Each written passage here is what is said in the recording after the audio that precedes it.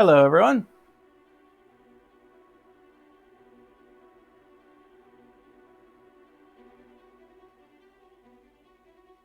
Just checking, making sure we are live and everything looks okay.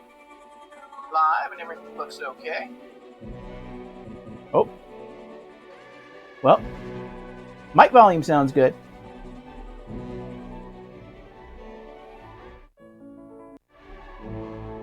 All right.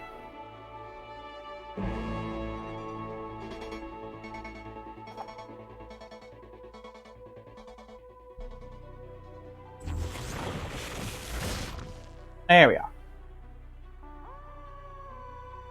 Going ahead and get us to the menu.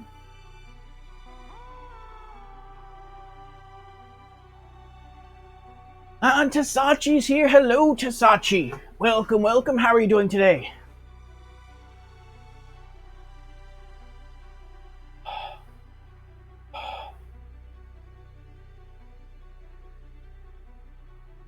And hello, everyone.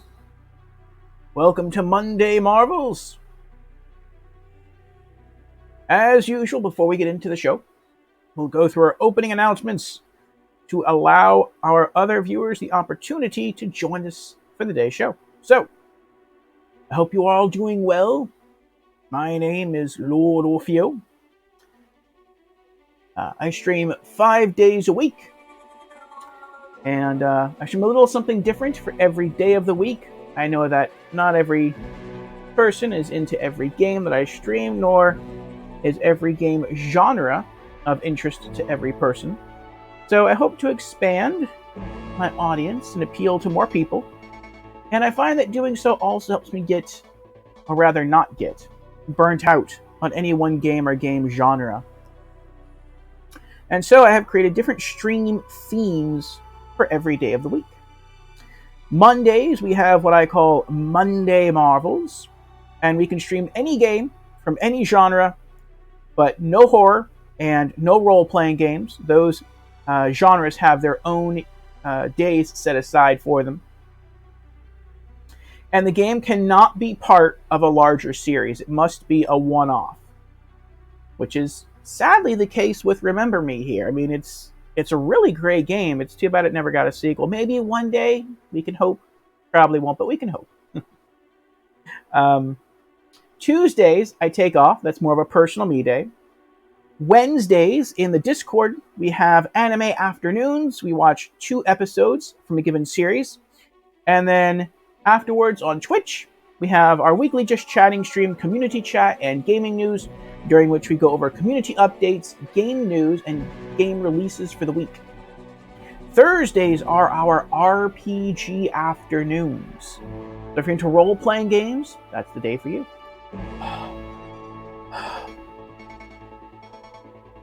Pardon me while I clean my glasses. I didn't realize how woody they were before stream. Fridays, we call Franchise Fridays, and they're very similar to Mondays. We can stream any game from any genre, but again, no horror, no role-playing games. Only this time, the game must be part of a larger series. Hence the name, Franchise Fridays.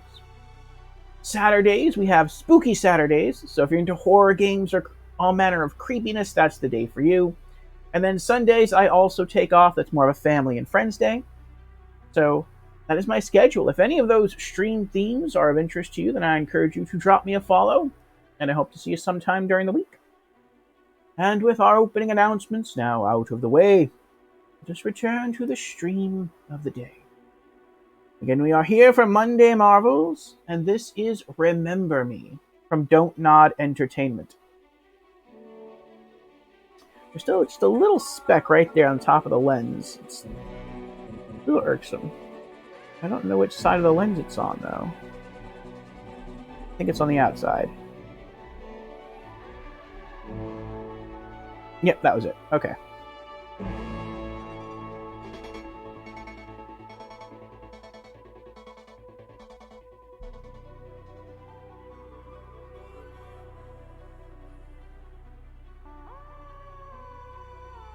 Okay. All the smudginess. Nope, nope, nope. Most of the smudginess is gone. One lens is done.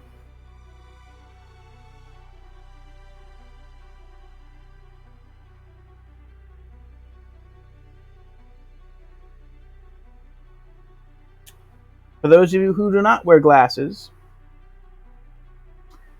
but who are older gamers and have gamed on a standard definition TV before, the old CRT monitors, gaming with a dirty pair of glasses versus gaming with a clean pair of glasses is kind of like going from like 480i standard definition to like 1080p. It's a jump. There we go. That is so much better. Okay. Dirty glasses, the worst they are. You wear glasses, Tasachi? Tasachi says, doing all right. How about you? That's good, Tasachi. I am feeling better. Still a bit of the sniffles persist, but not nearly as bad, so I believe I am through the worst of it.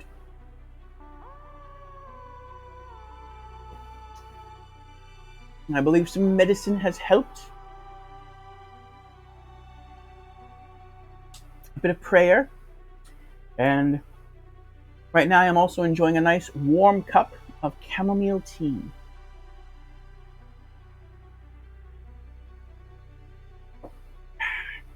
I do love my teas and coffees.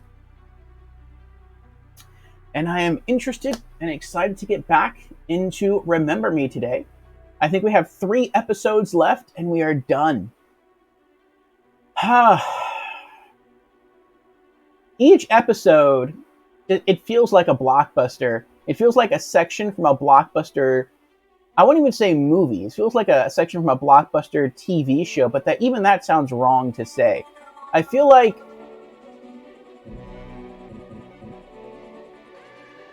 I'm not sure how I would classify this really. I want to say this feels like it feels too epic to be a TV show or a TV series. Like it would have to be a movie if Remember Me were made into a movie.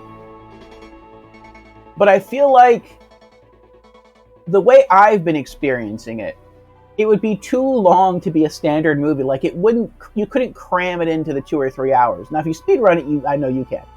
But just being able to sort of take in everything and look around the scenery and talk to everyone and get to really know the characters and have some time to think every now and again during different scenes, like it. I feel like it would have to be a really long movie, and I can't see it being some sort of serialized movie like the Lord of the Rings trilogy, because this is not a book, or this isn't like each chapter does sort of have a conclusion, but it's not conclusive enough to be considered the end point to any of the story, really. I don't know. It's a very interesting game. I really do enjoy it, and but the reason I brought that up is I feel like every episode, part of me is really happy to have experienced it. But at the same time, part of me is also kind of sad because I'm getting closer to the end. And even though I want to get to the end and I want to see what happens, I'm also kind of sad because it's like I know there's also no sequel to this game.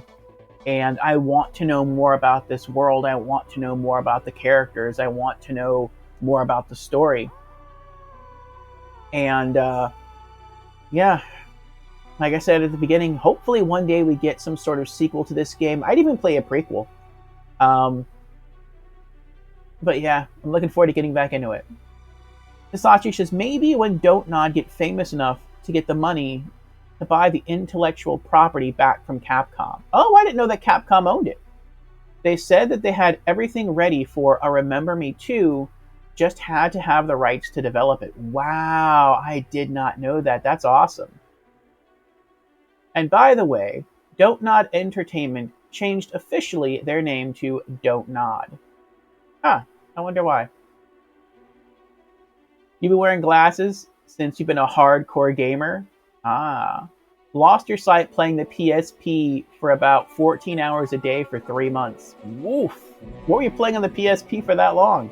Was it Monster Hunter? Sight never got worse then? Your mother likes to watch story-based games like this. When you played it for her, she often was wondering why I had a controller in my hands while playing.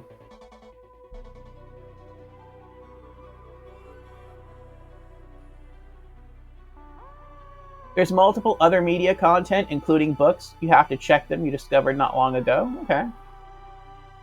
You played Midnight Club LA Remix. Nice, nice. Oh, on the PSP. I've never played a Midnight Club game. I've heard they're really good. Some people say they're better than the Need for Speed franchise. I'm not sure really what to think of that, though. My first experience with the Need for Speed franchise was the 2015 reboot by Ghost Games, and I completely fell in love with it. And so I got some other games in the Need for Speed franchise, and so far I haven't liked any of them. I've only liked that one. And so I might go ahead and try to pick up a copy of a Midnight Club. Though if I do, it'll probably be something for the PS2. But I'm willing to give it a whirl.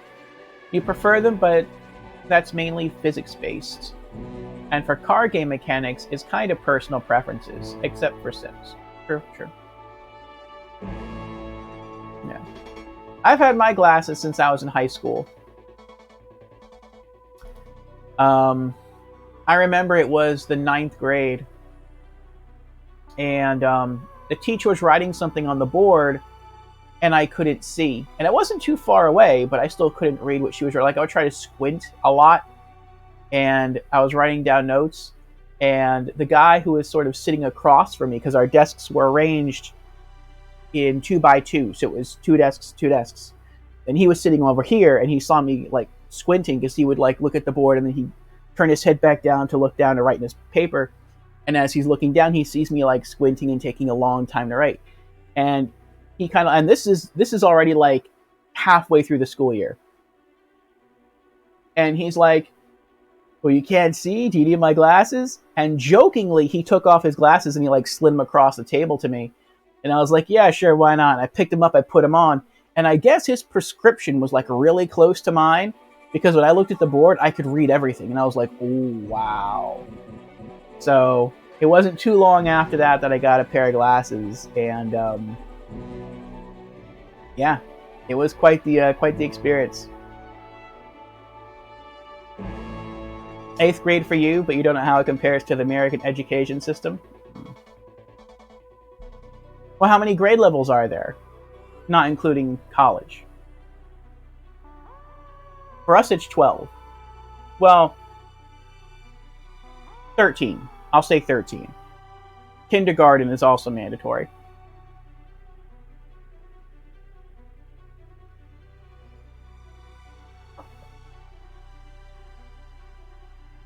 And I remember not long after having them, I got really sick. I got nauseous.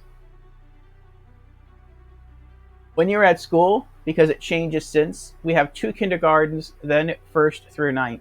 Oh, okay. That's it. We kind of have 2 kindergartens too. We have a pre-K and a kindergarten, but pre-K is not mandatory. Kindergarten is.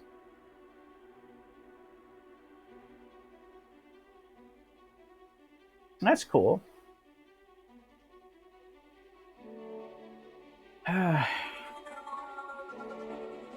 I remember I was playing Siphon Filter. I think it was Siphon Filter on the PlayStation 1. And I was sitting in front of a CRT TV. And it was something that the guy who gave me my glasses said to me when he gave them to me. I sat down in front of the person ready to give me my first pair of glasses. And he's like, okay, before I give these to you, I want you to do something. Turn around and look at that tree behind you. And there was the front of the store, there was glass in front, and then there was like trees outside. And so I turned around, looked at the tree, and I'm like, okay, what? And he's like, okay, now here. And he put the glasses on me. He's like, now look at the tree. And I was like, oh. He's like, yeah, you can see the leaves now, can't you? And I'm like, yeah, they look, everything looks a lot sharper. And he's like, yeah, you're going to notice it a lot from now on. And I remember as soon as I got home, I put on my glasses and I sat in front of the TV. And I was like, this is so much sharper. And so I started playing with my eyes. I was like, not my eyes, but my glasses. And so like I would game and I would stop and I'd go like this and I'd just rest them up there and I'd game because that's how I was used to gaming without using my glasses. And then I put him back on and I'd game some more. Then I'd take him back up and I'd game some more. Then I'd put it back. Then I kept doing that over and over again. And after doing that for like a couple of hours, I had to stop because I was getting nauseous. I'm like, I can't do this anymore. What did I do to myself? And I just had to like lay in bed and close my eyes. But after that, I kind of stopped doing that and I was fine.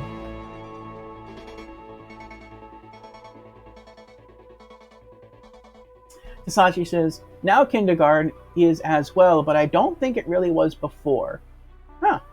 Interesting. And you're from Switzerland, by the way. Ooh.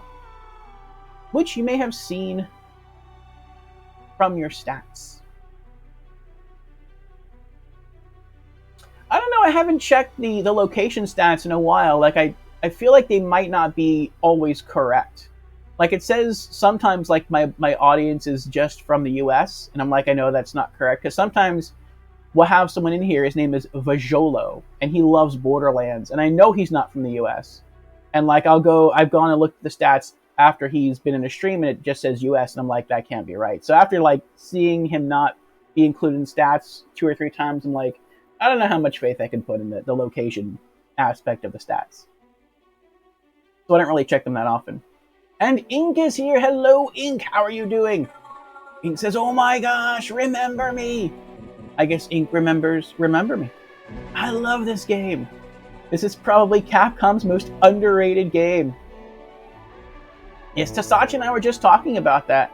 How I regret the fact that there's no sequel. Like, I know that's why I'm playing it on Monday. Monday is like what I call Monday Marvels. I only play games that do not have a sequel or a prequel or anything. And I'm like, I don't know why. Like, this is a really good game. For its era, it has great graphics.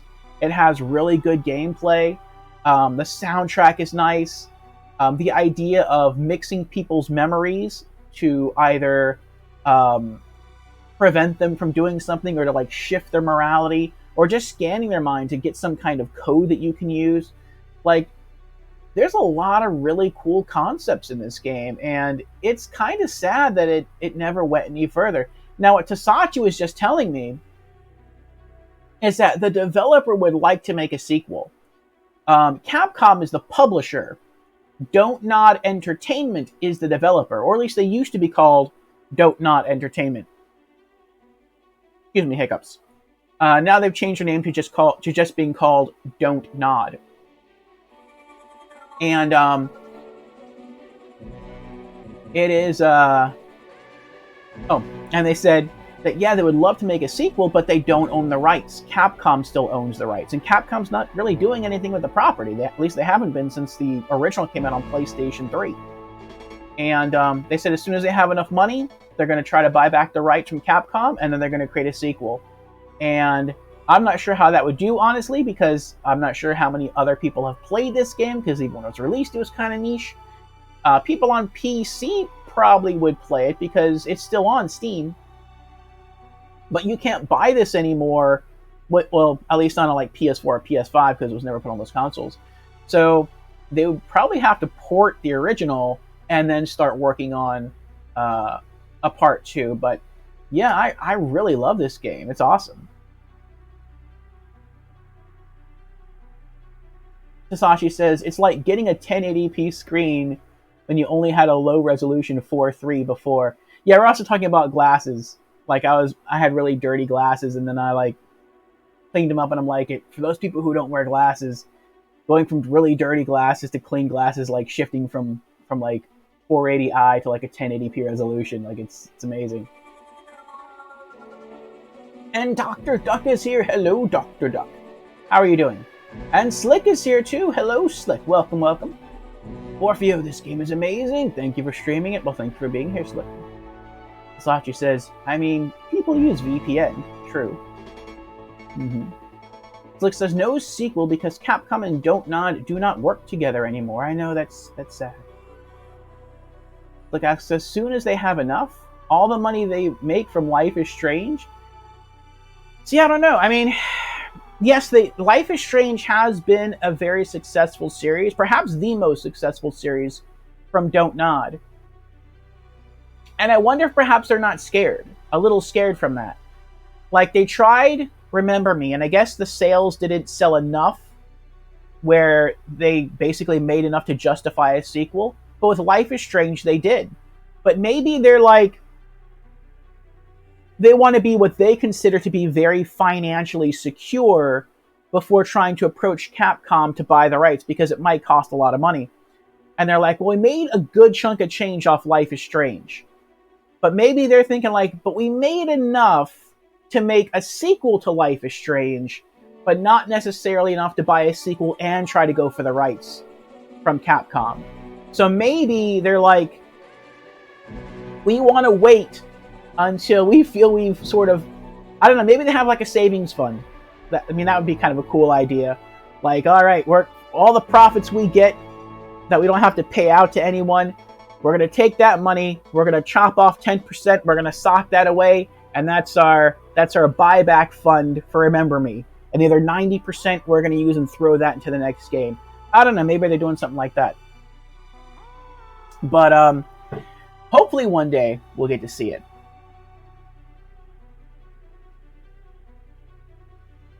Ink says this game uses a similar engine to RE6. Really? Wow. Nilin moves the same as the characters in that game. I didn't know. I haven't played RE6 yet. I'm looking forward to it, though. I love the way she fights. I absolutely love the way if you watch the beginning of my VOD from like 2 Mondays ago, not last Monday, but the Monday before, you'll probably catch me raging. Because I hadn't played it 2 weeks prior to that, so I forgot the battle controls.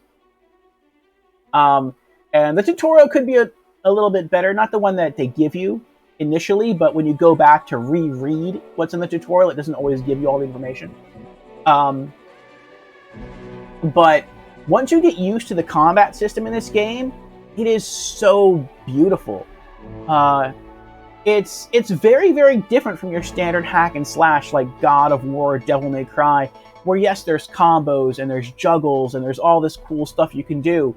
But if you don't want to do that, you don't really have to do that most of the time. You can just run in there, and as long as you're decent at dodging or kind of strafing, you can still just kind of button mash and kind of push your way through it. And arguably, you can kind of do that in this game. But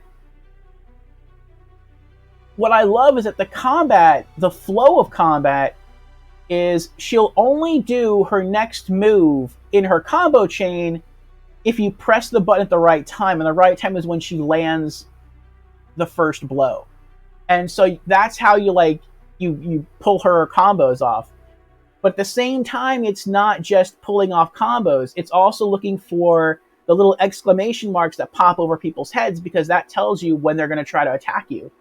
And that's when you also have to try and dodge. And it kind of goes from being a guessing game to almost learning to anticipate it and then learning to react. It's not so much reaction, it's more just like, okay, it's going to happen, and then you hit it right as a symbol pops up, and you start to get better at this. And it feels less like combat, and it feels more like a choreographed dance. It feels graceful, it feels elegant. And I like that. I very, very much like that about the flow of combat in Remember Me. It feels more graceful. Sachi says, let's see. We found in the code that there was a button to skip cutscene that was prepared for a function, and asked them if they would like to make a patch for us. They answered they would like to, but Capcom doesn't want any changes to it. That is so weird. How long ago was that question asked? I would be curious about that. I would think that Capcom just doesn't care. They'd be like, oh, the game... I mean, if the question was asked recently, because they'd be like, oh, the game's old, just go ahead and whatever change you want to just go. Slick says, I do not mean to poop on Life is Strange, but that series is compared to Remember Me. I experienced Life is Strange before this, but only Life is Strange 1. I haven't played the others yet. I really enjoyed Life is Strange. To me, Life is Strange is a masterpiece. And I can see where they got the influence from Remember Me. There's a lot of influence. I was kind of talking about that in stream last time, where I was like, this is basically a more action-oriented Remember Me. Only it's like sci-fi fantasy setting. Where in Remember Me, at least in the first Remember Me, not Remember Me. In the first Life is Strange, you alter events. And the way you alter events is by you going back and reversing time and then doing something different. In Remember Me, it's a similar concept. Only instead of reversing time and actions themselves, you go back and make people think the actions are different because you rewrite their memories. So you're not rewriting time itself, you're just rewriting someone's memory of that time. And it kind of leads to the same conclusions, or some of the same conclusions. And so I can see the influence. Ink says, or they just don't care about this game. That could be too. I hope not. But maybe that's why... I mean, maybe that'll help drive Don't Nod to get the rights back sooner rather than later. Oh, you're talking about Don't Nod doesn't care about this game. I hope they care about this game. I mean, like I was kind of saying, maybe Don't Nod views this game as, or rather this whole IP, as a gamble. Whereas, even though it's a passion project, and you can tell it's a passion project from playing it, maybe they do view this as a gamble. Whereas Life is Strange is something solid. It's something they can bank on. Kasachi says, I loved Life is Strange story as well, but it is way more contemplative game for sure. That's true. Contemplative. Like, you have to think about it more, yeah. And Albatrex is here. Hello, Albatrex. How are you doing? Ink asks, isn't this like a beat-em-up? I wouldn't say a beat-em-up. A beat-em-up is very brawly. It's very... This is more like... That's kind of a good point. I would say if you just watch someone play it, it looks like a brawler. It looks like a beat-em-up. If you play it, it plays very different. Like, when I think brawler or beat-em-up, I typically think of, like, Streets of Rage. And, yeah, if you take Streets of Rage and turn it completely 3D, I can kind of see how that would look that way. But the flow of combat it feels so different that it's hard for me to just call it a brawler.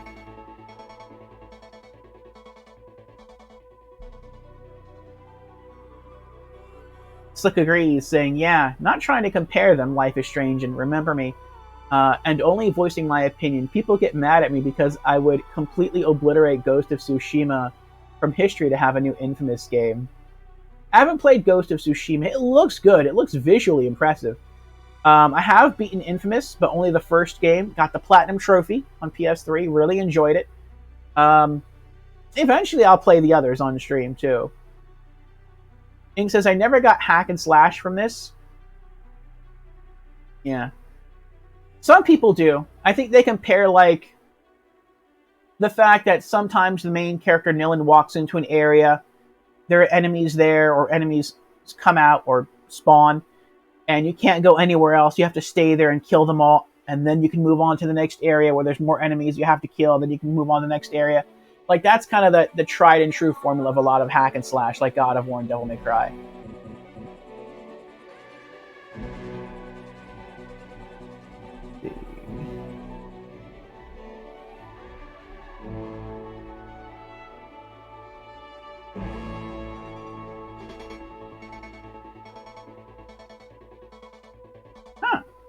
Slick says, I just saw a trailer for an upcoming game called Scars Above. Hopefully it'll be another good third-person shooter featuring a bad A heroine. Scars Above. I haven't heard of that one. When is it supposed to come out?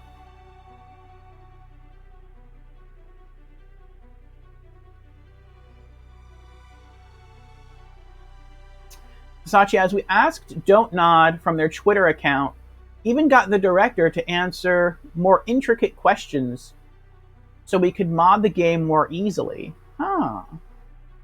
Interesting. Albatrax, I'm still catching up the stream chat here. Albatrax says, I'm good downloading Quake Champions. Oh, Quake Champions. Nice. You gonna play with anyone? Wait, is that only multiplayer? I want to say that's only multiplayer, isn't it?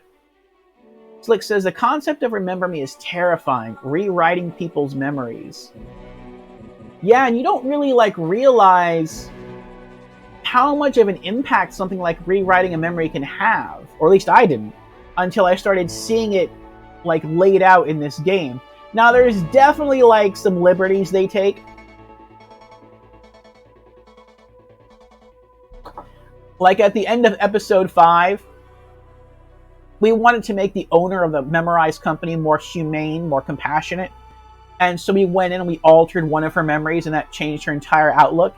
And it's I'm not sure you can really do that with... I don't know, maybe you can do that with some people. But to go in and change one singular memory and have that, one ripple happen in their mind that just completely alters their personality, or at least a huge aspect of their personality, I mean, maybe you can. Maybe you can. But I would think you'd have to, alter a lot of, smaller memories that would build up over time. But I guess if something is big enough and you alter it, that can cause a fundamental shift, or a fundamental shift back for someone's personality. So I guess I could see that happening. But that is wild. You're right. That you just... Going into someone's mind can do so much. From retrieving information to wiping out their information, which I learned that's actually what she does when she uses a special technique called, I think it's Mind Blast. She doesn't kill them. She doesn't kill the people that she fights. Instead, it's she blanks out their memory. All of it. And then they just, fall down. Because it's you just rebooted their computer. And they have to learn everything all over again. That's crazy.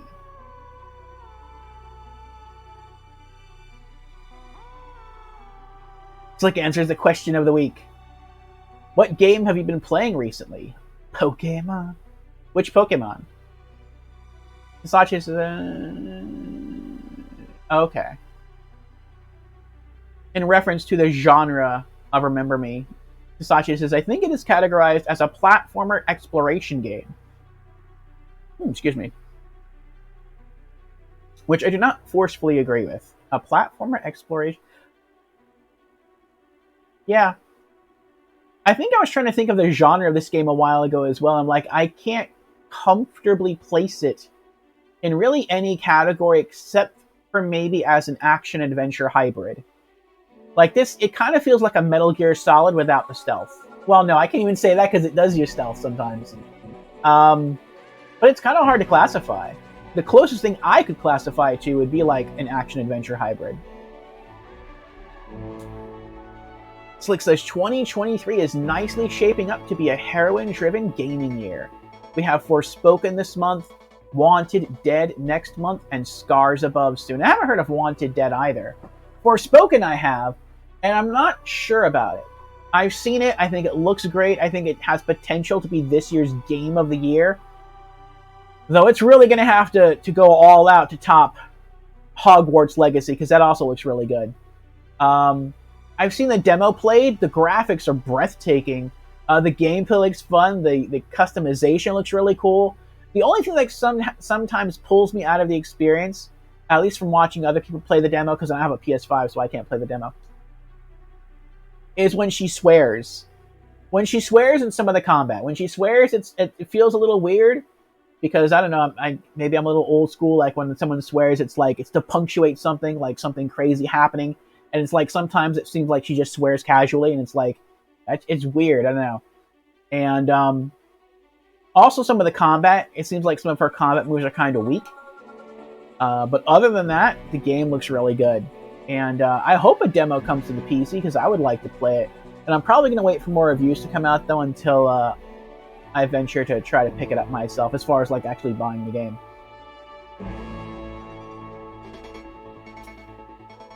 Quake Champions is multiplayer only. I thought so. I did a little research on the Quake series once we started up the original Quake for Retro Reminiscence back when we had it. And, yeah, it looks fun.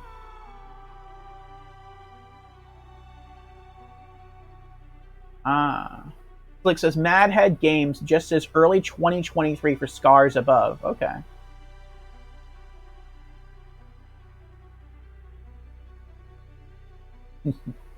Tasachi also answers the question of the week. Well, remember me, of course. Otherwise, I've started Burnout Paradise Remastered and Stray. Nice. Yes, Tasachi, for those who don't know, is a Remember Me speedrunner. So,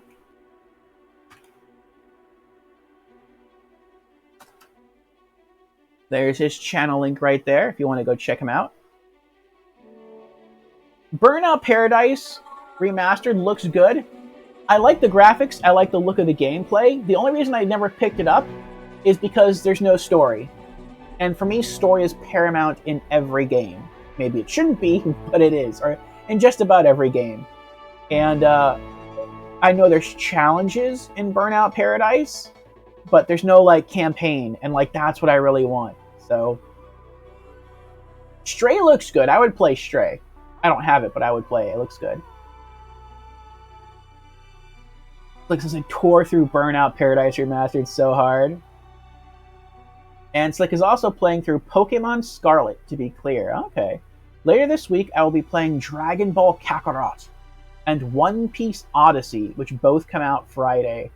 Nice. I used to watch Dragon Ball and Dragon Ball Z. Good stuff. One Piece, I read a little bit of the manga. I kind of thought it was okay. I looked into the anime, and it scared me how many episodes there are. So I never really got into the anime. But I can understand the fandom. Sachi says, I would call Remember Me an action story-driven game. Okay.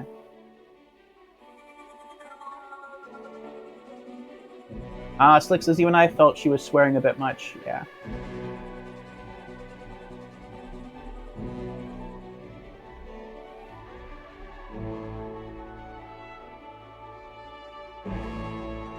Oh, yeah.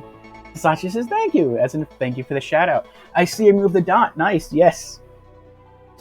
Yes, I said after the last stream that we were in together when you brought it up that I would go in right after the stream and remove it, and I did. So. Any notes I make while streaming, if I can, I try to implement them as soon as possible. I kept the winky face, though. Albatrox says, Forspoken is weird. One foot in modern day, other foot in particle effect fantasy. Not for me. Understandable, understandable. Albatrox. Forspoken reminds me a lot of the story, or at least the theme. Reminds me of the story of, what is it? A Yankee in King Arthur's Court, which I think is a story by Mark Twain. I could be wrong about the author. But it feels very similar. Like it's a person from the modern day thrown into the past in a fantasy environment. But the difference between those two tales is that the Yankee in King Arthur's Court sort of uses more of his modern day knowledge, not so much in terms of technology, but in just his terms of how to go about things, of how to think of things. And that sort of helps to turn the tide to success.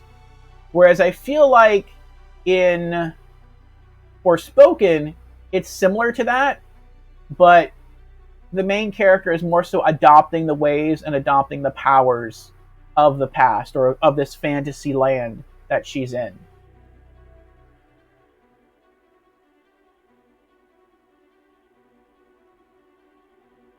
Hisashi says, so I am the first working... Oh, you're the first working soul of this channel? Yeah, so I appreciate all the help.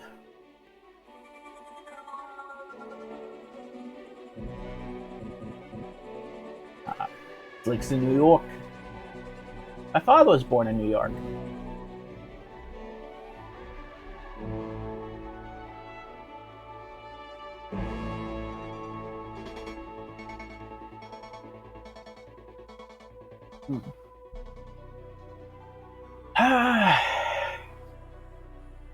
All right. I finally caught up in chat. So, and now we'll continue Tony chat as you continue to type. It is fun. But let's get into where we're at in the story, what happened last time, and then we'll dive on in. So, let's see here.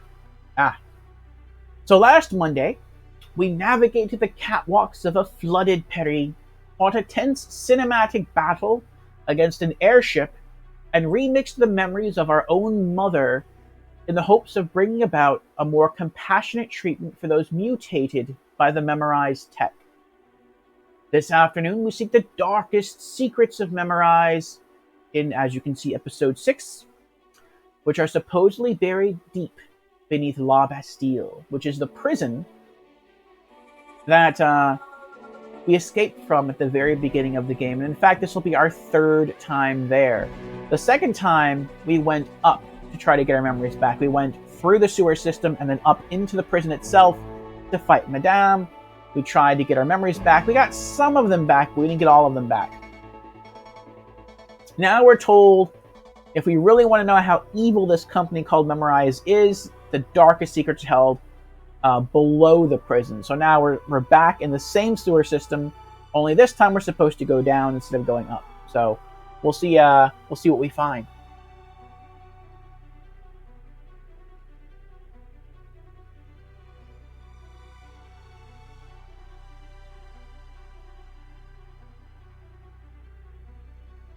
Ah.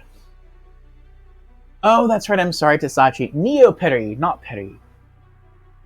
Oh, here they are. I was looking for my earbuds. And Chatu is here. Hello, Chatu. How are you doing? Neopets? I guess if you had a pet Neo Peri, you could call it a Neopet. A Neo Peri pet? An NPP?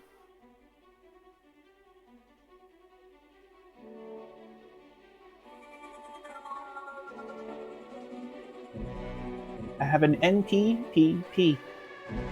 A Neo Peri pet pigeon. Or parrot. Alright. So we're 64% of the way through the game. Our goal today is to only get through episode 6. This game is 8 episodes long. I was told that episode 6 is a bit lengthy. Episode 7 is kind of very lengthy. Episode 8 is the shortest of the 3 remaining chapters, or episodes. But it took us quite some time to finish episode 5 last time. So we'll see how long episode 6 takes. How are you doing, Chatu? Sachi asks, are the androids we see in game, like in episode 2, the one we bump into, are Neopets? I wouldn't call them Neopets. You're good? At least for now? That's good, Chatu. I'm glad you are well. Yes, I am well for the most part. Bit of the sniffles, but nearly recovered. Oh, thank you, Chatu. You are a good gamer too. Actually, let me give a...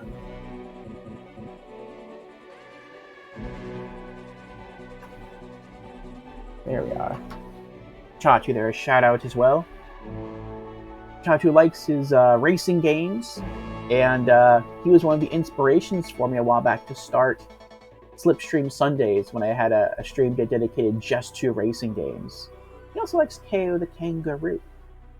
I want to check out his channel.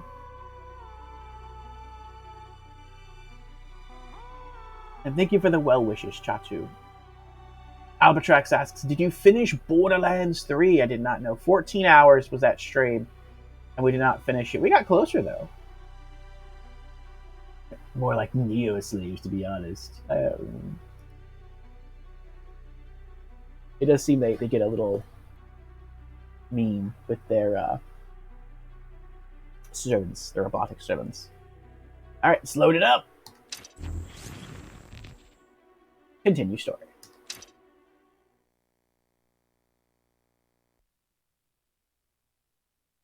Our only truth is our sorrow. Alphonse de Lamartine.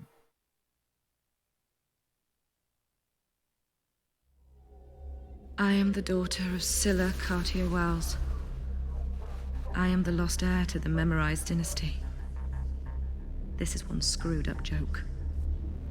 Just as I was gaining my bearings, a sense of purpose, now I'm lost again in a sea of uncertainty. What kind of twisted game is Edge playing? Can I even trust him? But still, he wants to show me that his fight is just. So, one last time, I'll place my life in his hands and follow his lead.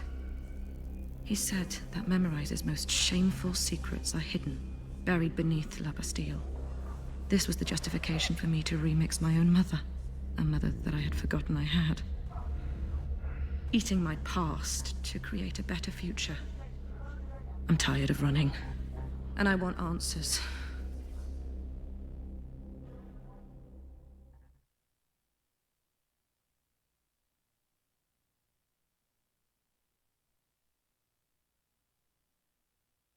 Episode 6.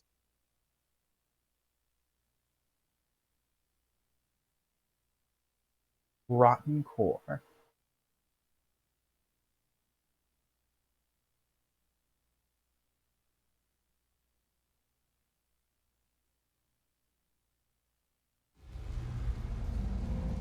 Back at the La Bastille basements, 10:18 at night.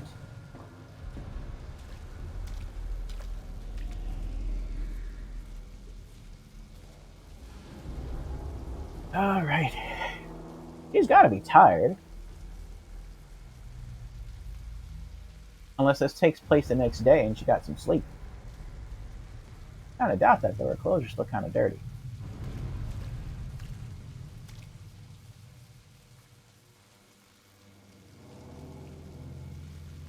Looks like more stuff has been destroyed since she was here last. I hope we don't have to put up with the security bots again.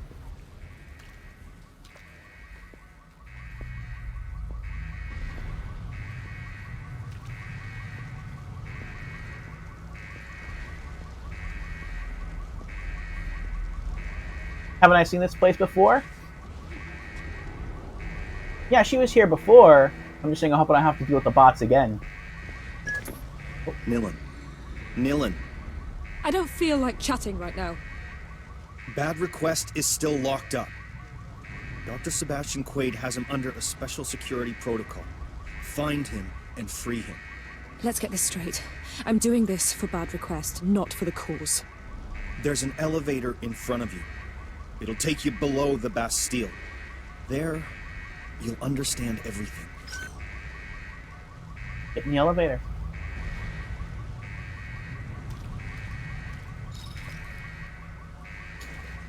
Do we still have to go back up into the prison?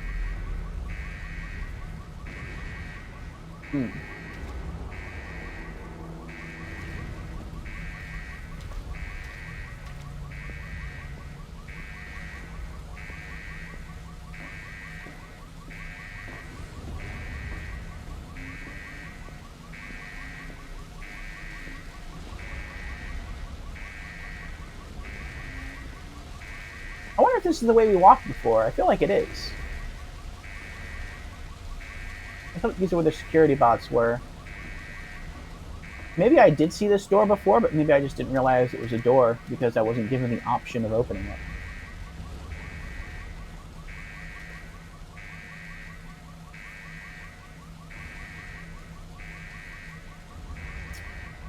Hello, Five Doto. How are you doing? Hello, good sir. I'm Five, and I'm a fan of this game. Well, welcome, Five. I am Morpheo, and this is my first playthrough, and I am very much enjoying it. Oh. Door panel. Oh, really? Five is the world record holder of the glitchless run?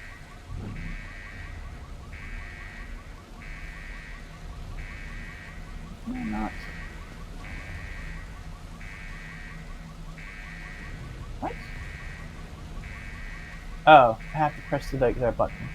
Okay, there we go. I was like, why is she not sliding the door open?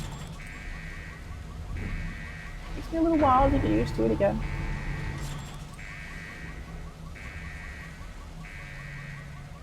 You don't have any competition, but no one even comes close.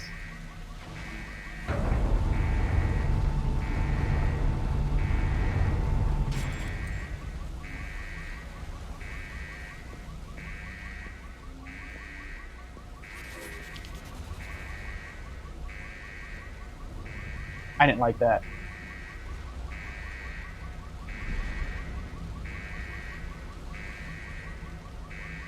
What? I guess that's a new enemy type now? A type of enemy that can, like, glitch through bars? Oh boy. An enemy type that's invisible and can glitch through bars. Great. That makes me think of the ghosts from a movie like The Matrix 2, where they can like become physical and like ghostly just by thinking about it.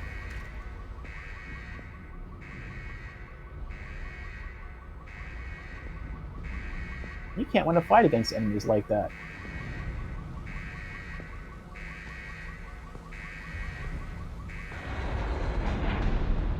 Oh. The alarm went off. Oh no, the door closed. That's what happened. Floor -13. There's a lucky number for you.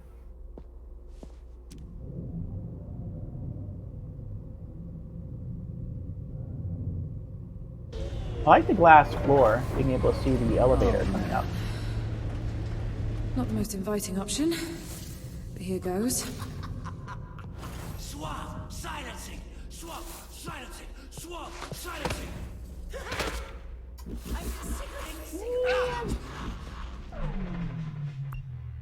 Oh, not enough focus. That stinks. Ah!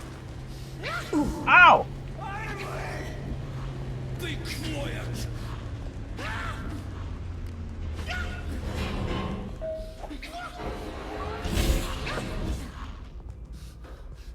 Can they follow me in here? Oh, they can follow me in here. Oh, well, I can see you now, though.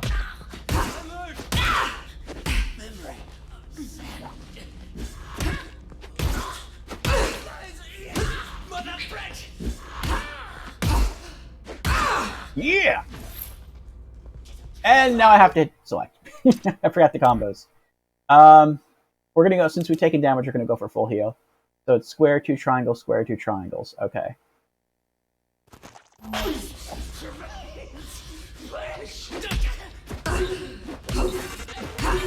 Oh! I got greedy.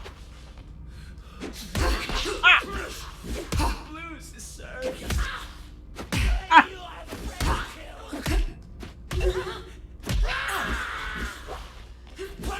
Oh! Okay, no.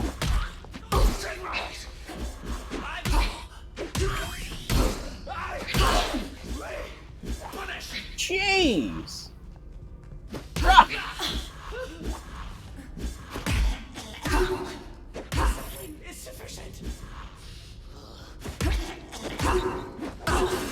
Oh! I still wanted more health right there. Typically when I start my first battle in this game, it's a little rough. And then I get better as I go. Start warming up more. Ah. Back to work? Alright, Slick. Thanks for stopping in. Where's your last pixel health? Didn't even see it. I know. Alright, we're in. You'll need to break some security locks along the way. Bad Request owned a pick socket, never left home without it. It will be in the repository where the prisoner's personal belongings are kept. Where am I, exactly? Where the most promising patients were sent to serve as guinea pigs. I'm back here. And it's your fault. Find Bad Request's pick socket. What does a pick socket do? Sounds like it picks locks. Oh, more security bots. See, I like this, though. After a battle that it feels is tough, it gives you health. And I don't always have to use these. In fact, most of the time I don't have to use them. But they're always really nice options.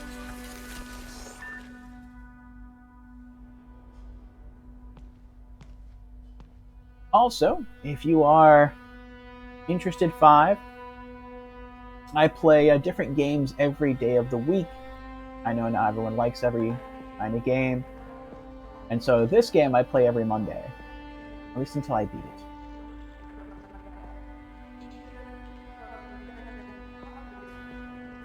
So, after 1 week without playing it, I do have to kind of, like I say, warm up a bit again. Okay, so we got like a cafeteria. I don't see anything dangerous in there.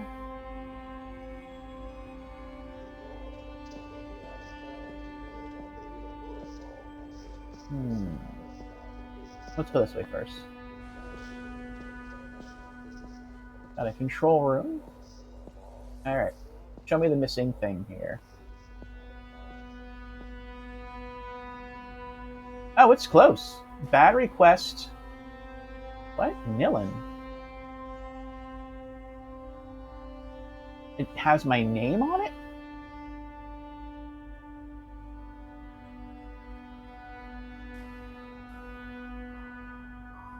It's facing a green door, and there's blue lights going around. Well, there's the blue lights.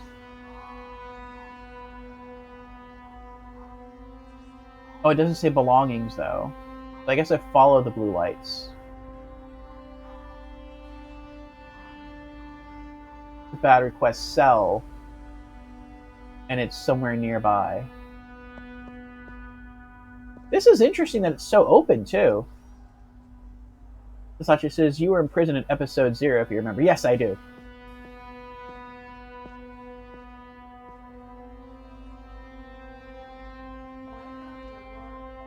This is almost confusing. Like, typically the game doesn't really... It's not open world. Well, it's definitely an open world. But it usually feels very linear, and here it doesn't anymore. Oh, wait. Okay, never mind. Well, I don't know. Maybe I can... I don't know. It looks like I can go down there. I can go downstairs and explore. I also feel like maybe I could grab onto that blue light and go hand over hand, though probably not. Then it looks like I can also go this way.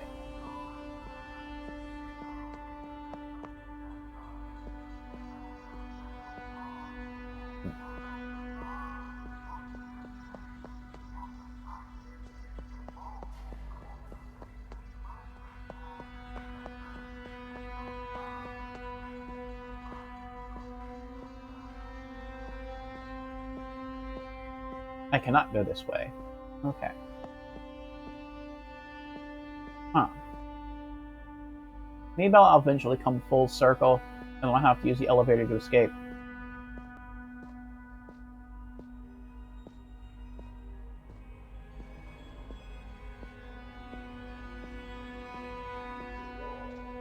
Oh.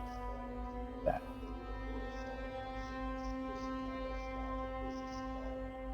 Five asks, so once you finish it, are you going to try any percent? No, I don't think so. I'm typically a first playthrough streamer. So, I find games, I play them, I try to appreciate them as much as I can the first time through, which might also be one of the reasons it takes me a bit longer to get through some games. And then I move on to the next. Though if there's ever a sequel to this, or a prequel, I will definitely be back.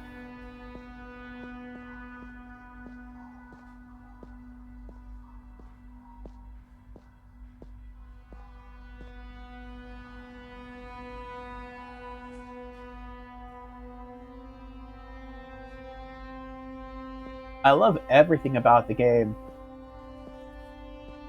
The combat, how you can customize the combos to do different things and pull off different animations. I love the graphics. I love the sway of her hair. I love the design of the character. I like that as you walk, like, she'll actually look like to the left and to the right to observe like her surroundings. I like if you're outside in the rain and she gets wet. Like right now, she just kind of like checks her glove. But if it's outside in the rain, she'll actually like go like this, like she's cold. Like they put a lot of thought into this game, and it's really, really impressive. The story's interesting. The soundtrack is really well done.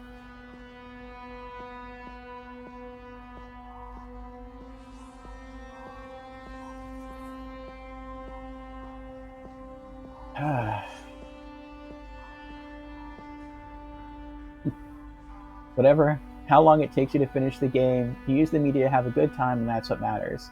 And you share the good times with others as well. Okay, let me get one last look at this thing. Bad Request and Nilin. It's weird to me it says Nilin. Unless he was put in a cell near my old cell. That could be it. But I don't even see what's supposed to be hidden, like a package or anything. I just know that there's something somewhere in this area. Oh, we'll see. Alright, now can I lock on anything from here? I cannot. I guess I have to go downstairs. Okay.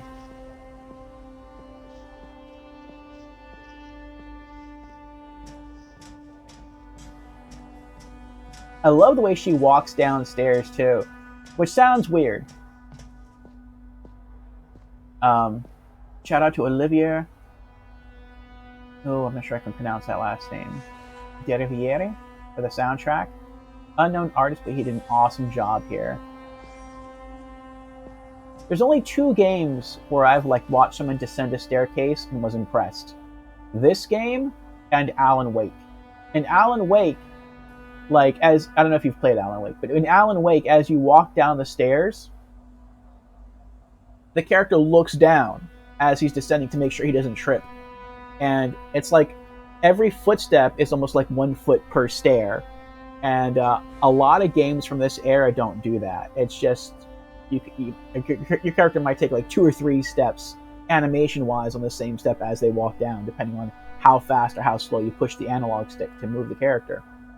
And then when you run down the stairs, the main character of Alan Wake, Alan will actually, not side saddle, that's the wrong word, but he'll like side jog down the stairs. Like he'll twist his whole body, and then he'll kind of like, instead of having his feet go like this, he'll twist his feet, and he'll kind of like jog down the stairs. Because he wears like really pointed toe shoes, I guess, and if you try to run, you might trip and fall. So they put like that much detail into the game. I thought that was super impressive. And with her, like when she descends stairs, hold on, okay. When she descends stairs, as she walks, it's like they really put like detail in her knee bending animation. That's really impressive to me. And again, it's nearly 1 step per stair. And that's very unique. So I like the small details in games. Because the more small details I see in the game, the more I pick up on it. That tells me that this was more of a passion project than just something to make money. This is more art. And I like that. I like seeing the craftsmen take pride in their work.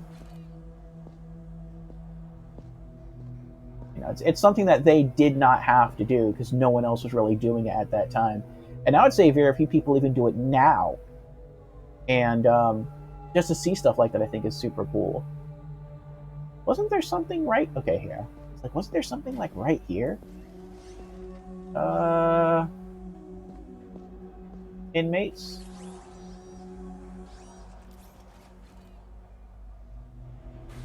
What's his name again? His name was... Well, he's right next to me, so... Bad Request. Okay, that's right. Bad Request. How would his cell even be next to mine, though? Unless he's going by his real name that I don't know. Because A through J is that way, and so if his name is Bad Request with a B, he'd be that way. Whereas Nilin with an N would be K through Z, so she would be that way.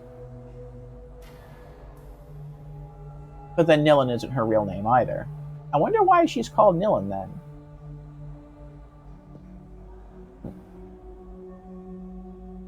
I guess you had to come up with a nickname or something.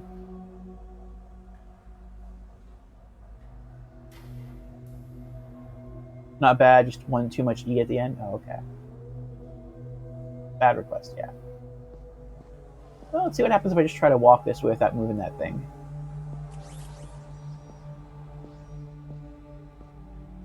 Fire door. Knock knock? No knock knock? No, okay. Alright. What do we got here? A panel there. We have a control room up there. We have a rack there. That says bad request. We have blue lights over here. And then it goes... It curls around that way. Okay. So I'm going to guess that we use our glove to pull this down. Okay. Oh, it's like attached to a cable. I'm guessing that flies back up when we let it go. No? Really? Huh. Interesting.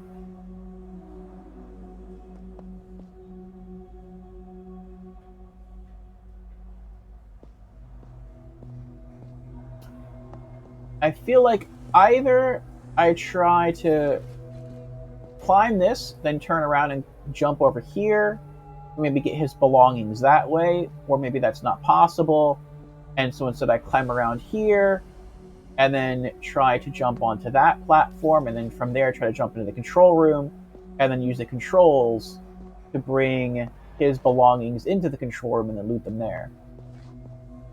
I guess we'll try this way first.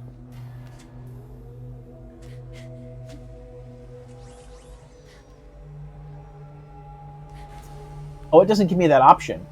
I guess that's not what we're doing then. Okay.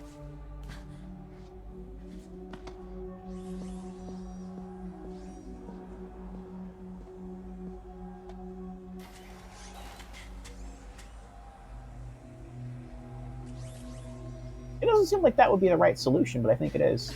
Yeah. I would have thought... That's something else I like. When she grabs onto something, if she can't, like, put her knees against the wall to pull herself up and she's just hanging, like, she will, like, go through various animations. My favorite one is where she pulls her knees almost up to, like, her waist. Like, I think that looks really cool. Why is there a field there? I feel like that's a security field.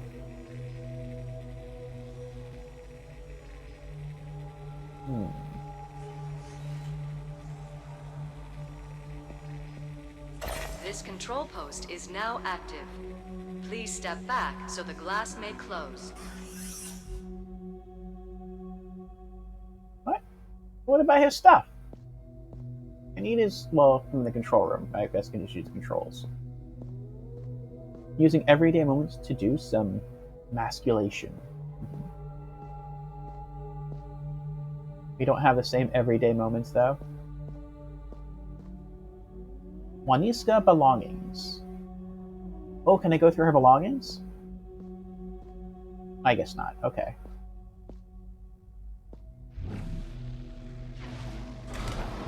Next. Montserrat belongings. Oh. I was thinking maybe in one of these there's a sat patch or something else, or a focus patch. Nope. Move along.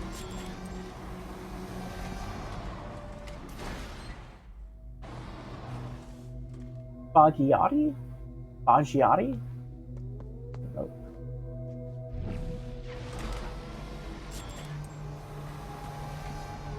Bad request. Big socket. Yay! It's code. Got it. Bad request's pick socket. Perfect. You can use it to break safety locks. Let me guess. I'm going to learn that Bad Request is my secret brother. Is that it? I don't think so. The pick socket will pick the highest security locks by overloading them with a salvo of energy. Okay. Huh.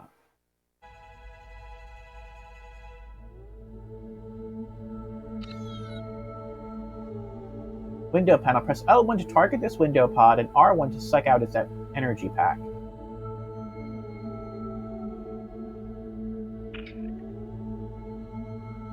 To overload this door control pod, shoot the energy pack into it. L1 plus R1. Get to Bad Request.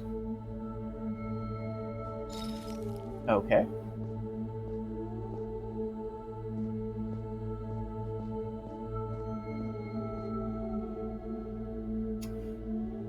I would be curious, though, if they have his belongings here, wouldn't they have my belongings here, too? I guess it's not important. We were told by a character earlier that we got picked up in our day-to-day clothes. That's why she was able to get her glove back. Though I don't know, I feel like the glove is like part of her. Like, why would she ever take that off? That's weird. Anyway. Open, close.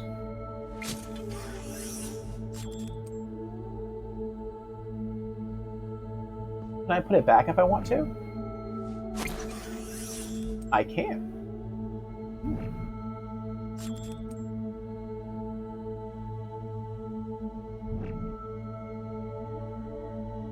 Download the orange energy pack from Pod 1 and upload it into Pod 2.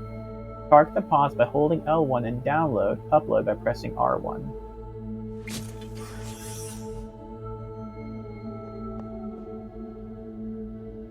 Because it is a sign of the heiress movement, maybe? What is? Oh, the glove? So when she has, like, her day-to-day life, she doesn't wear the glove because that would basically flag her to everyone in the know that she's part of the heiress movement.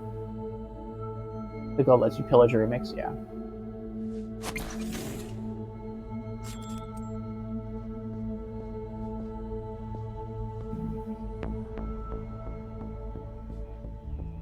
I kind of hope this cell is close. Because I still remember that thing over there.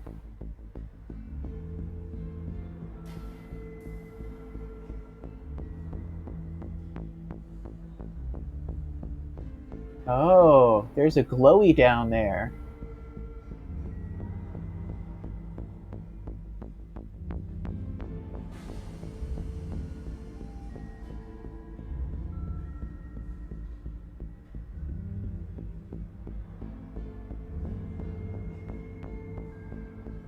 Creepy's here. Hello, Creepy. How are you doing?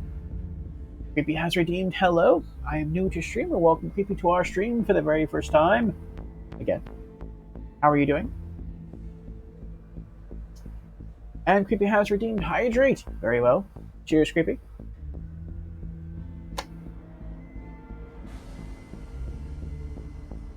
It's not like everyone can play with memory. Legally, at least. Yeah.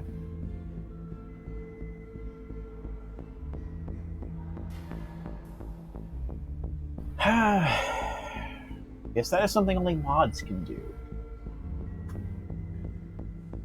The feeling is there, at least. It is. Shout out to Creepy. Did I miss that? And can I go back down and collect it?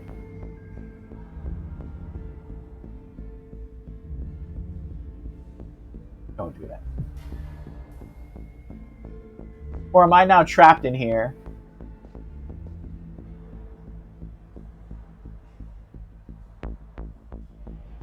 Because it's like right there. I don't think that's a switch I can open or close. I feel like that might be what that sign was hinting at. That's the item I was supposed to grab.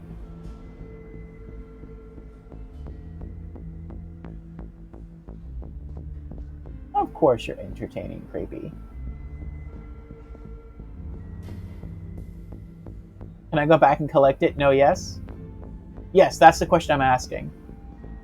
You're always so reactive on doing it. You deserve to have some for yourself. True, true. Creepy is very good with the shoutouts. Yeah, I feel like if I legitimately missed that, I would actually like to like reset the game now or reset the level right now, because it's like, basically you can't go back. Wow, I'll restart then. Reload last checkpoint. But you can't go back, but you can get it. 5 is lying. Do I have to go out of bounds? Like, do I have to glitch to get it? No?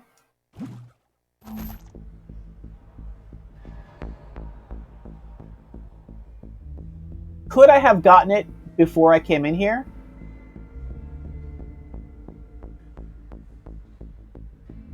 Or is I meant to miss it?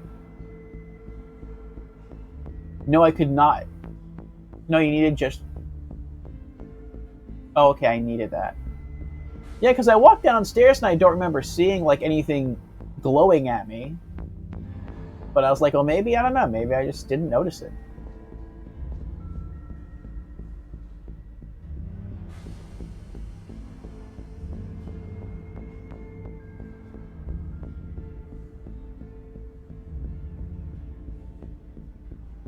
Also, you might be about to miss something. But if I'm about to miss something, you may let me know. There's only 2 things that I like to find out on my own. I like to find out the story on my own, and I like to come up with any sort of strategies, like combat strategies, to beat the enemies or beat the bosses. Outside of those 2 things, story and enemy strategy, I'll take anything else.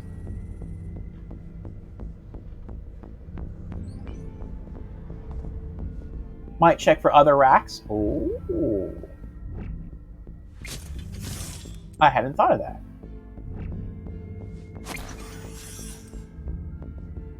Yes, because I still have the option here, don't I, with the rack?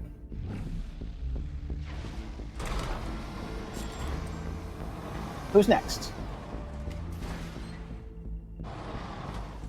Morris. I don't know a Morris, do I? I don't think I know a Morris. No Morris. Next. Wonder how long you can do this for. Ah, and this is Nillin's belongings. I was just talking about this a while ago. Open drawer. Focus boost. Nice. Thank you, 5. And now I can't slide it back and forth anymore. Well, now they know who was here. They know his stuff is gone and my stuff is gone, so we'll probably put 2 and 2 together about who broke who out.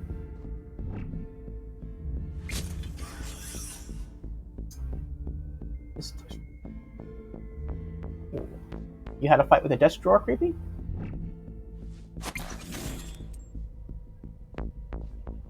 At work?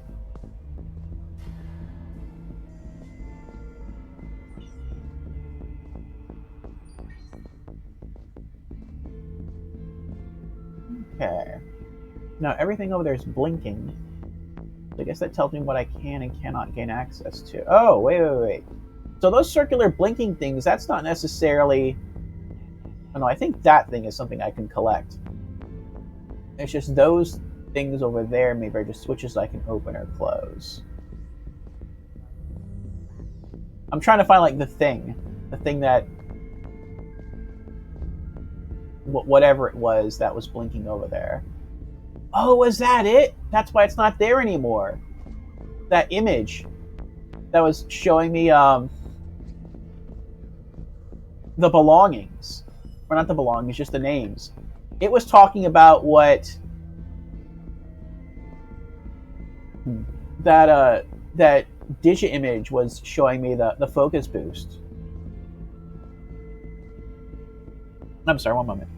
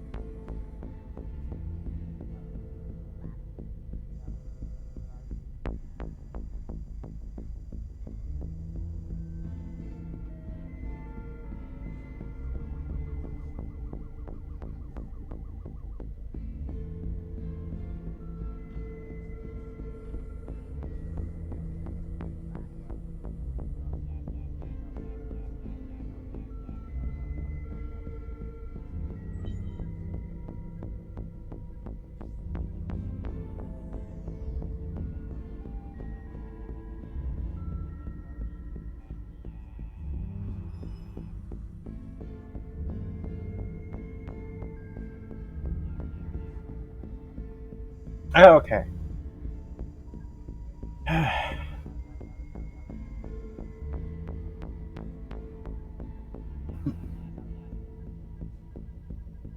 I didn't lie, you can't go back when the window is closed, yet you are able to get down to the area.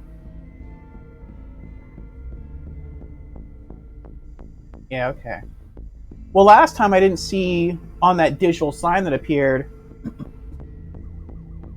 I didn't recall it seeing or reading his belongings. It just said his name and then Nillen's name. And so I thought that was like the cells, not the belongings. But that was pretty cool.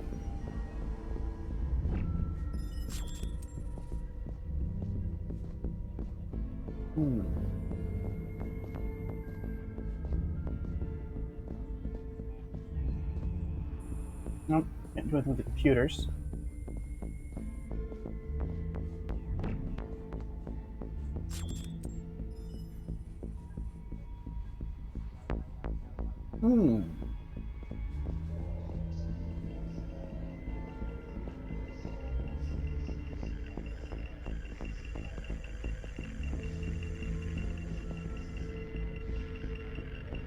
Aha! Buggies. Okay.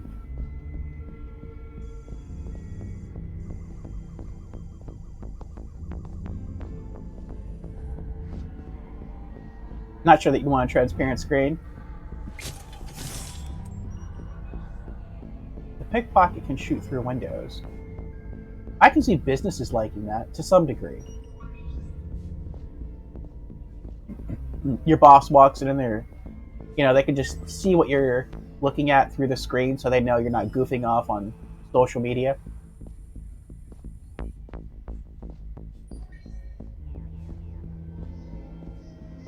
Wonder how it reacts in sunlight.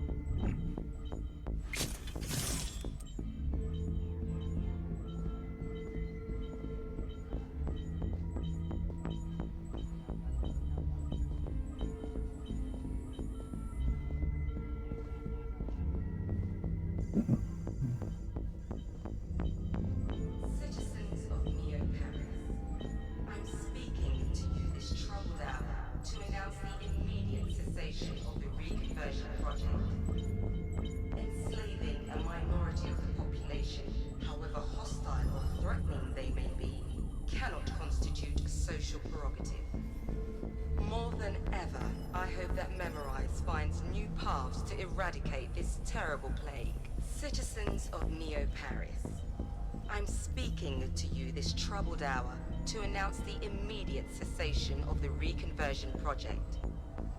Enslaving a minority of the population, however hostile or threatening they may be, cannot constitute a social prerogative. More than ever, I hope that Memorize finds new paths to eradicate this terrible plague. Citizens of Neo-Paris, I'm speaking to you this troubled hour to announce the immediate cessation of her mother stopped it. Project. Enslaving a minority of the population, however hostile or threatening they may be, I can go that way. Constitute a social prerogative. Or more than ever, I hope that Memorize finds new paths to I can go this way. Terrible plague. Citizens of Neo-Paris, I'm speaking to you this troubled hour to announce the immediate cessation of the reconversion. Oh, there's nothing in here. Enslaving a minority of the population, however hostile or threatening they may be, cannot constitute a social prerogative. More than ever, Oh, what's that? I hope that Memorize finds new paths to eradicate this terrible plague. Citizens of Neo-Paris, I'm speaking to you this troubled hour to announce the immediate cessation of the reconversion project. Remember to look through windows. Enslaving a minority of the population, however hostile or threatening they may be, cannot constitute. It looks like maybe I interact with whatever that is on the desk. More than ever, I hope that But I want to see what's this way before I do that. Citizens of Neo-Paris, I'm speaking to you this troubled hour. You mainly think that they are AR. They are linked to your Sensen, just as the ads and many other things in this universe. That makes sense.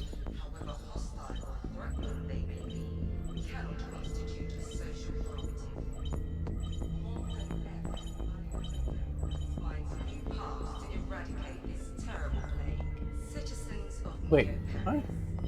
I'm speaking to you this troubled hour to announce the immediate cessation Oh, here we go. of the reconversion project.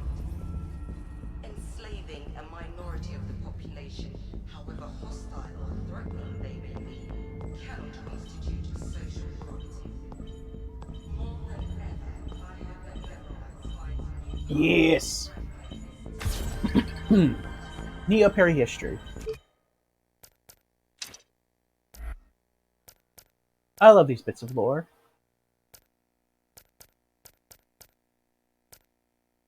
New Economic Pact 2059. Excuse me. Well, this line in the room, you see how they interact? Yeah. Trauma room. Memorize was the prime motor in the resurgence of Neo-Perry, but many other leading companies also played an important part in this city's economic growth.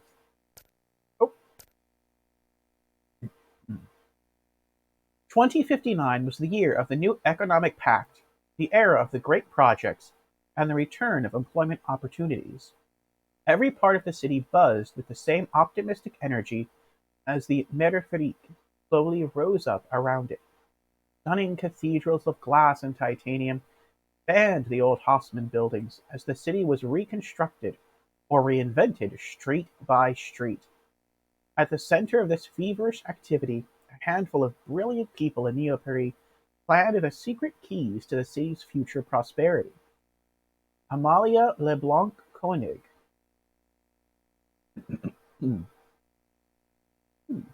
Is that the same Koenig who invented the little coffee machine?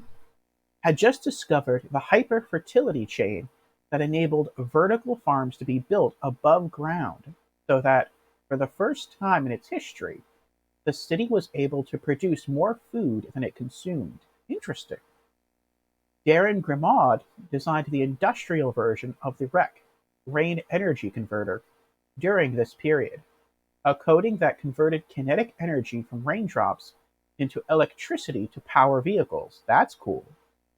Charles Cartier-Wells was still working on digitizing the human memory, a crucial discovery that would revolutionize civilization and make Neo-Perry the major economic powerhouse in this brave new world.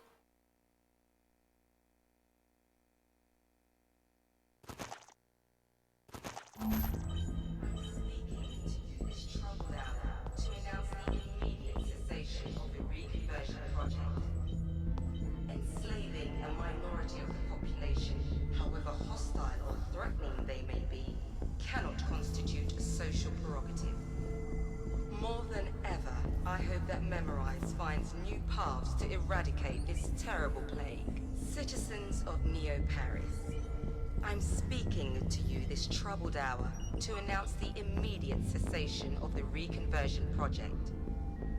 Enslaving a minority of the population, however hostile or threatening they may be, cannot constitute a social prerogative. More than ever, I hope that Memorize finds new paths to eradicate this terrible plague.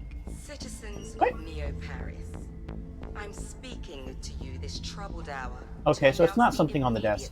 I don't know what that is on the desk then. Enslaving Looks a kind of like a lock. minority of the population, however hostile or threatening they may be, cannot constitute a social prerogative. More than ever, I hope that Memorize finds new paths to eradicate this terrible plague. Citizens of Neo Paris, I'm speaking Oh. to you this troubled hour to announce the immediate cessation of the reconversion project. I'm glad they had that hit pop up. Otherwise, I'm not sure if I would have. Oh man, Cannot constitute a social prerogative. how they even get in here? Ever, I hope that Memorize Actually, they finds probably new paths to eradicate this didn't get in terrible here. plague. Citizens of Neo Paris. Maybe when all the other inmates were set free because of us, they also escaped at the same time. Enslaving a minority of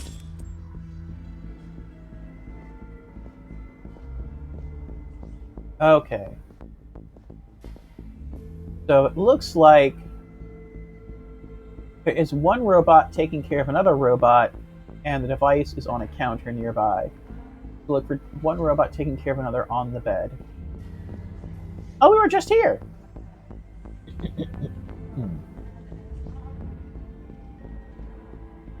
We literally just came this way. And walked down the stairs. You can get back. Well, now this gets even more interesting to me, because now, with this power,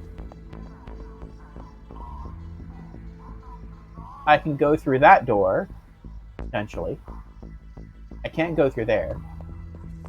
Or, I can go down here. Oh, she does the same thing! I never ran down the stairs before. When she runs down the stairs, she does kind of the same thing as Alan Wake, only she doesn't slow down as much. Where, like, she twists her body to the side, and then she, like, kind of goes down step by step. That's cool, I like that. Again, small detail, they didn't have to put in the game, but they did. I think it's really neat. Oh, there they are. That's them. And there's the item. I'm guessing that this is an optional area. We don't have to come this way. And I guess there's no other... Yeah, maybe we just can't go that way. That's fine, though. Excuse me. I had a cough earlier. Okay.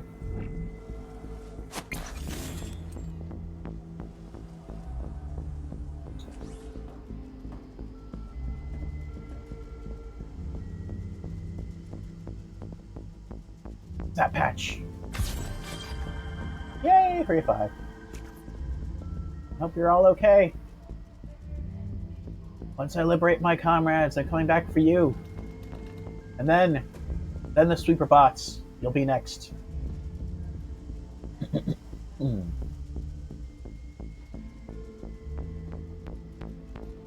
Just liberate all the bots.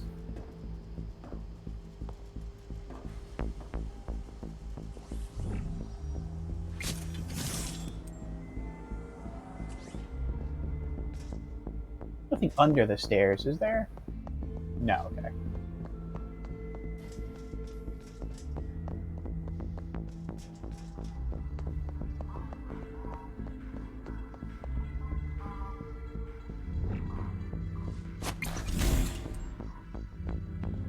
Oh, and I'm gonna have to find a new power source. Unless... No, she can't target it from here. Oh well. Administration, maintenance, personal belongings, another fire door, data retrieval, XP Unit A, trauma room. Alright. Did you get your Scaramech? I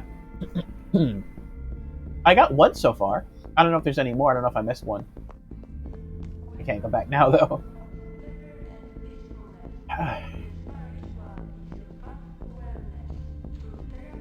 I love the detail in her clothing, too. Searching. Please be patient. Searching. Please be patient. I don't want them to scan me. They'll find out what. Welcome, Dr. Green. Dr. Green? What?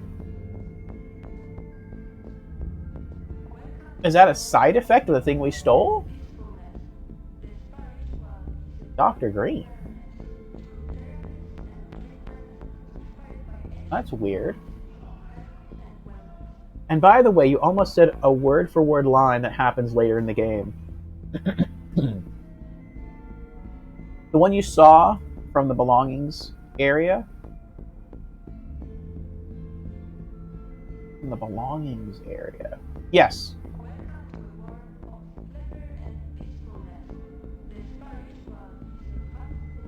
But,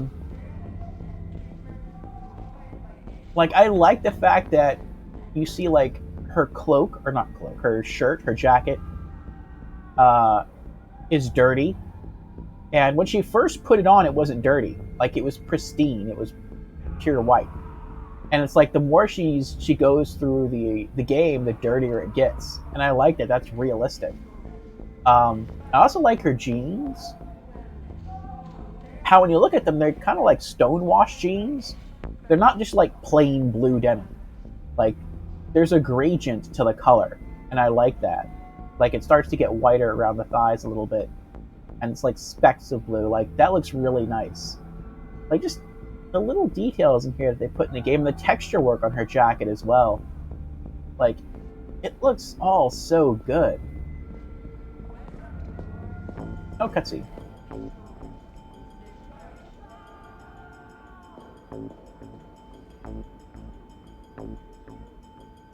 Bad request. Reconversion at 27%. Oh, they recaptured him. Poor guy. This is Dr. Sebastian Quaid. Dr. Quaid. I'm certain that, like me, Mrs. Carty-Wells' announcement deeply disappointed you. Never has the origin of the mutation been so close to being uncovered. In consequence, I have decided to continue this research, whatever the cost may be. He's completely lost it. I wonder if that still comes up if I would have just, like, ran off to go do my own thing. Maybe not. I mean, I guess where I have to go is pretty close by, so... You probably would have heard it no matter where you are. Alright, so we got some cells down here. To be fair, this suit before was a prison jumpsuit. Sure. Oh, wait a second.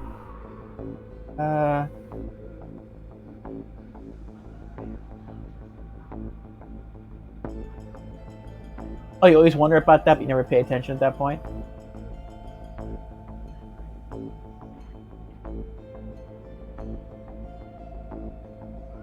Yeah, and this provides more clothes. Oh, you're talking about the dirt on the clothing? Yeah.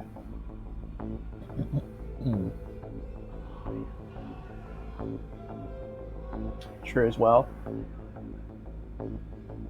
Oh no, it wasn't. When I said the jacket she had before, I wasn't referring to the prison jacket. I'm referring to this jacket, the one she's wearing right now. Like when she's wearing the prison jacket and I forget the guy's name, but when she goes to that guy, the bartender guy in the slums, and he's like, "Oh, the first thing you need to do is change out of those clothes," and he gives her back these clothes. This jacket does not have that stain on the collar, and it doesn't have as many dirt specks on the white jacket either. Like when she puts it on, it's a clean set of clothes. And then, like, as you play through the game, it gets dirtier and dirtier depending on what's happening in the chapters.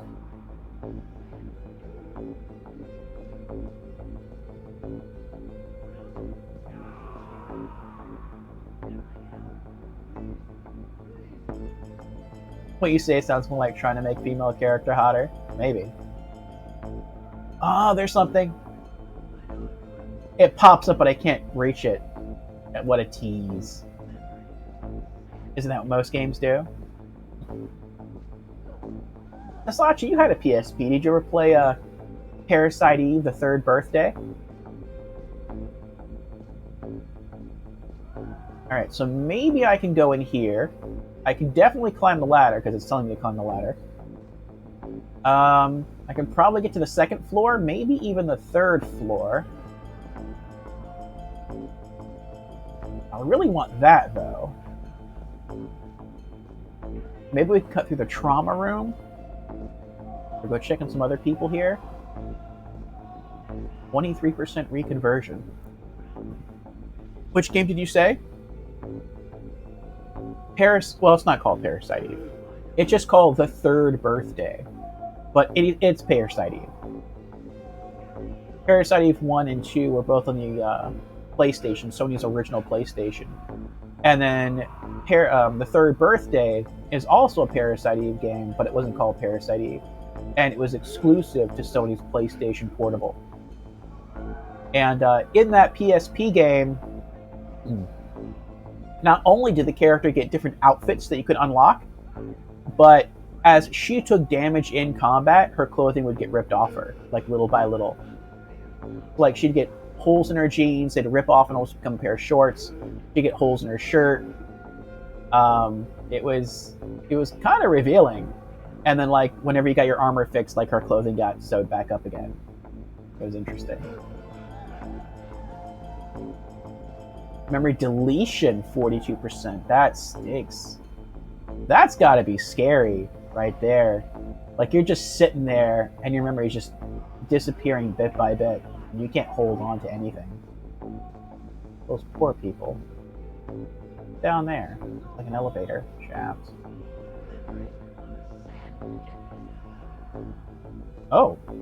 Oh, that's one of the leapers. Reconversion 95%. I know so much. Can I get out? Please, please. Aw, so bad. You don't recall it? You could probably list me all the games you played on PSP though. Do it. When you do this in the later parts, you usually run with 1 HP. Do you skip the healing parts? Okay, so how do I get into this room? I don't want to miss that. I can't enter from there. It has to be from there. Okay. So maybe I could go that way, through the trauma room, cut all the way around, and come back out here. I don't think you go upstairs, because upstairs is where he's waiting for me. Let's go through trauma. Of course, later you just run through without healing. That's impressive. Oh, I can't run through. There's a door here. Oh, and there's a healing thing over there. So I guess I'm gonna have to get in some more fights down here. You get it later? Okay. What's this way? Oh, that's also a... Oh, it zoomed in a lot, though. I guess I go here eventually, too. Alright. Wait. What's this? Okay, that's nothing. Up we go.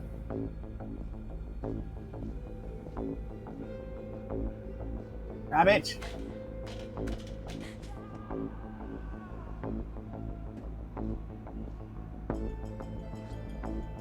Cell docking. Is he going to be okay when we let him out?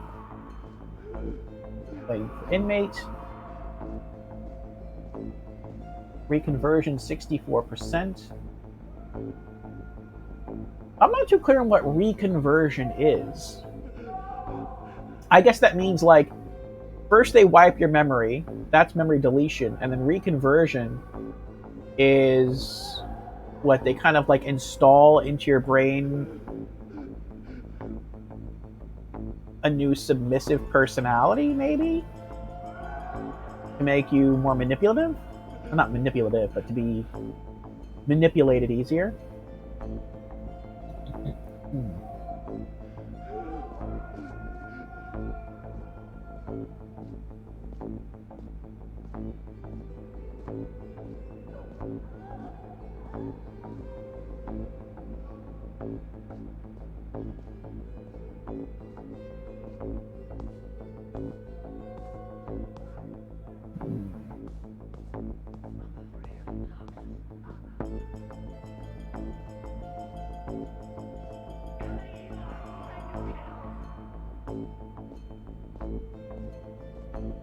Memory deletion 69%.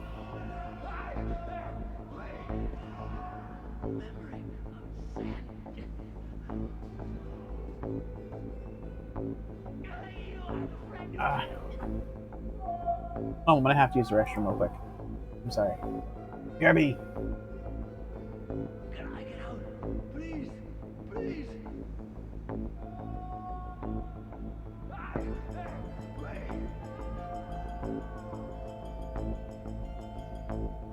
I know so much. Memory of sand. I miss you so much. You are the friend you killed. Can I get out? Please, please.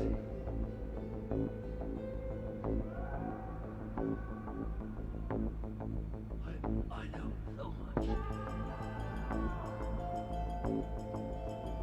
I'm afraid of Noxus.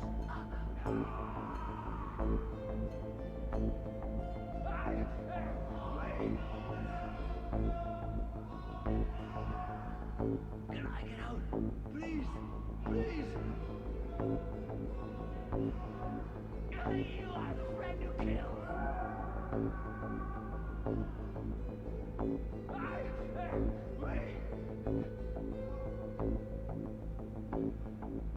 I know everyone.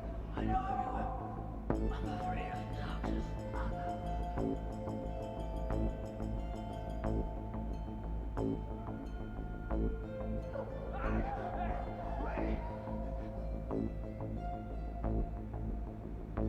Memory of sand.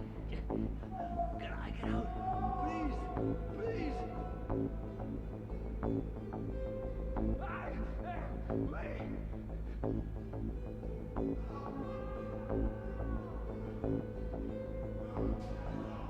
You are the friend you killed. Grandma, is it you?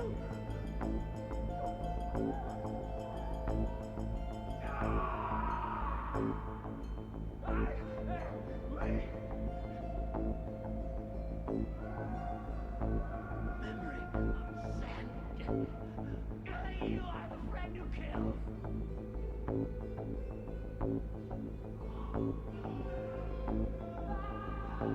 Grandma, is it you? I miss you so much. Can I get out?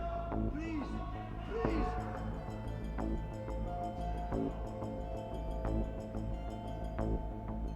Memory of sand. Grandma, is it you? Can I get out? Please, please.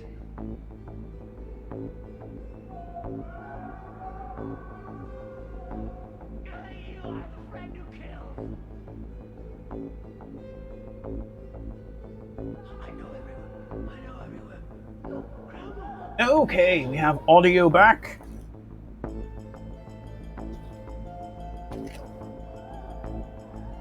Video will be back momentarily.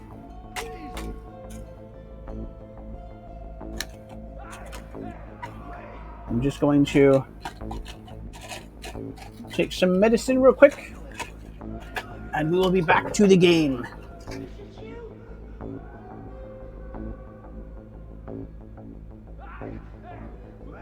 I was thinking right before I stepped away that I like how they show you the positives and the negatives of the Sensen technology.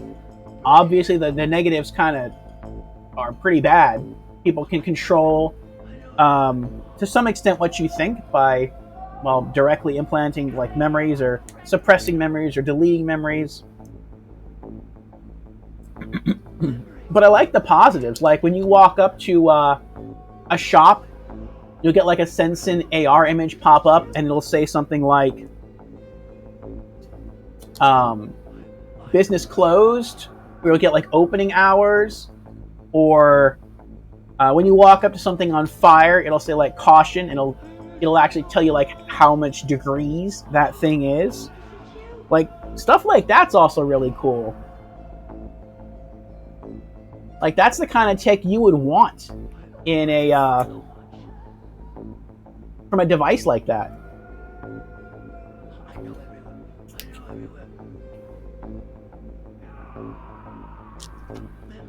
And I can see that future coming too. Not with the sensing technology, at least I hope not.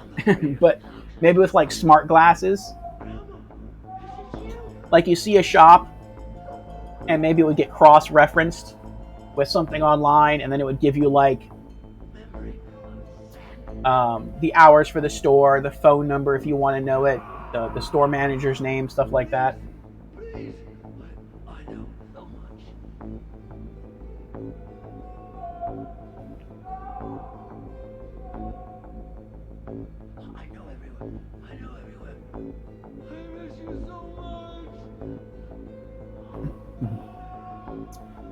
All right.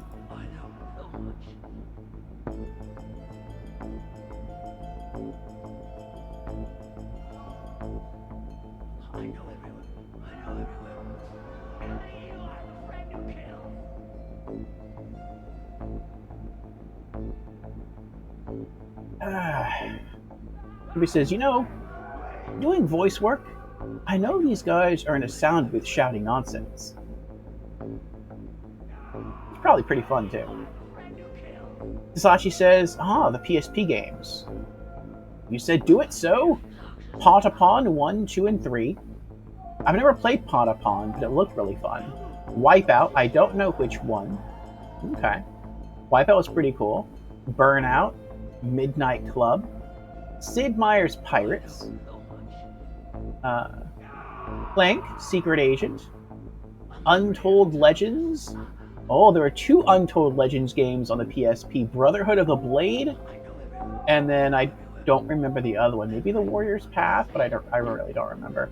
But I think I played the demo to the first one, which was Brotherhood of the Blade, and I really liked it. Just never got around to scooping it up.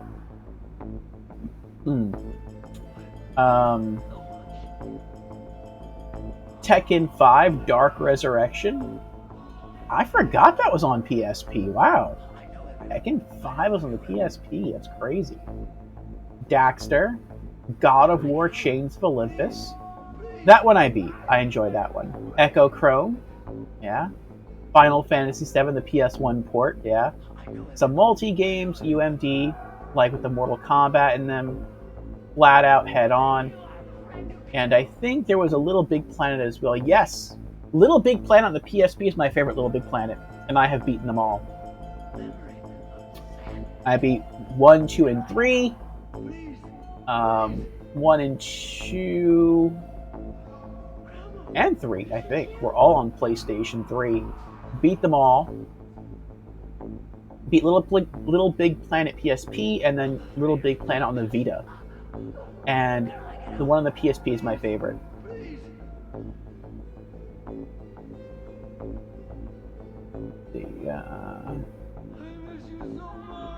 I think I forgot 1 or 2. I'm going to search for my PSP to look at my save files. Cool. All being a voice actor is your dream job, Sasachi? I hope you land it. You think it was Wipeout Pure? Okay.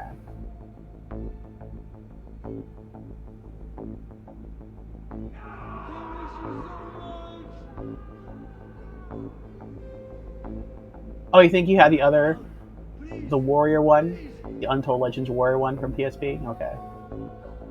Oh yeah, and Super Stardust. But you forgot, because you played it way more on PS3. Still is a game you play with your mother. Oh, that's nice. I never had Stardust for the PSP. I had it for the PS3. And I played it twice. I played it the first time almost as soon as it came out, and I really enjoyed it. I played the heck out of that game. I beat it. And then later on, it got patched for trophies, because at the beginning, PlayStation 3 games didn't have trophies.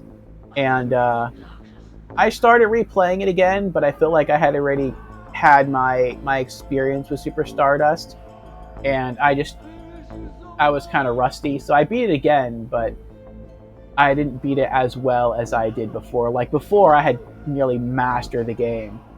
And yeah, once you got past with trophies, I was like, I'm not there anymore, and I don't really want to put in the work to get back there. So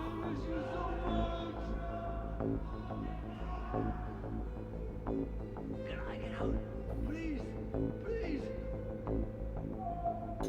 oh, Little Big Planet was on PS. Oh, Little Big Planet 3 was on PS4. I forgot that. Sashi says in arcade mode, never got past turn 4 on Super Stardust HD. Aw. Yeah, I was hard headed. I didn't want to give up on that game. He says, my dream job was to be an architect, but well, some different careers changed that for me. You're like George Costanza. Wanted to be an architect.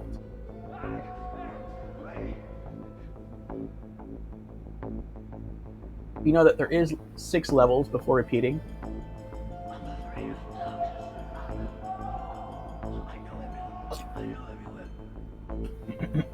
Alright. Inmate in transit. And there he is.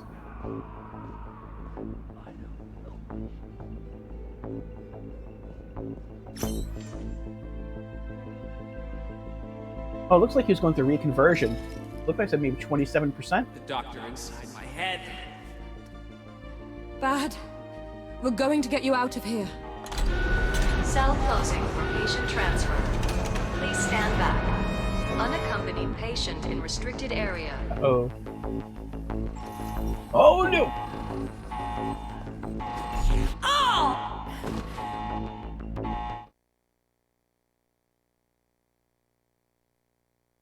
Hmm. Hmm.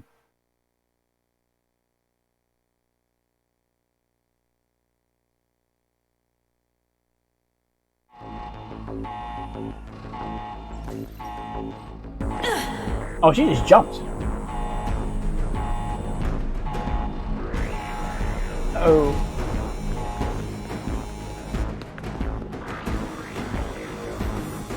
Oh, that's how we get in there. He opens the door for us. Oh, I hate you.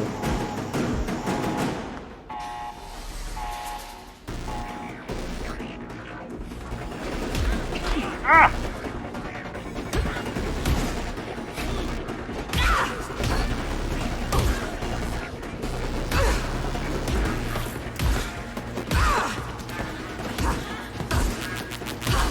I love the fact that he just hangs back. Now he's alone. Combo lab. Square to triangle, square. Okay. So, square, triangle, triangle, square, triangle, triangle, square, triangle, triangle, square, triangle, triangle, square, triangle, triangle, square, triangle, triangle,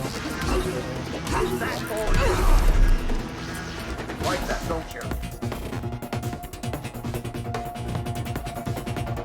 square, oh! Square, triangle, triangle, square. That's what you get for taunting me. Oh, you missed. Come on. You do better than that. Come on. Oh. Uh-oh. What's that? Is that a grenade? Oh. Oh, it's a leash. Whoa, what? Tenzin Camo makes Dylan turn invisible and allows her to instantly overload one enemy. Choose your target wisely. Oh, I know this one. We're going to overload the guy who controls them all. I wonder if by doing that he's going to lose control, or if by shorting him out, we're going to short out all the guys he's controlling at the same time.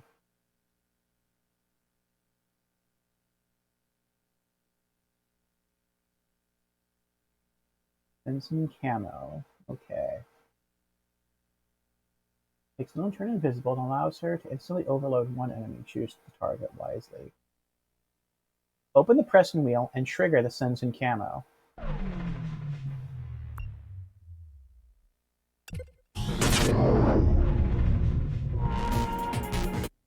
Approach the Enforcer from the back and overload him.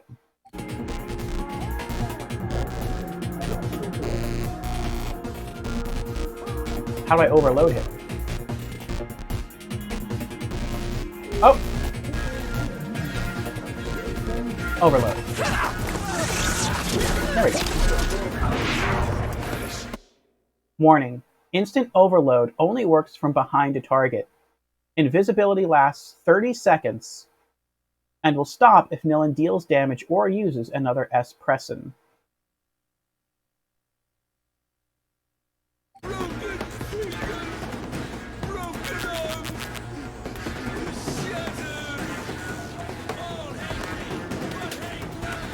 Oh!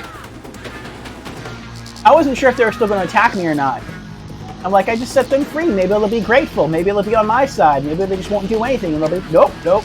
They still want to kill me.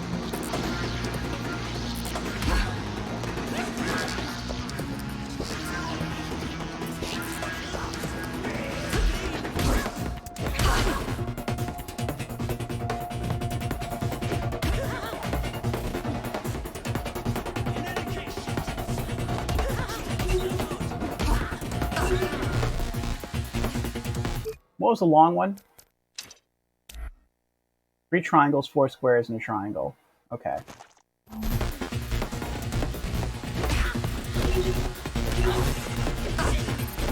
Oh, I did the wrong thing. Triangle, triangle, triangle, square, square, X. Triangle, triangle. Oh! Wrong thing again.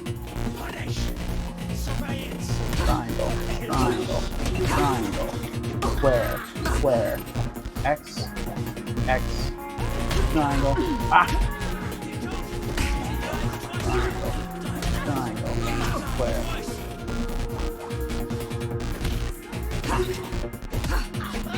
Oh, why isn't it working? There we go.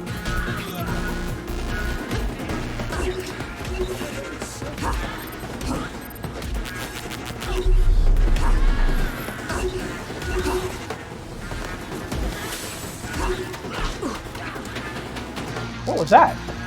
What? Another one? You cheater.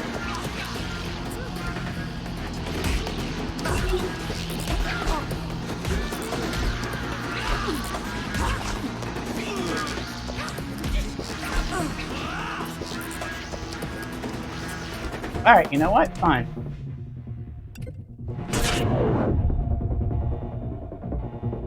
That's how you want to do it.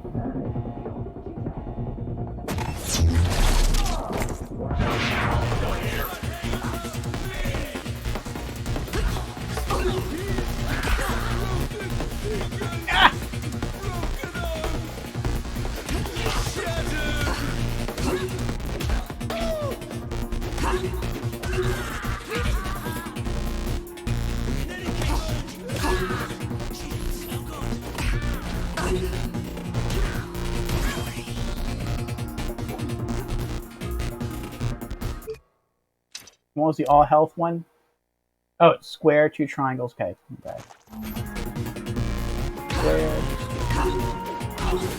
Oh. So Quaid's trying to find out the origin of the lupus. That's how he began. Then he discovered that they could be controlled using Sensen, hence the reconversion project. Now this madman is injecting his own psyche into them. Holy shit. An army of Quaid Leapers. Okay, I'm in. We stop him, no matter what the cost. You have to find Bad Request's cell. His memories will guide you right to Quaid.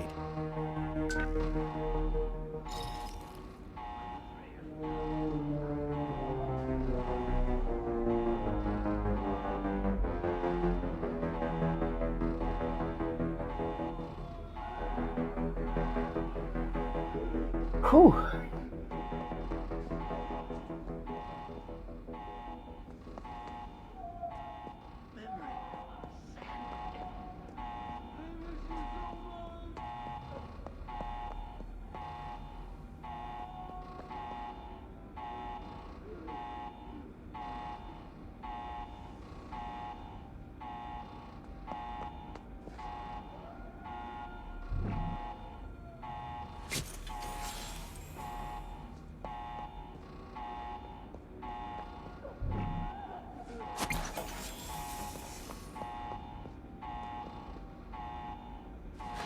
I wonder if that bot's still up there.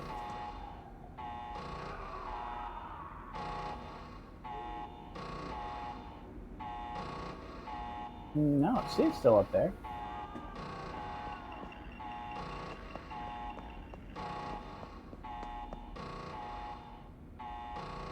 Ah, Albatrix's Quake Champions is busted. I cannot even get a match.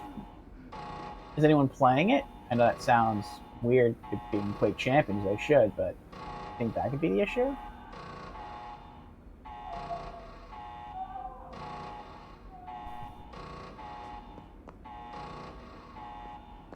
Oh, nope, no going back there. Kind of wondering if there was anything over there, like on that desk. I didn't see anything, but it automatically cut to a cutscene, so I guess there's not really anything over there. Huh.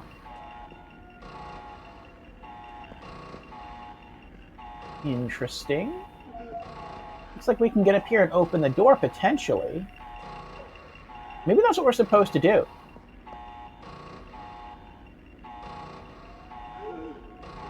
Like, eventually.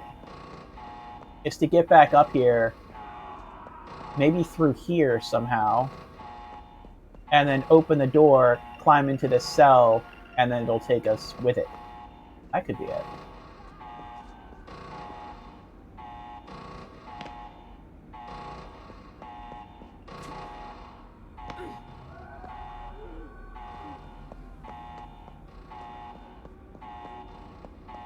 Okay, let's get our power, our charge here. Yeah, people are streaming it? Huh. There's probably no one for your region that's playing. Oh, that stinks. Alright, so I can go that way.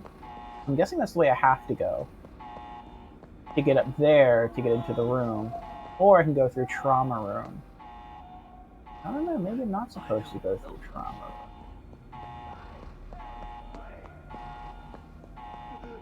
Wait, where am I ultimately trying to go? Ultimately, I want to go here to get that. So let's try going this way first.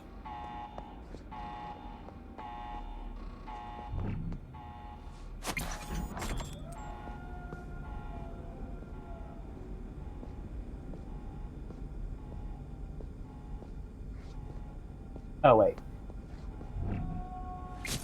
I might need that.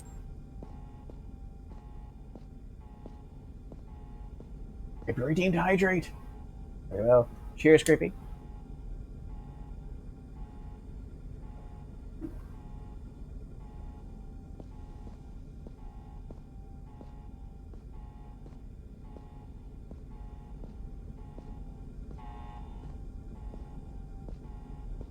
Dr. Barker, Dr. Edowaga, Dr. Straub, Dr. Ward. This is the room, this is the room. Yay! We are here!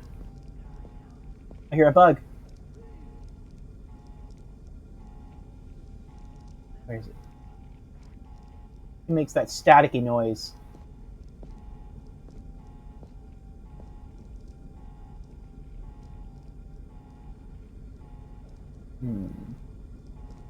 Let me get this thing first. Neoprene landmarks. Where are you? I feel like I can hear it. I just can't see it. Unless maybe like it's just this thing making a noise, but I guess it could be.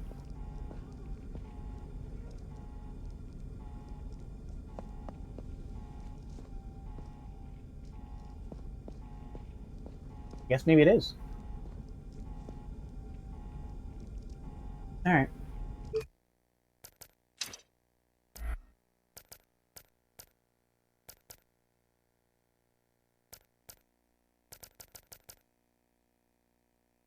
Minopolis Tower. The building of Minopolis Tower dates from the early 2060s. It was designed to house the Memorize central servers, but its transformation into Arcology only dates from 2072.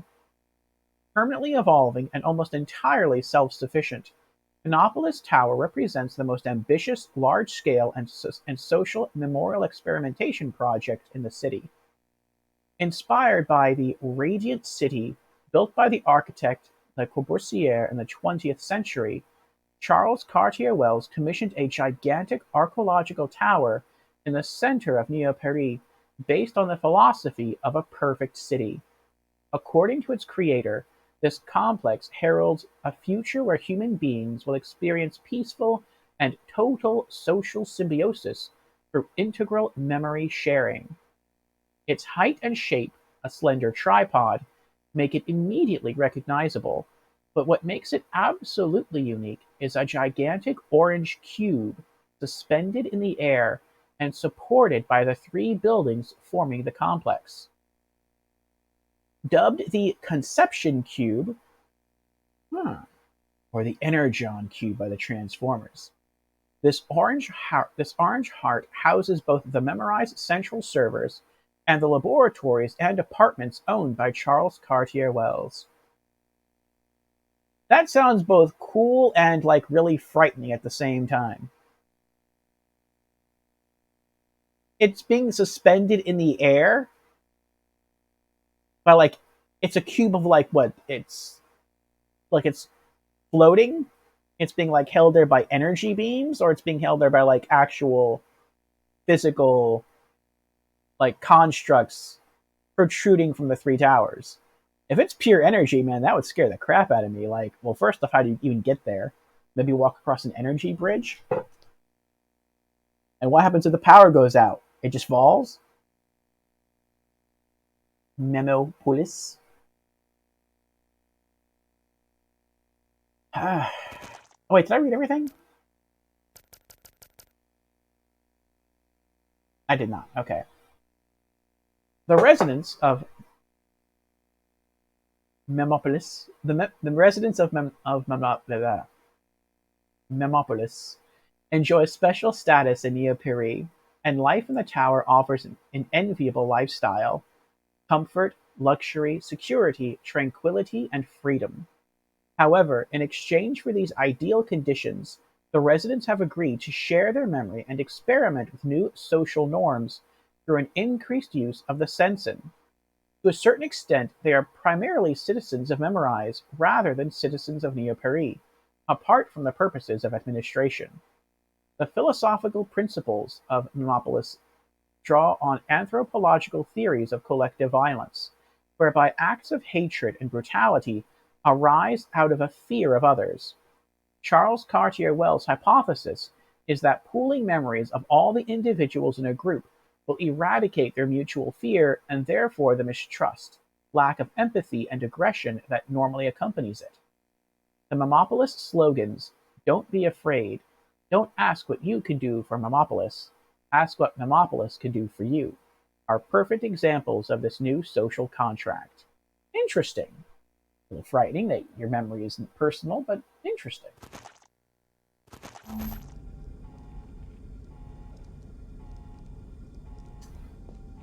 It's pronounced like mnemonics. The N is silent.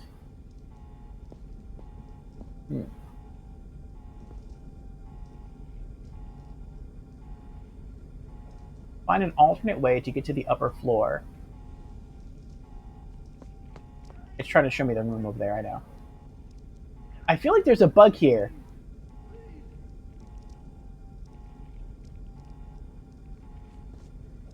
Maybe it's outside.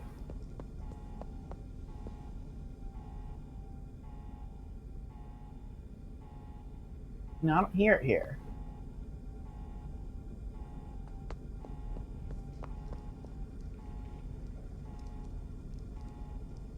And now I hear it.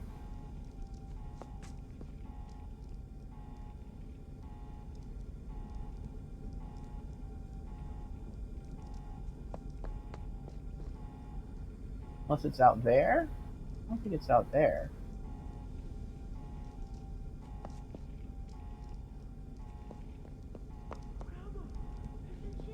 I don't think it's in here. I feel like I can hear it, but maybe it's just the sound of machinery in here. Like, I've tried running around and just randomly locking onto stuff and she won't lock onto anything.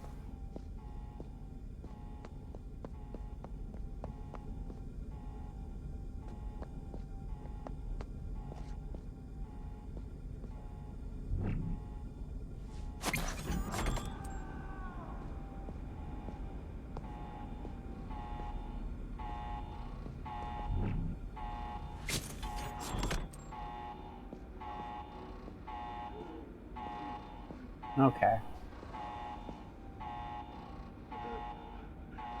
Sachi says, PSP games I forgot. Crisis Core, Final Fantasy VII.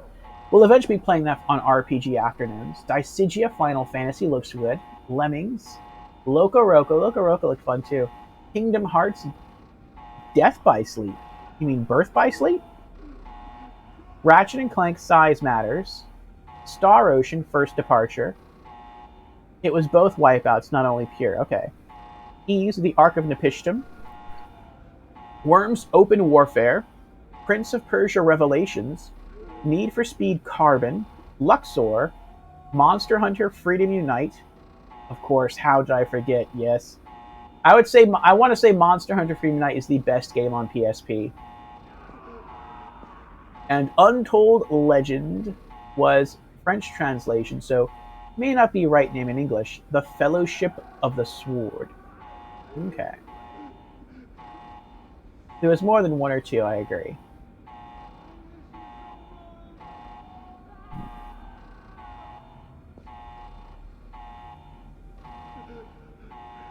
All right.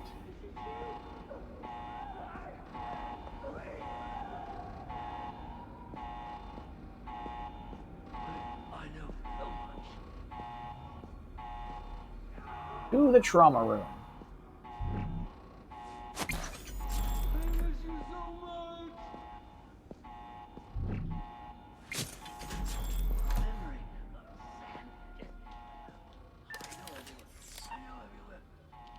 I wonder if you can use these multiple times.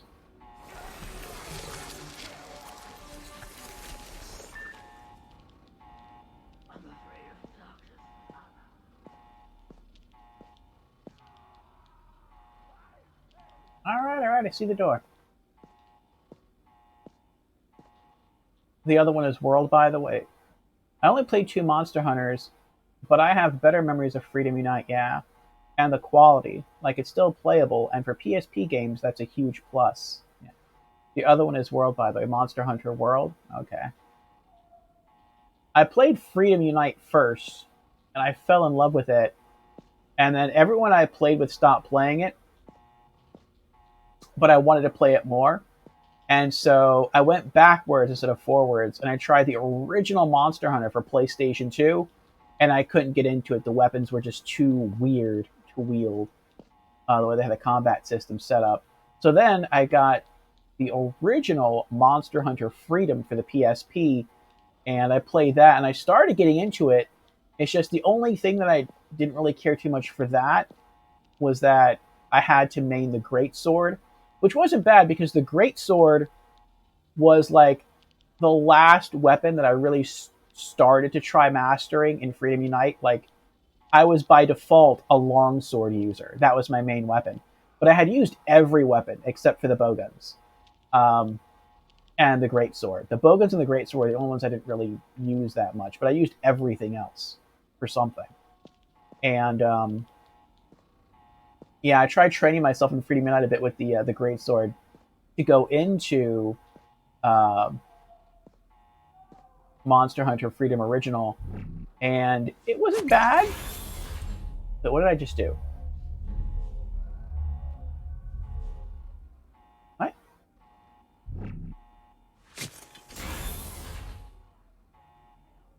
I am so lucky I didn't mess myself up right there. Like, you're supposed to walk into the elevator before you give it your power.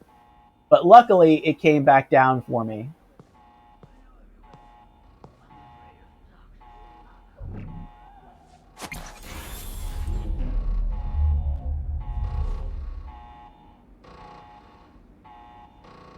Oh, I can go either way. That's interesting. I can go back if I want to.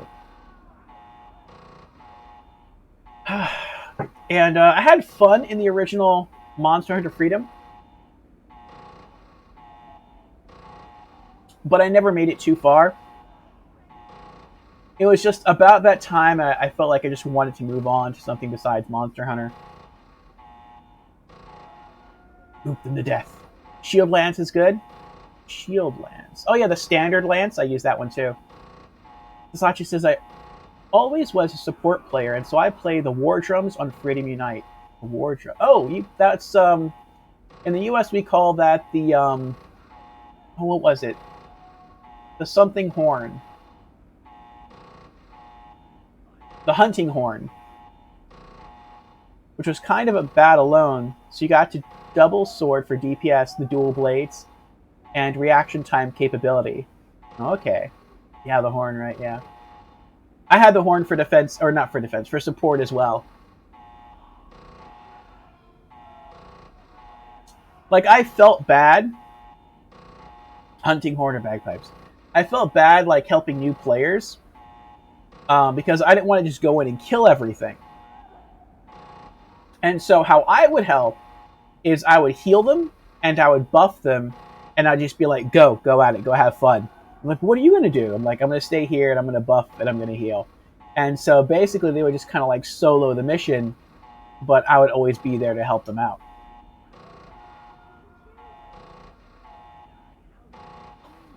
And like I would give them tips and stuff. So that was pretty neat. And I'm going the wrong way. I first got like really, really impressed with Monster Hunter Freedom Unite. When I had a guy enter my online game and he had the best like default armor in the entire game and the best the best greatsword. And and I've been playing for a little while. And he walked up to me and he's like, "Oh, you're kind of new here. That's kind of like low level armor." And I'm like, "Yeah, how long have you been playing?" He's like, "Oh, I haven't been playing long, but I got the best stuff." He's like, "I hacked all my stuff. You want me to like?" He's like, "Do you hack?" I'm like, "No." He's like, "Well, that's fine then. You just stay here, and I'll go kill the enemy for you." And I was like, "Well, I kind of want to go kill it. Like, I want to go fight and gain the experience." He's like, "No, don't worry about it. It's too dangerous. You stay here, and I'll go." And I'm like, I didn't say anything, but I'm thinking, like, that's kind of arrogant. And then he ran off. And then I see a message pop up on the bottom of my screen saying so-and-so got, like, knocked unconscious or whatever the message was. And then that happened, like, 3 times. The mission ends. And then he rage quits. And then that's it. And I've never seen him again. And I played for, like, months after that. But I just went back into the mission without him, and I soloed the creature. It wasn't that hard. And I was like, that is so cool. Like, he had arguably some of the best gear in the game. Arguably the best gear in the game. Though, I mean, you do have to kind of specialize a little bit in Monster Hunter. But despite him having awesome gear, weapons and armor, he still got easily and quickly thrashed. And I was like, Monster Hunter isn't really about power. It's about skill. Like, and I learned that some players don't even use, like, high-level weapons and armor in the game. Like, they purposefully use a weapon that's just strong enough so that they can kill the monster within the time limit, but they wear no armor. Like, not even starter armor. They go in completely naked, or as naked as they can go. And they just, like, roll and use iframes for everything. And I'm like, dude, this is so impressive. Like, I want to be this way. And I never quite got that way. I always had to strafe, and I did roll and leap through some things, but man, it was so much fun. I do not regret my time in Monster Hunter at all. Alright, I feel like... Where's it showing me?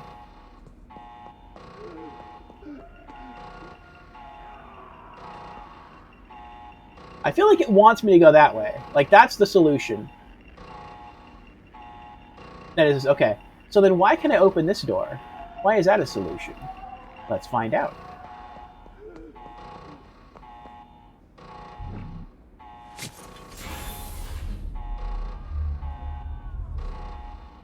Oh, I have to go all the way around again, don't I? I think I do. That's fine. Waiting for inmate. The inmate is here.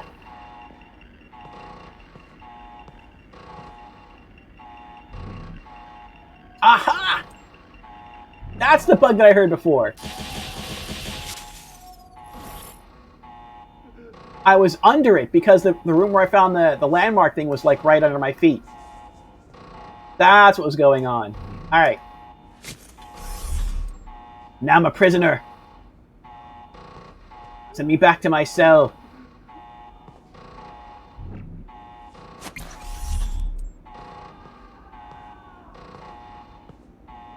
I wonder if you could net yourself up here.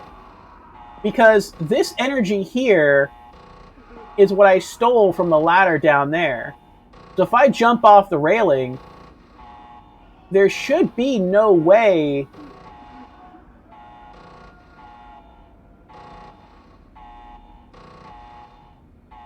Yeah, there should be no way to get back up here. I mean, I'm not going to do that. But that's interesting. You could get soft locked, you're right. You never tried it? Yeah, I'd be scared to try it.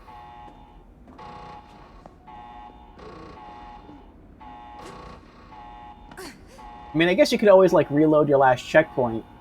But, yeah, that's not a fun thing to do.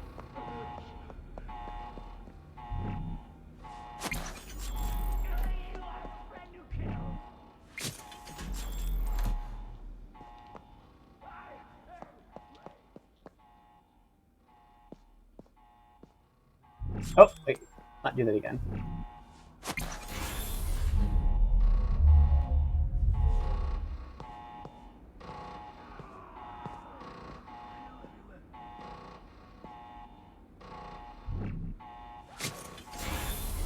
Alright.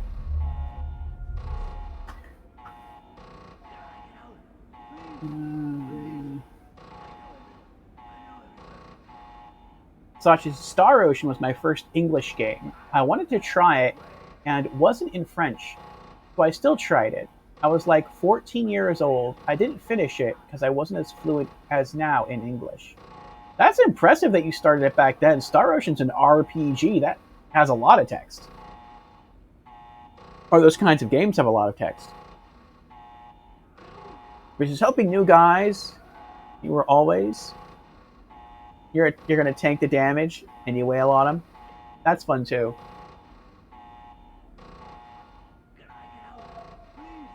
And I can still teach players monster patterns if they're observant. And it also teaches them how to work and hunt with other players without tripping them up with their weapons.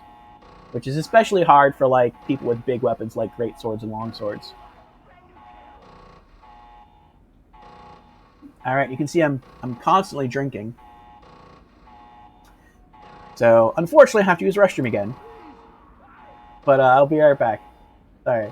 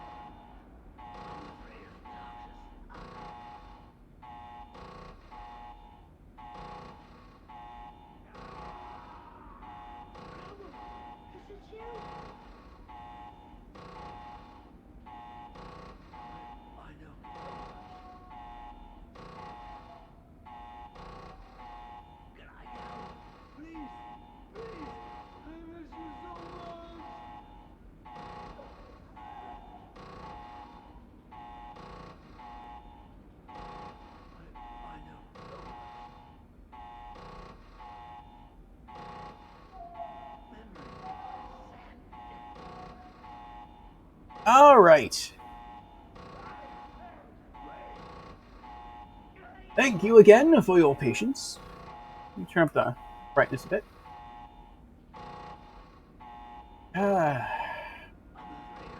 Overconfident people, yes. Yeah, you could play this. People play Dark Souls naked. Mm-hmm. Want to know where the Skarmek is? Because there's sound of him. We found him.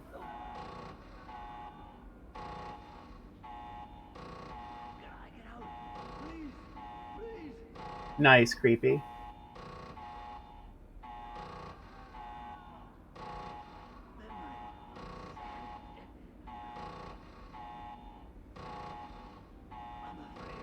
Ah, Tasachi is now main tank on Final Fantasy XIV.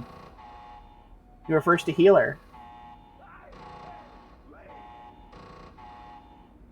That's cool, Tasachi. Helping out new people as well. And that's why you stopped Monster Hunter 2. It's just time to move on.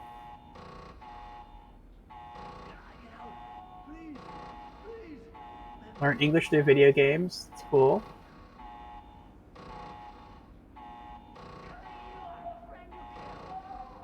Mm-hmm.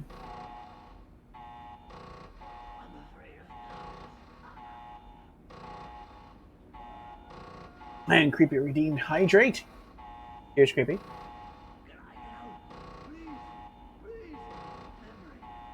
Oh, it's through Minecraft. In Minecraft videos that Tasachi mostly learned English.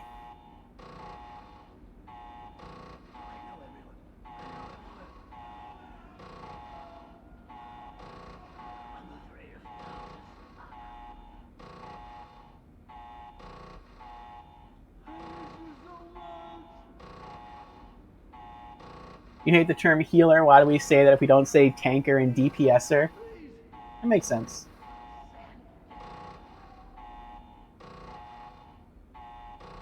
I want to be the Malayer. We do say caster, though.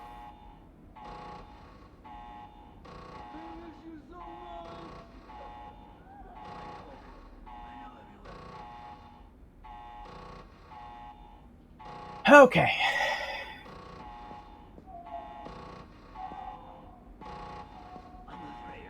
Casters are usually DPS.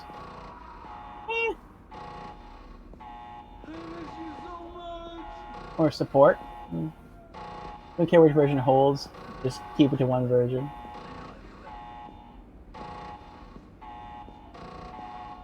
I always thought of melee as more DPS. Like some casters can be kind of DPS like if they have a status ailment they can inflict because that ticks over time.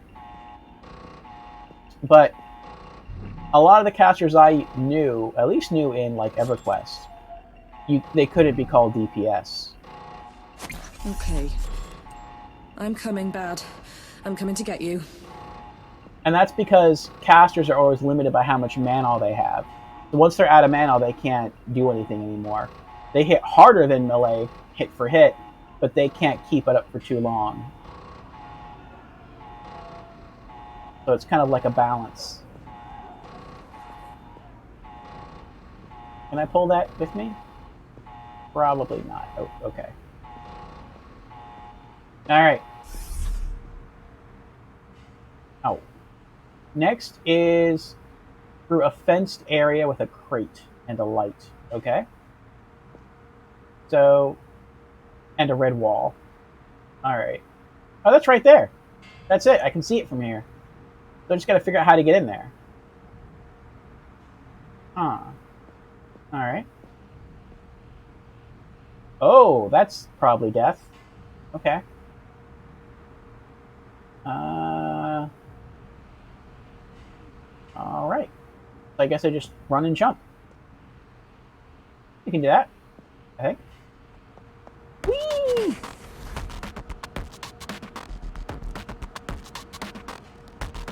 Alright.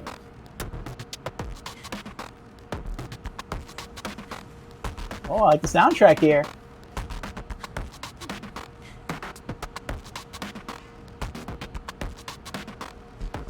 You can get there without dying, but I won't.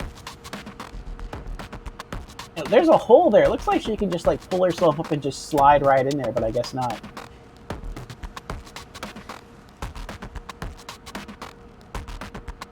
It doesn't look like I'm supposed to drop down. It looks like there's a door there, so maybe I have to get in that area and then go around the hall and then get through the door.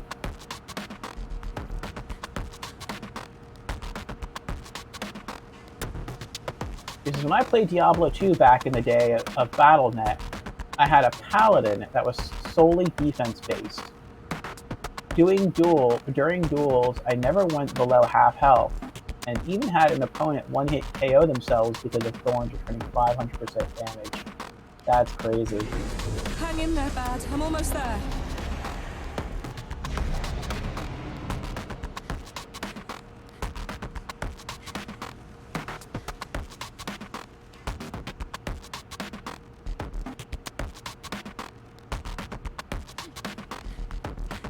I never really got into dueling that much in EverQuest as a caster. I did a few times.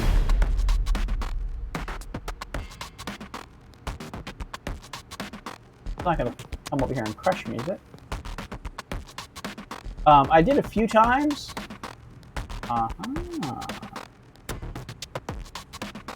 But I typically won. I guess we go this way. Whee!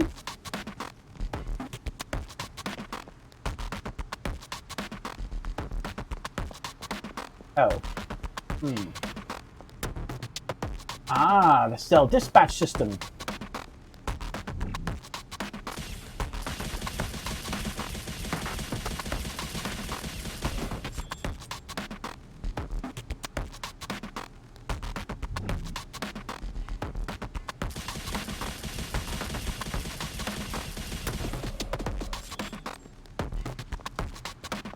What?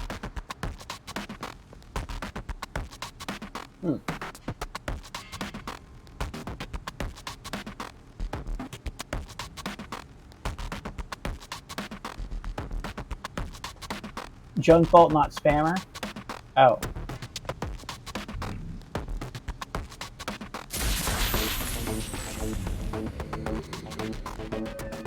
Cell system controls breakdown. Erroneous assignments. Thank you, Sashi. No. Wait, what?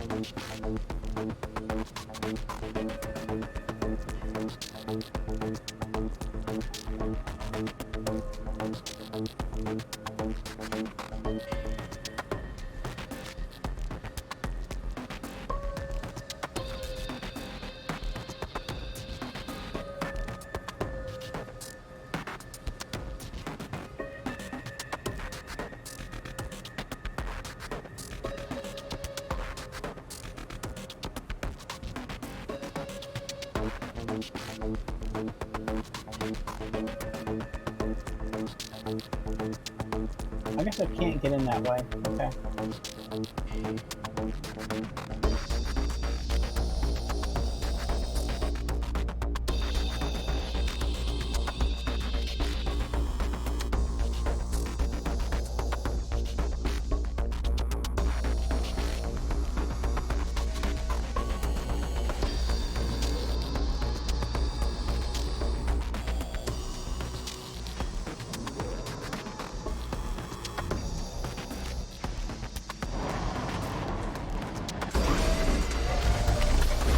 Oops.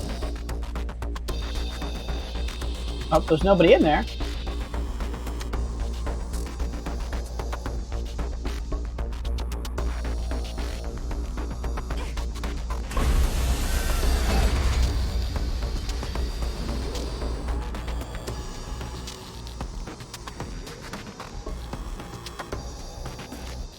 I still want to get back to that cell. Oh, what's this? Cell structure. Huh.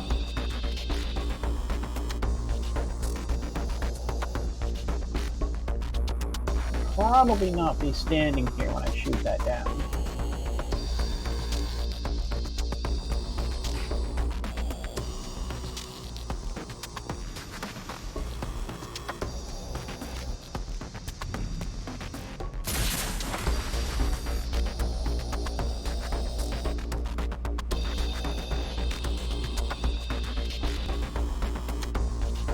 Huh.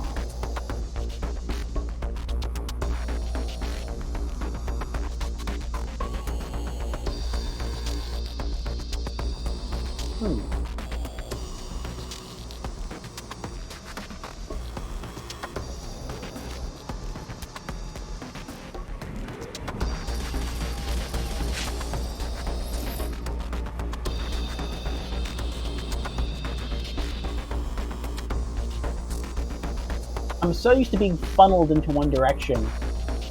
It's like, I don't know what to do now.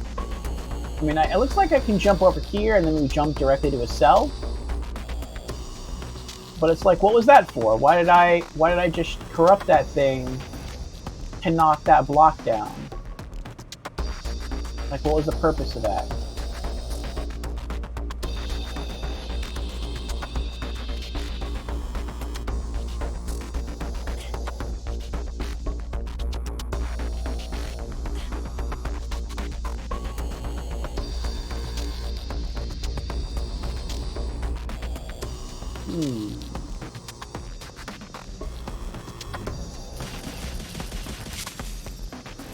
I guess that was the purpose.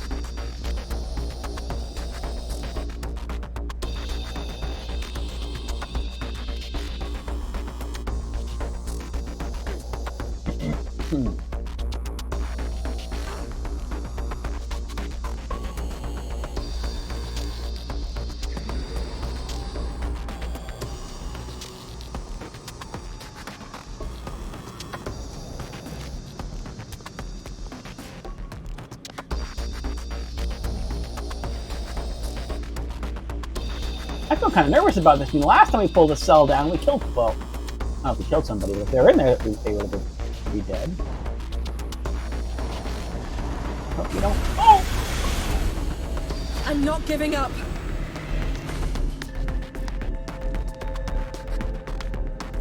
I guess he's okay? Oh, he's okay.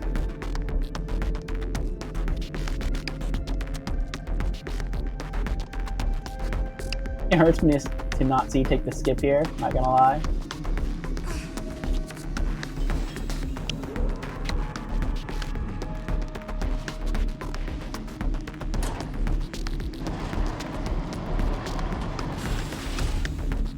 I feel like a magician, or like a mage, with the power to just like lock onto something and move it.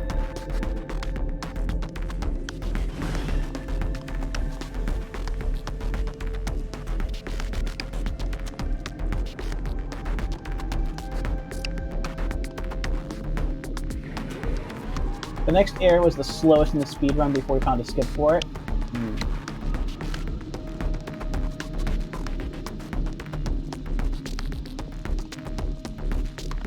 Nope, she can't pull herself over there.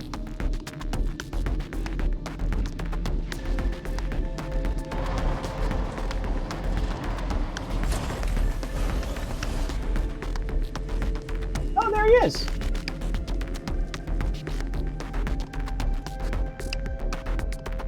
I'm not trusting this. Exactly. That's why I didn't trust it.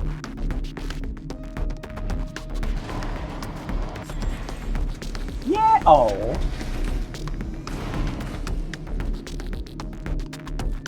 I'm trying.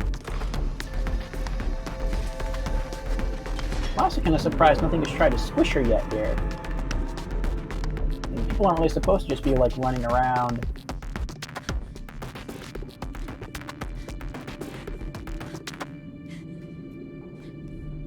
Oh, can I pull myself in? I can pull myself in. Nice. You know, it'd be wild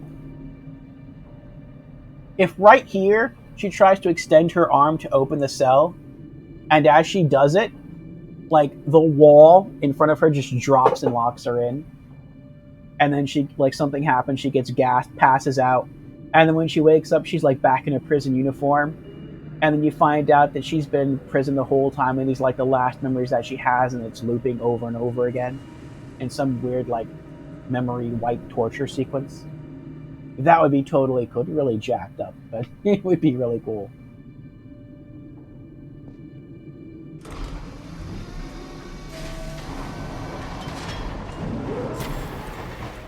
Uh-oh.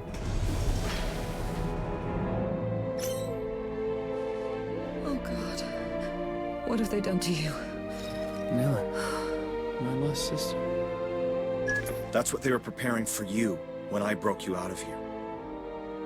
It's sick. We must stop this. Extract his memory. It's the only way.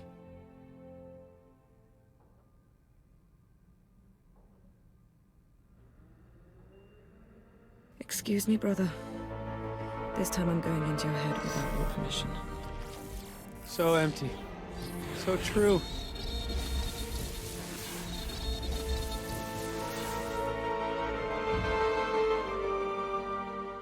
There's none of him left, just foreign memories. They've erased everything prior to his lockup. The rest doesn't even belong to him. This is standard procedure here. I'm taking him with me. Memorial capacity non-viable. Commencing subject transfer to sanitization pits. Bad! Sanitation pits. I've got to get Bad out of there! You can't do anything for him here and now.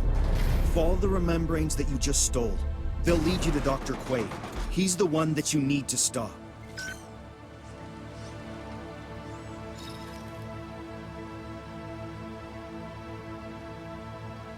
Huh.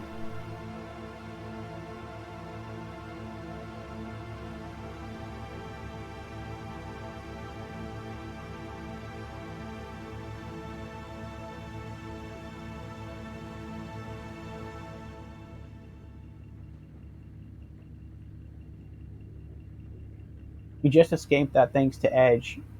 Remember the line to go on a scary chair in the prologue? Yeah.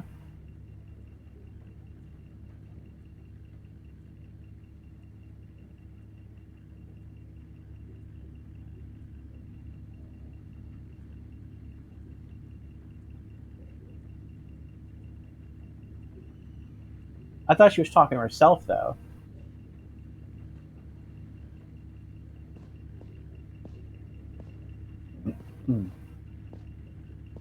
Like she's nervous and she didn't really know who she was, so she was just talking to herself.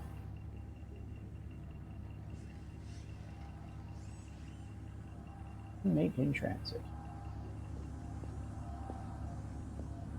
Sanitation pits, that sounds like they're gonna go burn his body up or something.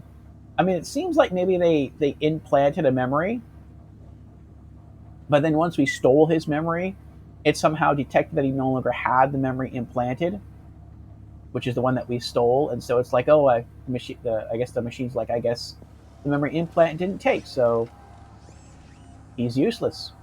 We'll just go burn his body up.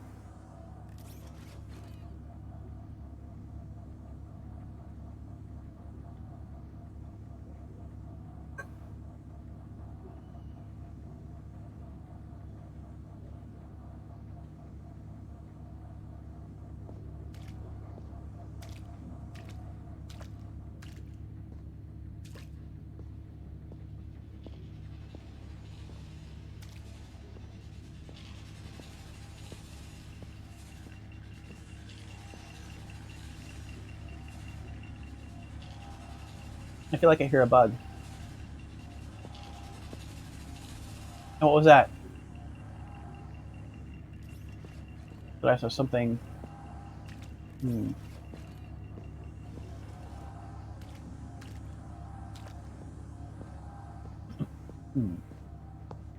But I saw, I don't know.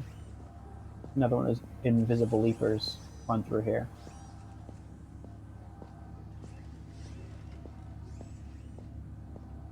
Biopsy room. A membrane.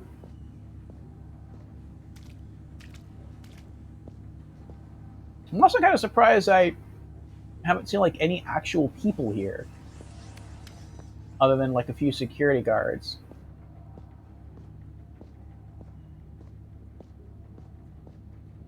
Ah, Elvis has returned. Elvis is back in the building. How you doing, Elvis? Hey, we're playing Remember Me again, we are. So, you are a memory hunter too. Of course. You're not up to par with your friend Nilin. Still, you're an exceptional subject.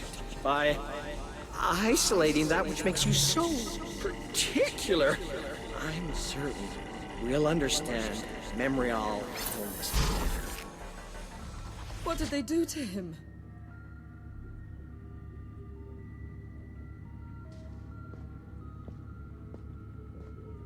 You're good? That's good.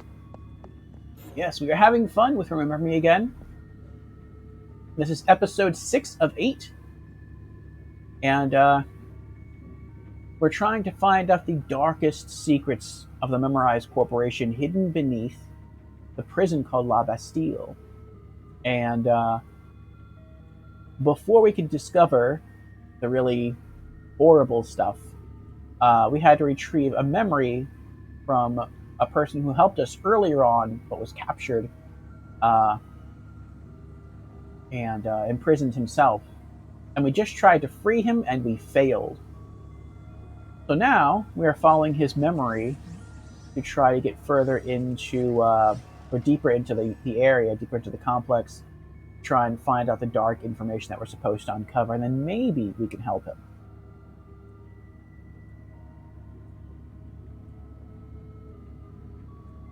Oh, Elvis is also a speedrunner? Oh, that's right, I think you told me that before. That's the world record holder in the glitched run.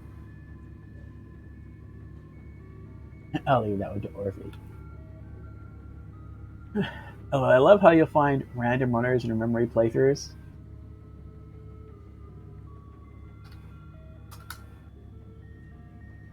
Shout out to Elvis. Very cool. Oh, wait, sorry. So, you are a memory hunter too. Of course. You're not up to par with your friend Nilin. Still, you're an exceptional subject. By isolating that which makes you so particular, I'm certain we'll understand Memorial illness better.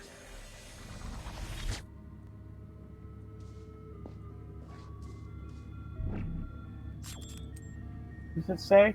Medical equipment. Oh, that pulled the power from... Oh, so we're not going to go in there. Okay.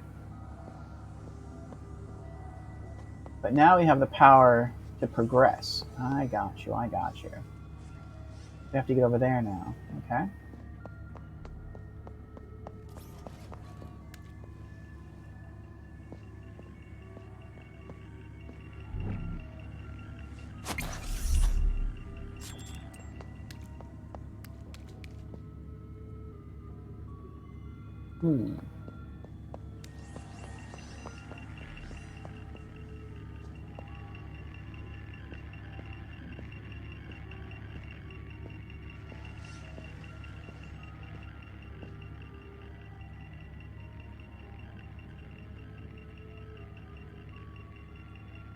Ah, you discovered me through Elvis's raid. Yes. Okay, so that's not right. I'm just kind of curious if there was something in the room. No, nothing there. Wait, is that where the bug is? Is the bug in that room?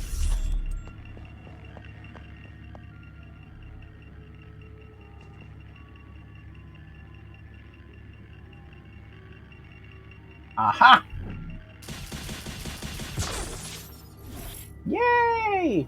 New key available. What do we want? What do we want?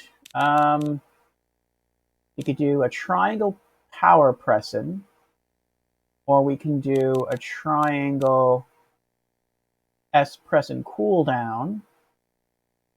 Either way, we're going to do a triangle. That's a cool move right there, like a backflip kick. Or just a kick to the chin right there.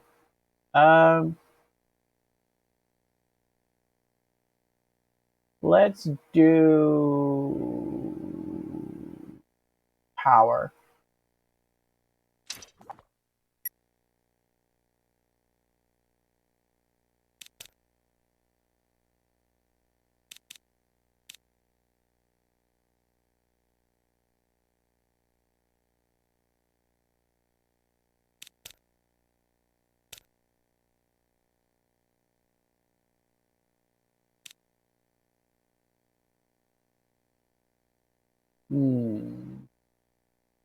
I'll leave that alone for now.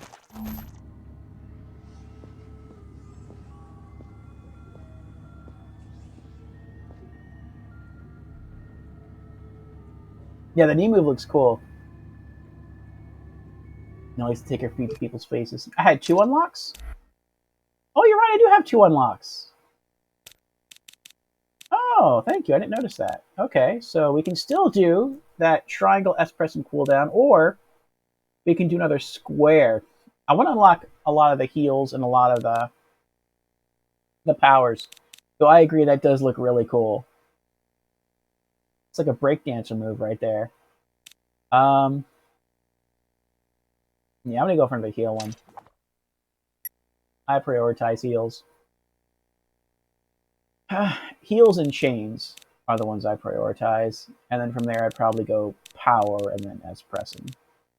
Even though it does look like the coolest of the moves. Okay. Alright, so we got that. We gotta take the power back. Thank you. We can't zap through here. There's nothing to give our power to. So I guess we have to go this way. Oh, what's that? Medical chair. Oh!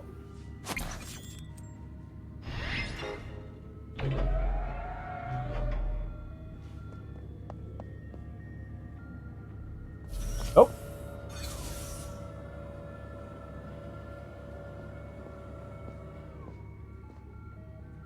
Awaiting the doctor.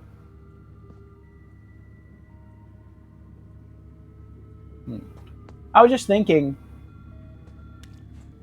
Let me see something here. No, okay. I was wondering, like, when you pull, or when you start the chair up and the door opens, can you run in? But probably not.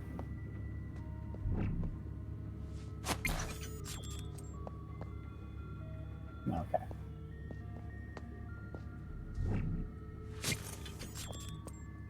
I don't think they hit anything in this room. Or if they did, I think I've missed my chance to get it. You miss medical chairs?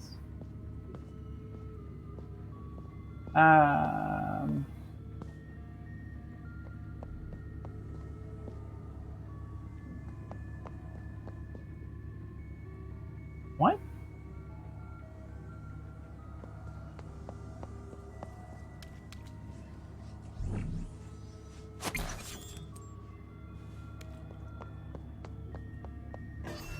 Oh. Oh, it sends me close to it. I see, I see. It's assuming I'm the doctor.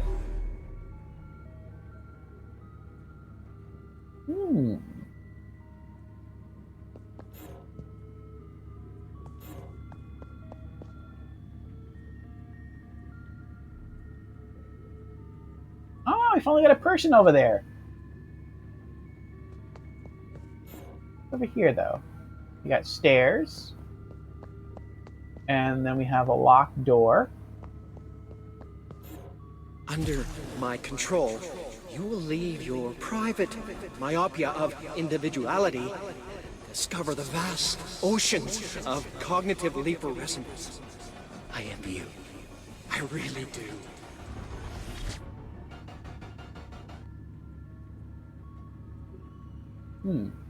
Cognitive leap or resonance?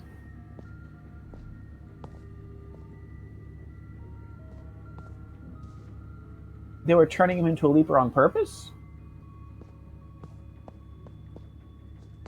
I guess it wasn't supposed to scan anything. Okay. Just learning more of what happened to the guy.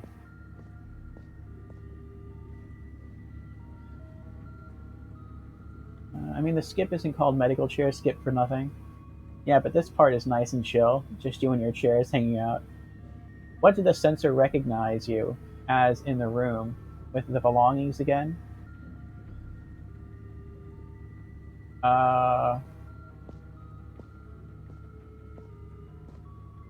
What, you mean here? Like with the chair that just passed through? The chair said waiting for the doctor, and so I walked in, it scanned, and it let me through. But I don't know why it would do that. Like, maybe if I would have, like, absorbed a doctor's memory, maybe it would, like, scan my memory and be like, oh, this person has the memory of a doctor, let's let him in. But I've never done that. I did it with a security guard, but I haven't done that with a doctor here. No, there was a sensor before the trauma room, and it said a name. Sensor before the trauma room. I don't remember. Or I didn't see it. One of the two. I probably didn't see it.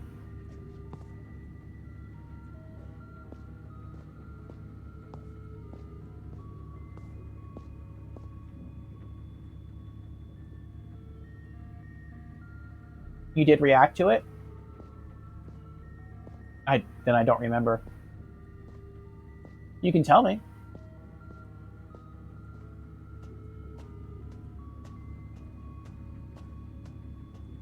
It said Dr. Green. Oh, you mean the sign with all the different names on it? It had like 4 different names?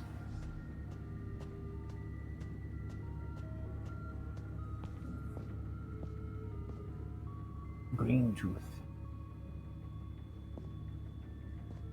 Alright. Neuro ward.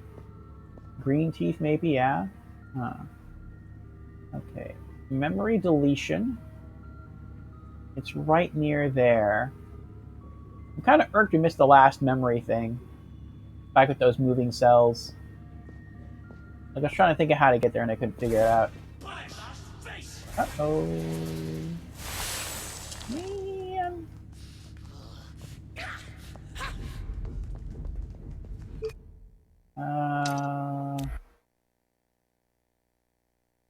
Square 2 triangles, square 2 triangles. Okay. Come out! See you later.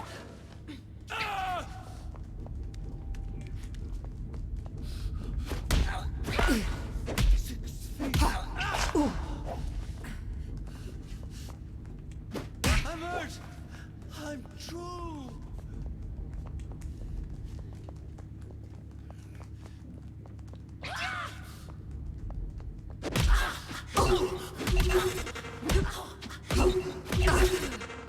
Oh!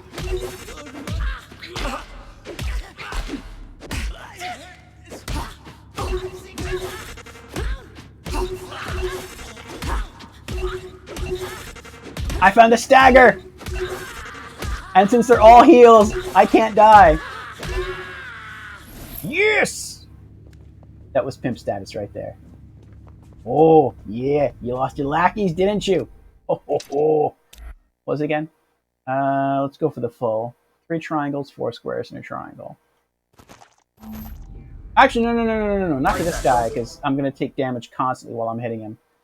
It was a combo I was just using. Square 2, square, okay.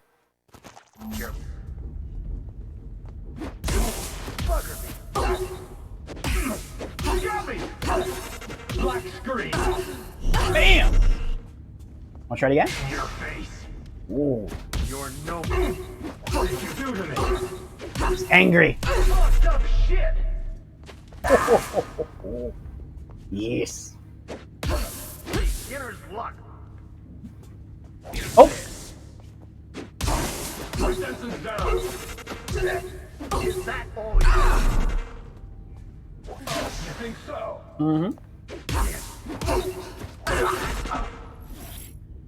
Oh, good try. Ah. He's OP. And I love the way how the robots don't react. They're just like, just keep cleaning, mind their own business, polishing the glass. Oh, wait, that's memory deletion. Okay, well, hold on. Where's that sign at again? Right here. Okay, so it's something by memory deletion, and you're looking at a door, and there's a health thing. Okay, so there's memory deletion. Infinite health glitch. Yeah, they're busy. I wouldn't call it a glitch, exactly. It's just every move I do restores health, and the further down you get in the combo tree, the more health you get back, since the moves get stronger and stuff. They're all health, and it's like a medium-sized combo tree. It's kind of hard to die as long as you don't get hit, which I like. Because I don't like using my S pressions, I like saving those. Alright. Hit me up.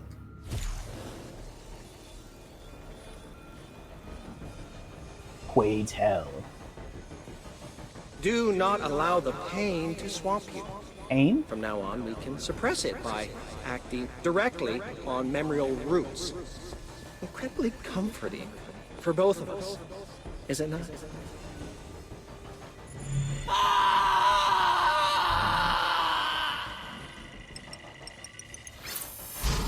They're turning prisoners into leapers, and then leapers into domestic pets.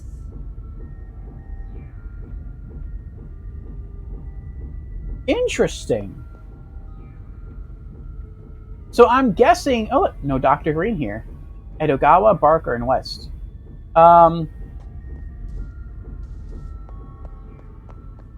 So I'm guessing that memorized tech transformed some people into mutants, and that's how they discovered the whole Leaper thing. But then I guess with the really bad prisoners, the ones that they couldn't wipe, or maybe the ones that they just never wanted to release again with their memory intact, they just turned them into Leapers on purpose, and then just enslaved them, which is really jacked up.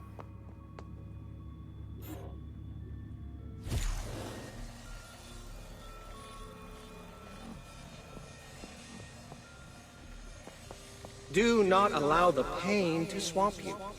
From now on, we can suppress it by acting directly on memorial roots. Incredibly comforting for both of us, is it not? I think we can still save him, though. Well, maybe.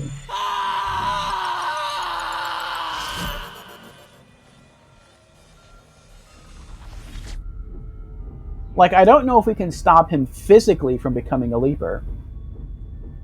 But we can at least give him back all his memories, because everyone's memory is supposed to be backed up to the server, unless we destroy the server. I know we released all the memories out of the server, but, I mean, they probably got that up and running again. So I would guess his memory's still backed up somewhere and I could retrieve it. Memory extractor. Oh, actually, maybe it's still here. In the memory extractor. Oh, what's that? Quaid. What a freak. True monsters are anomalies, and Dr. Quaid is riddled with glitches. This guy doesn't deserve to live. Ooh, she mad.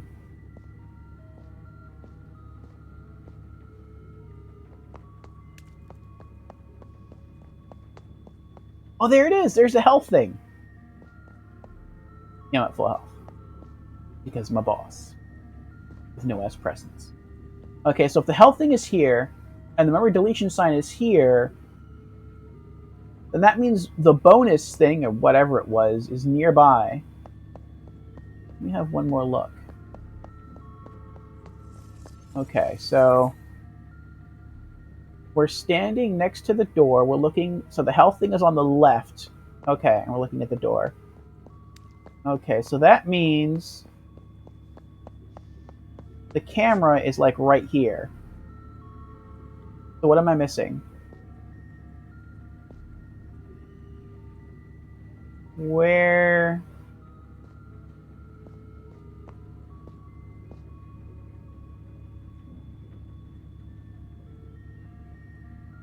Was she looking up because I panned the camera up, or is she looking up just because she was near something? I don't know. Huh. Wait, now that I have the power, can I open any of these doors? Is that what I'm supposed to do? I don't see any door controls inside.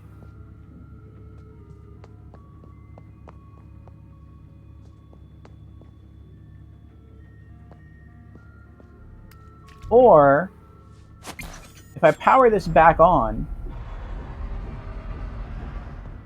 does that cause this door to open?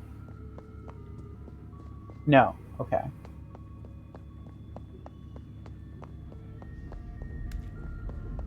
I like how these puzzles get more complicated the deeper in you get.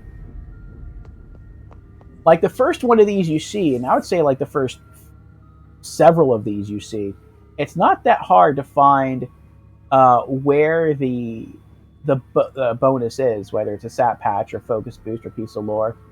But in this one, like even in the picture, I can't see it. I know it's somewhere around this area, but I have no idea where. It's not even in the picture. And oh,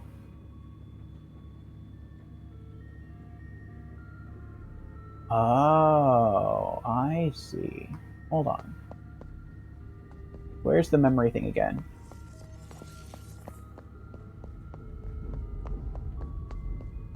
No. Could that be the solution?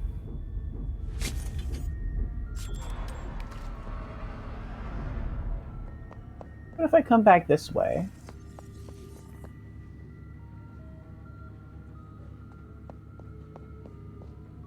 I came from down there, right?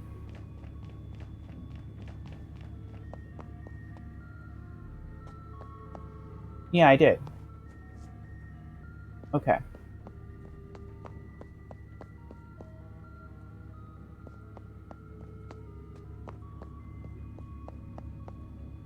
Look, there's so many different possibilities here. I know there aren't, though. Okay. So I can zap the medical chair. What happens if I do that?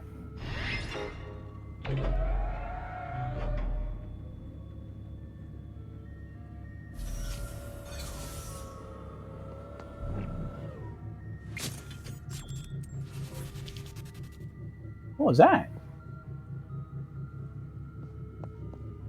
Is there a leaper in the chair right now? But he's like an invisible leaper?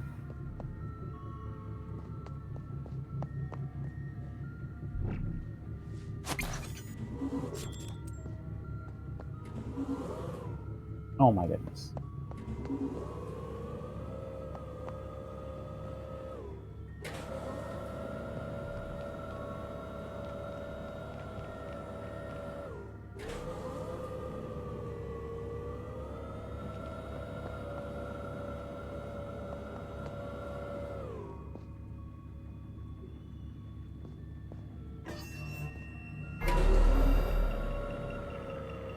Memory storage.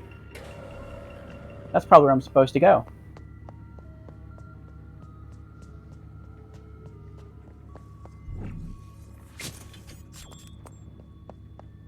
Okay. So if that's what you're supposed to do, then what's this way?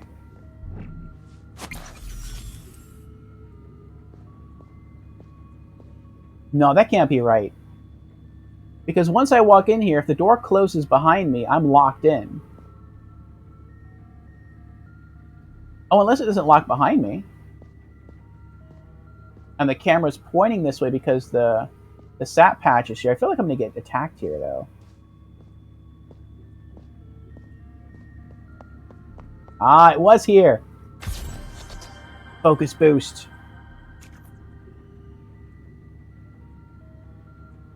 Still a little suspicious, though. Alright. Now, let's hope that I didn't just soft lock myself. Because I don't know if I can spawn another chair. Then I don't know if I need to. Let's see.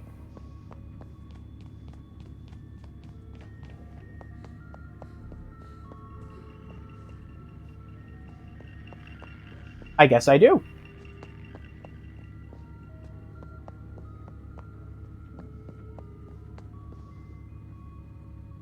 All right.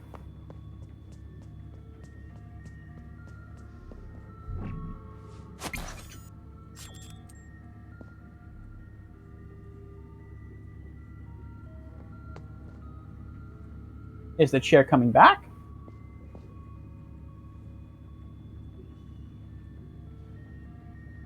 You know how to fix this if I want help? Well, I feel like there's two solutions. I feel like solution one is just to go back to my last checkpoint. And solution two...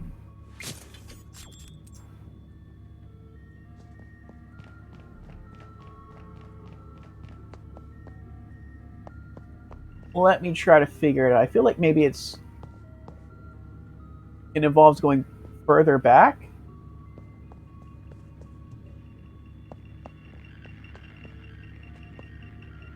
I hear a bug too.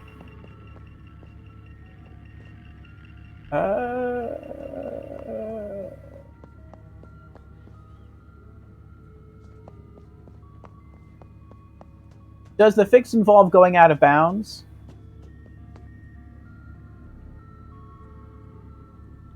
No? Oh wait, what about giving it back to the member? Oh, there's a chair there! Oh, we can just turn this thing back on, I think. Let's see. Let me try that. Oh, I never saw that device drop before. Oh. So that thing goes down and it beams memories into a person's brain. I see. While they're in the chair. Then I take the power, or maybe it sucks them out and then it puts new ones in. No, because his memory was... No, maybe it does do that. Maybe it sucks them out and then it puts them in. Puts different ones in. Then I can go here.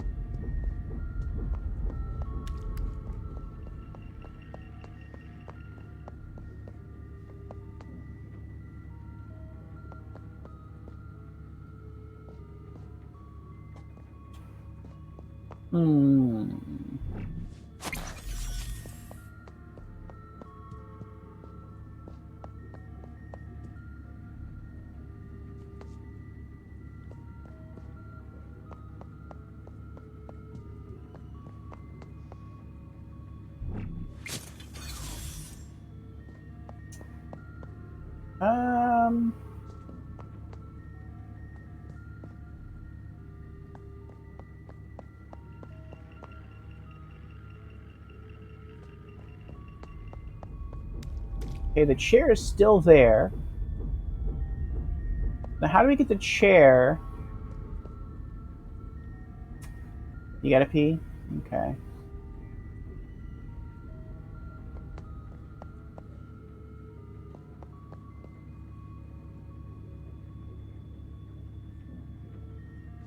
Alright, Elvis. What's the solution? Because I can't think of anything else except for reloading the last checkpoint. I tried turning the memory extractor back on. There is a chair there. When I turn it back on, and then I turn it back off, nothing happens. Power on the medical chair, and the door will open. Power on the medical chair. On the medical chair. So not that one. That's the memory extractor. Power on the medical chair. The chair already went through, so it stays open. Oh, I see. Because power needs to be on the medical chair, otherwise the chair won't travel across the line. I see, I see. So when you disable the power, the door is automatically shut. I guess it's like a safety feature or protocol, like a security feature. Oh, thank you, Elvis. I'm glad you are here. IC Unit 1 and 2, Triage Memory Storage.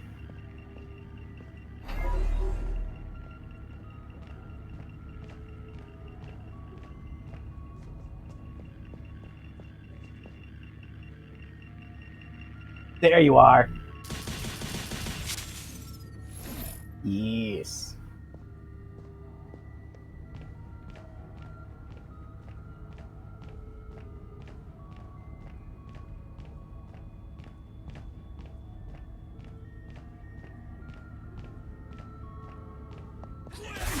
Oh! Oh, this stinks. Ensign Camo! Where did she go? I don't know where she went. Do you know where she went? I know. And he had a shield.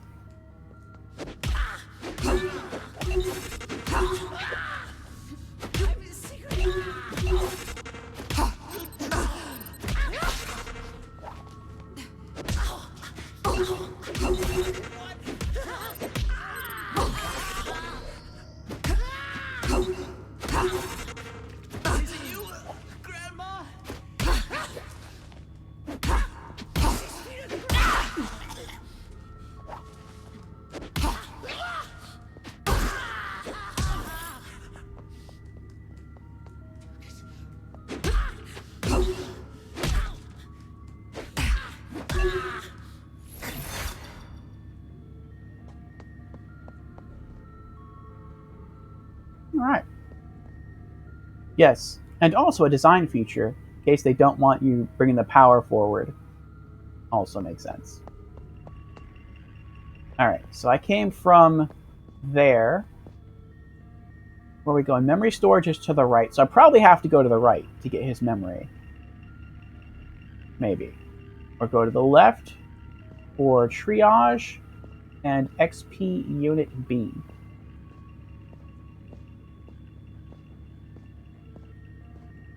What's that?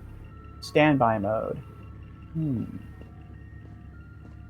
What else is this way? Another remembering is this way.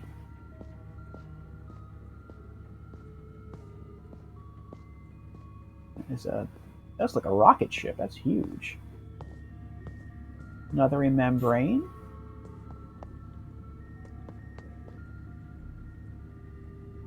Okay. I'm guessing we're supposed to go that way.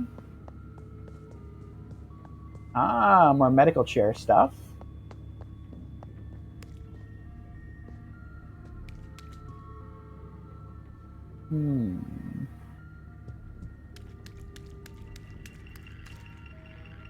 Oh, I hear another one.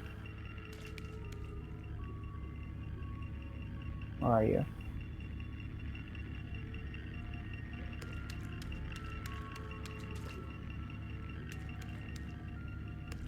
Memory storage.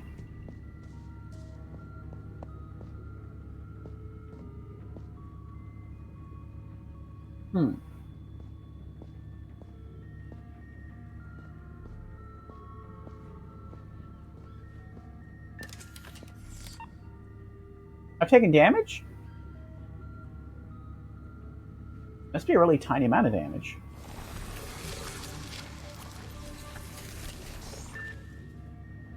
Okay. So I guess the only point of that is to heal.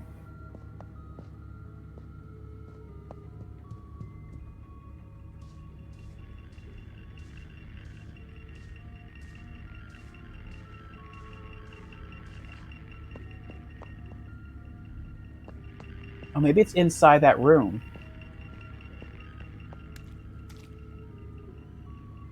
Could be.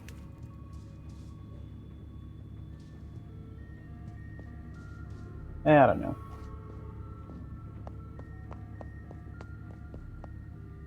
She runs a little like a leaper when she first starts running.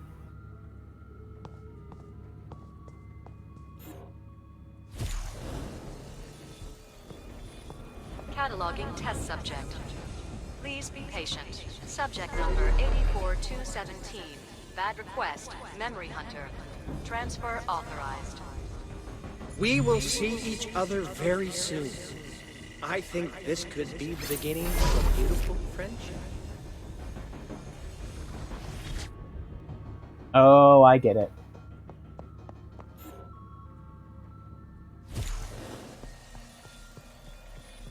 Cataloging test subject. Hey! Please be patient. Subject number 84217. Nice. Bad request. Memory Hunter. Transfer authorized. We will see each other very soon. I think this could be the beginning of a beautiful friendship.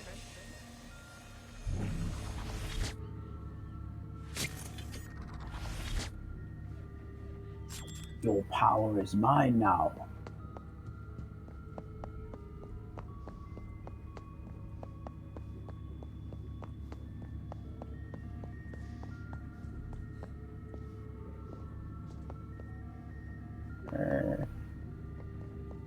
Ah, there it is.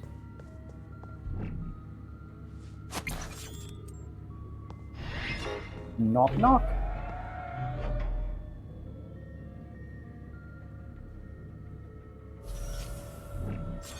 What? What? What? What? What?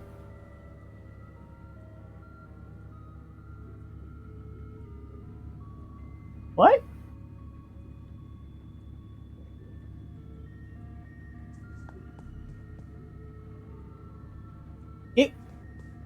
It went through the wall. Like the chair came out here and it went this way.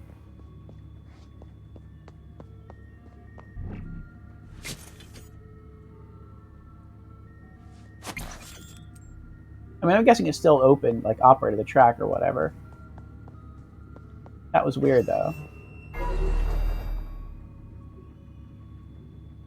Yeah, that was weird. Hang on. What was that?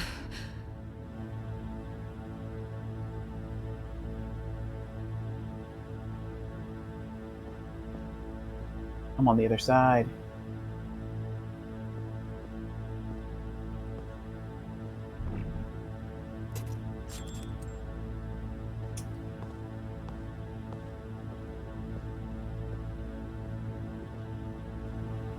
Processing.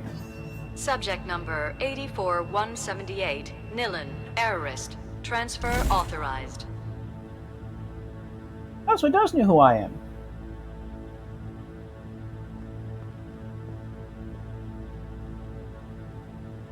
That's kind of funny, though. Like, it knows who I am, and it still let me through, because it did this before. I went through this process before. And it's like, oh, she's back. She must be strapped into a chair. Let's let her on through.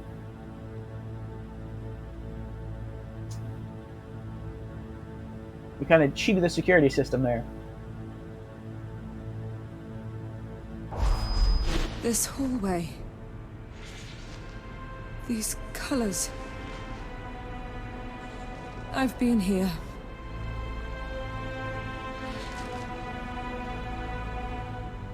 Oh, that's what Edge said. Edge told us that what was like the best of their, or their most promising candidates are brought here. And the doctor told the doctor told Bad Request that he was like an interesting subject, but he wasn't nearly as good as Nilin. So that must have meant that we were also here. Interesting. Alright, Light Creep, you have to use the restroom again, I'm sorry. That also leads me to think that maybe this time we'll have to fight a security bot, which was the security bot that nearly claimed us last time. Oh, not last time, but at the very beginning of the game, and we managed to escape. Maybe that robot's still here, and maybe this time we have to fight it instead of just escaping. I hope not. I don't really like fighting those robots. They're a pain. All right, BRB.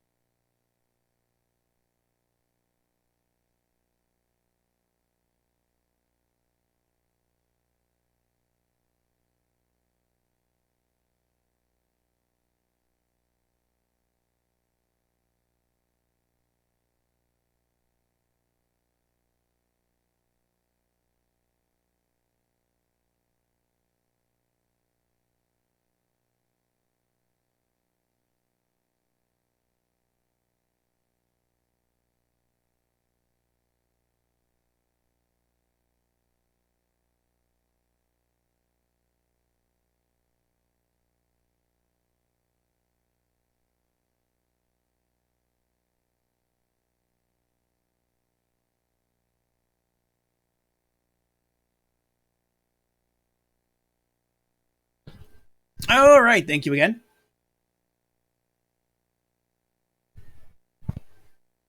Tasachi casts invisibility to go unnoticed. Very well, Tasachi, enjoy your look.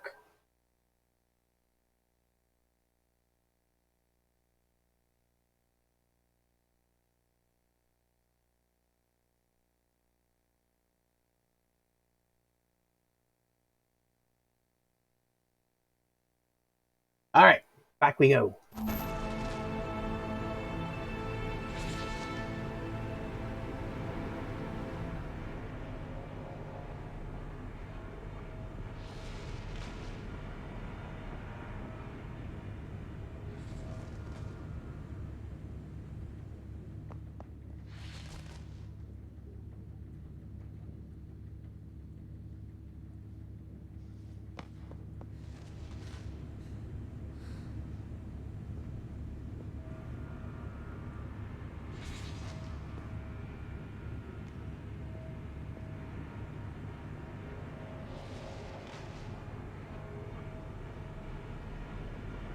I wonder if this is where the rest of Nillen's memories are.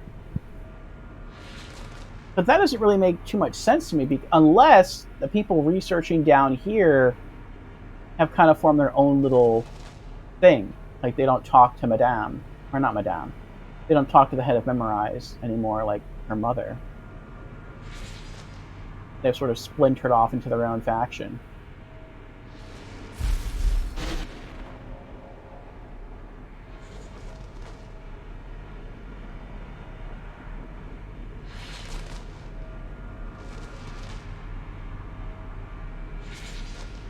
Oh, I wonder if that was Nillen's cell right there.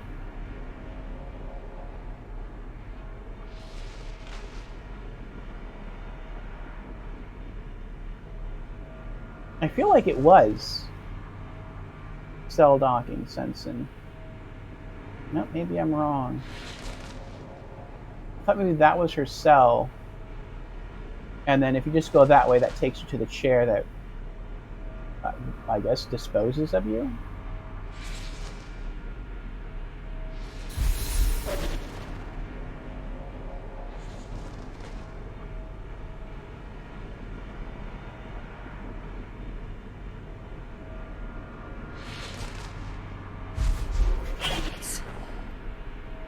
It's like revisiting hell.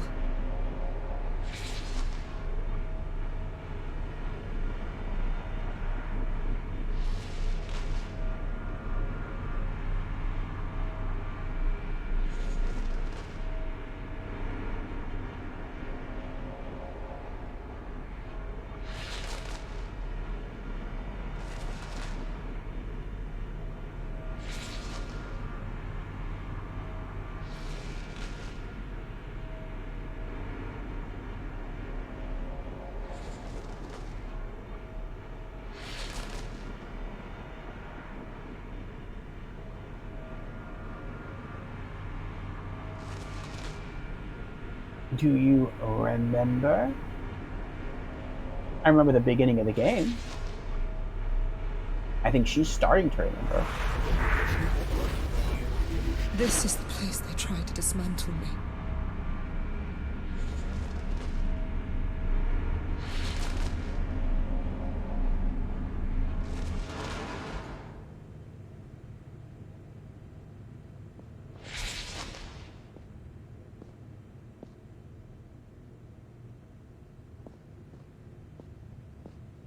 Do you remember?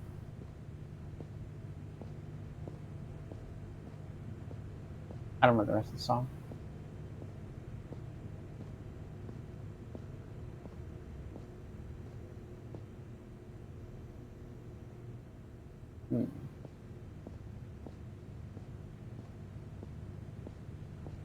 I should work normally again.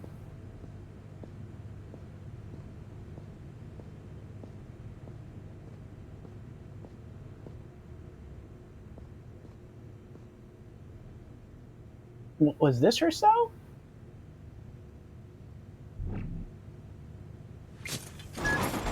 Damn, flashback. I just got a glimpse of myself. This place is the Devil's Cauldron. Maybe it's not so bad that you've forgotten what you went through here. Hey, it was you who broke me out of this hell in the first place. I could never thank you enough. Enough said, sister. What really matters is to stop Dr. Quaid.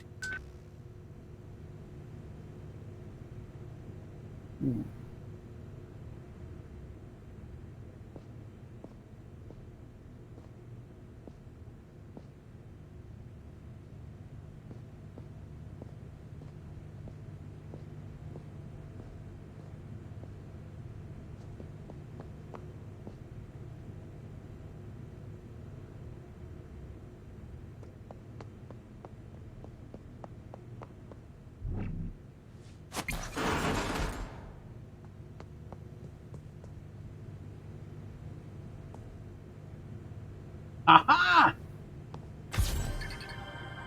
Technology. Cool.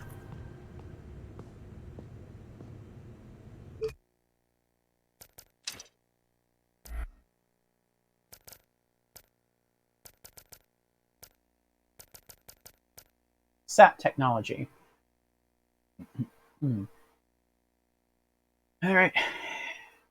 I am sat here so you can explain the SAT technology to me. SAT technologies have turned the use of automated care systems, access to patient profiling, and administering of nanoagents into routine procedures. SOM Agent T, or SAT technology, was the result of a change in the medical paradigm arising from three developments. One, automation of non-surgical procedures, SAT terminals and stations. Two, profiling of patient monitoring, resilience factor. Three, extensive authorized range of preventative and curative nanotechnologies. SAT terminals evolved out of these developments, and automated systems are now commonly used throughout Neo-Paris, offering subscribers a full diagnostic and care service. Depending on the medical need, wound, inflammation, poisoning, fracture, migraine, etc., the terminal administers a nanoflow of somatic agents into the client's body to restore the correct level of physical performance, treating any condition that doesn't require serious surgical intervention quickly and painlessly. The authorities recently increased the distribution of SAT stations across the city for the less fortunate citizens. The system is restricted to first aid services, but despite its limitations, the station has no record of the patient's medical history.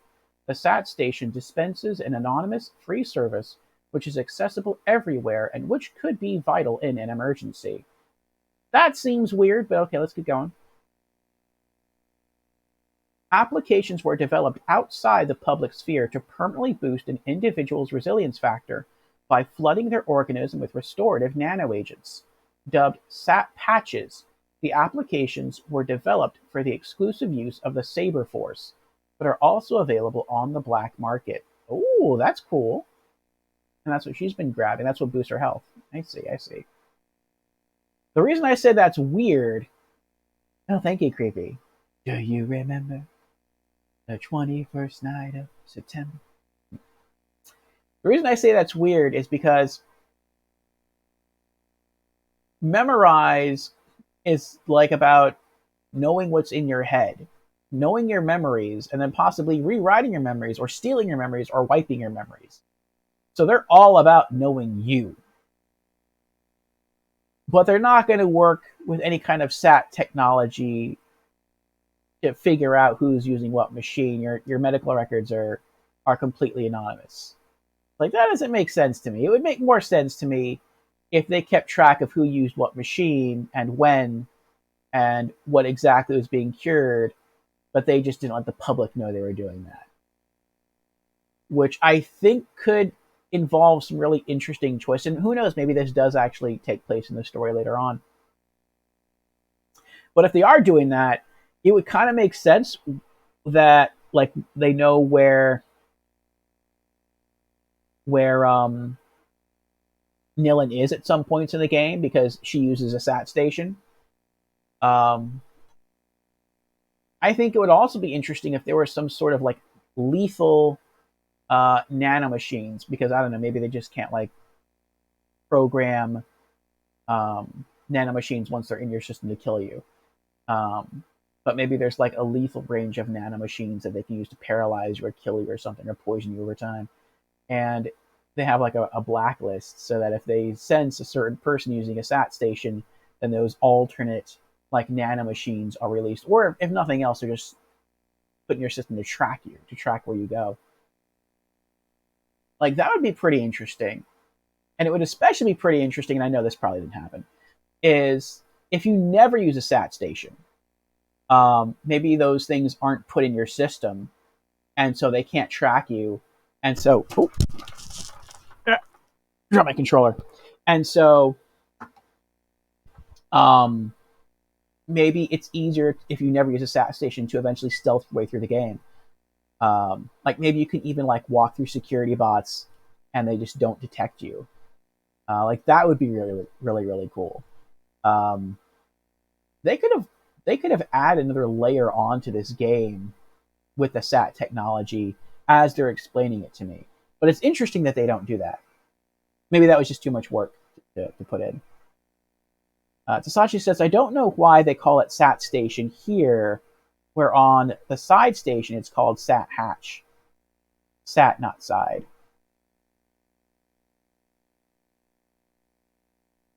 I don't know.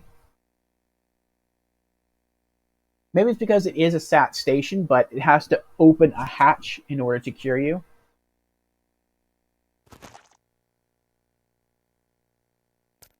That is interesting, though. Alright, so now we have to go back.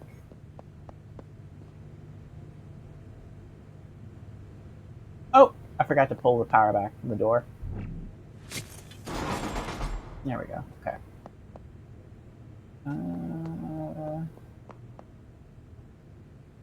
No.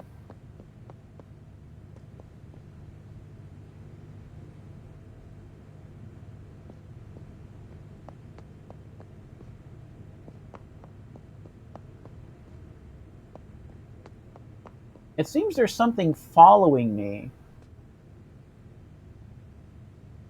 I wonder if it's the other doctor.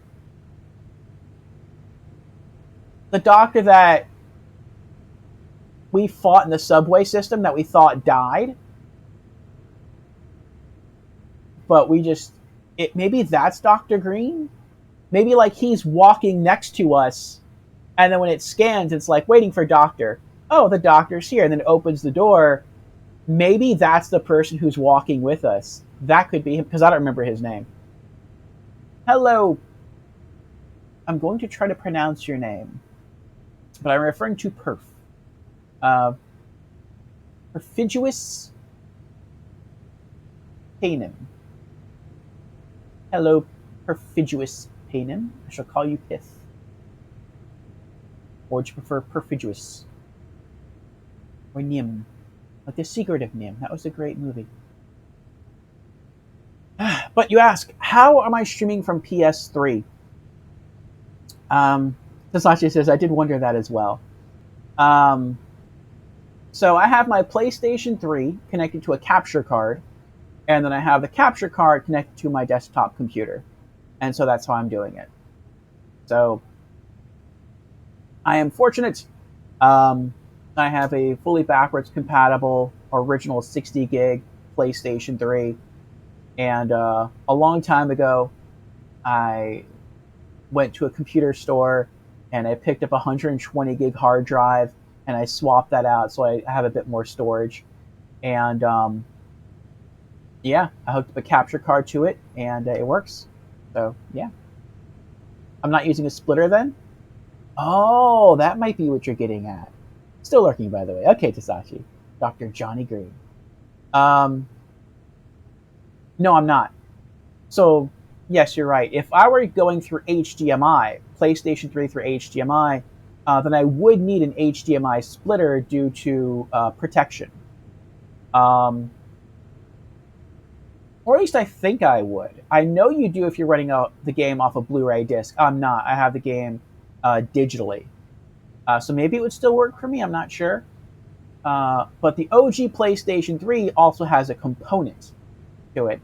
And so I actually have a component cable. It's the PlayStation component cable hooked up, and the component part runs into my capture card. Orphe, you gotta let me DM for you. Oh, Dungeon Master? If you like. Okay. So yeah, that's how I'm doing it. Component. The capture card. There's something else I was going to say. Oh, yeah. Also, I had to... it took me a while, quite a while, to find a capture card that had component inputs. There's very, very few of those anywhere, either on Amazon or on Craigslist or like on eBay. I did find one on Amazon. I think there was only like one or maybe two.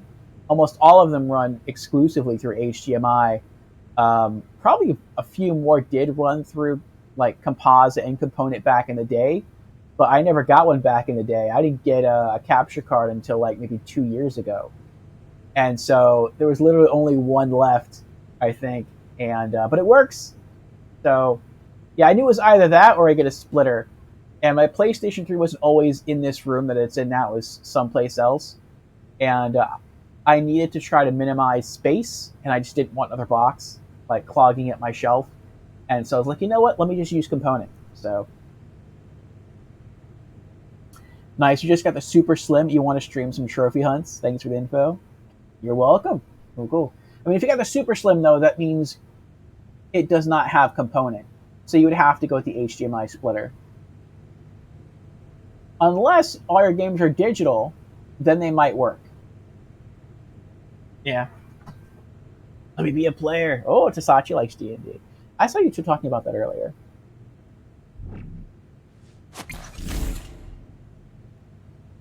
There's people here. And a guard. And I think that guy's following. I wonder how long he's been following me. Oh, maybe it's ever since I got back to the innards of the Bastille basement. Could be. Hello? Hello? Knock, knock. Oh, this is the chair that they tried to get me with. And at the last moment, I went to the left of where that guy in the white lab coat is, and that's how I escaped.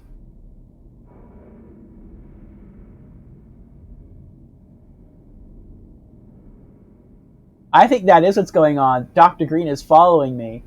And when I first saw that sign walking into the first room, it had 4 doctors' names on it. But ever since I got past that point, there's only 3 doctors' names listed on here.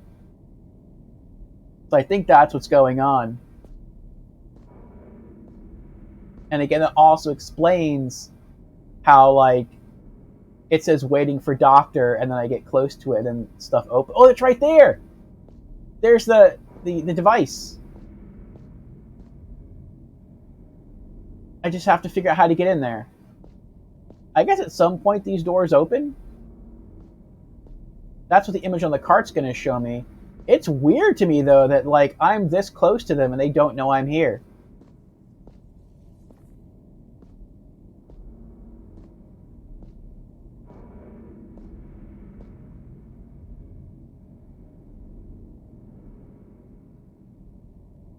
You found cheap ones on Amazon, you'll experiment? Oh, capture cards? Yeah. If you need any, like, walkthroughs or any device or anything, just let me know. And, you know, I can give you some tips. I can tell you what software I use. And try to help you out as best I can.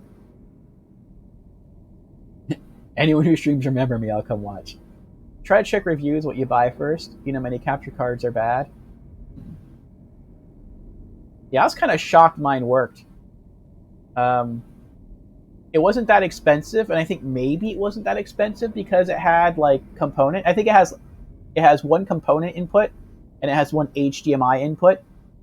So I don't know if they did that because, you know, they're trying to make it more versatile, or it's just because maybe HDMI was kind of still newish back then, and so they put both ports on it, but maybe it's just an old capture card, and so that's why I got it for less money. I'm not sure. But yeah, I was pretty happy with it. It works. So. Well, I know it's in there. I can't get there. Oh, I see. There's a thing I can unlock there. Oh, I don't need power to open it. Never mind.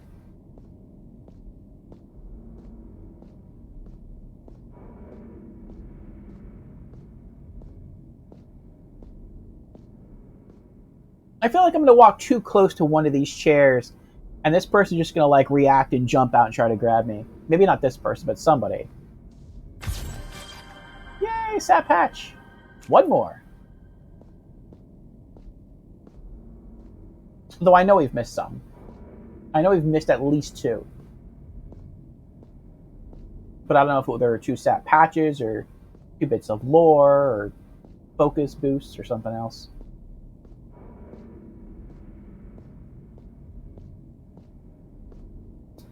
What you guys looking at? You tune up the chair? Huh? You remember me? You remember me?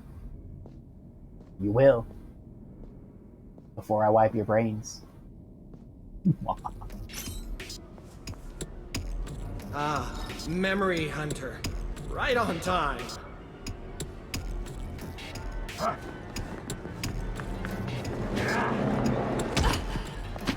Oh, cutscene.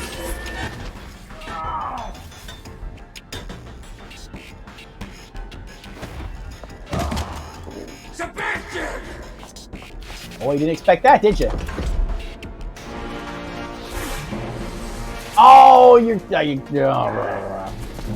Oh, why do you hate me? No. Yes. Rust in pieces. Get him! Ow! Don't hit me!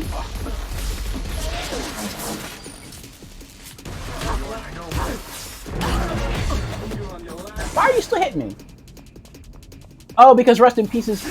No. I was gonna say Rust in Pieces only lasts so long, but it's supposed to kill itself afterwards. Oh, but there are two of them, aren't there? That's what it is. It dropped two spawn at the same time.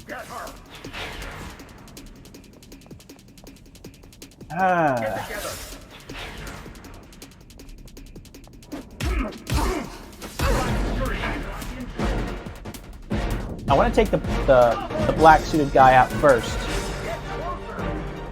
because he's the only one that has no protection.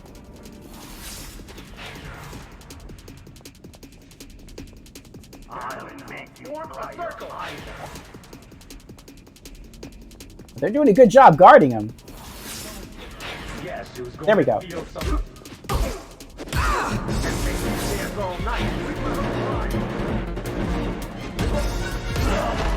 Yes! Alright.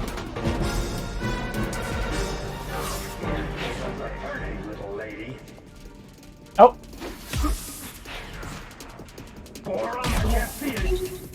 What did you do to me? I need to reboot. Like that, don't you? You got me!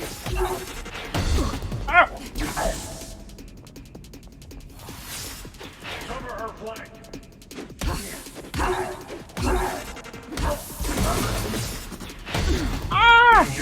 I forgot the combo again. I know it's square, triangle, triangle. Okay, then square, triangle, triangle again. Okay. I love the fact that I can access the combo menu like so quickly in the game, because I keep forgetting it, which is horrible. I just did the wrong move again. Try to get around her. Get closer. Oh, no shit. One more luck.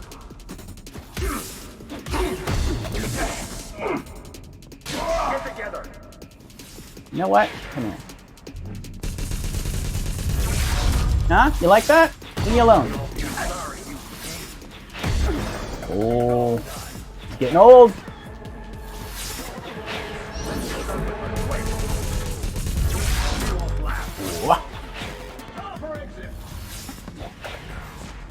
I know. I could use the other Sensen. I mean, not the Sensen. The S-Pressin again. I don't want to do that. There we go. I feel like I like the increased challenge of this.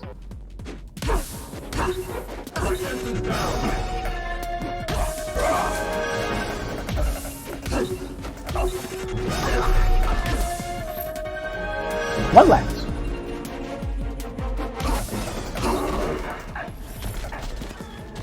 Oh, man. Oh. Okay, see now I'll do it.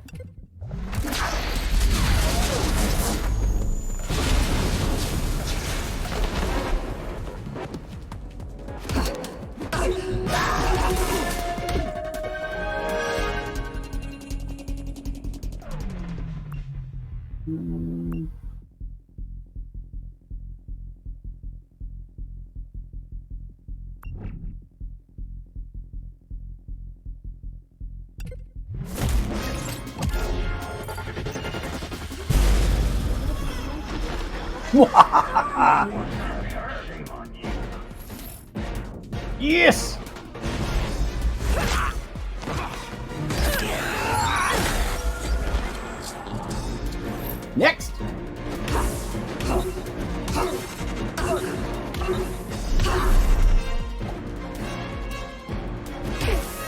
can't see anything.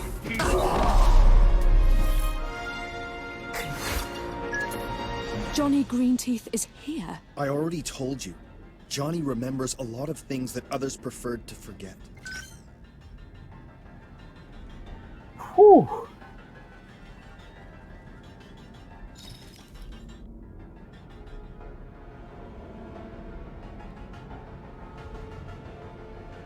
There's a second robot. Oh, you're already there? Got surprised by Dr. Green Eyes. Oh, it's out of order. Oh, no, that can't be right. I was like, are they still trying to fix the chair when I did something to it during the very beginning of the game?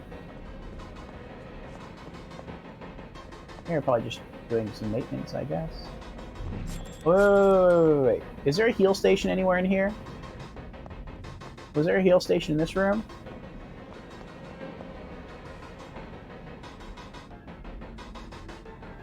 No. Is there a... No, you can't go back that way. Okay.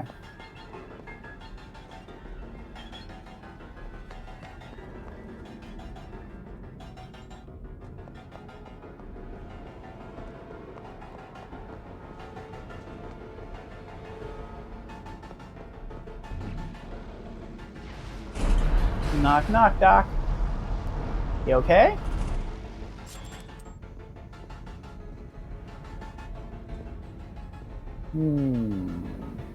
Here's the good doctor.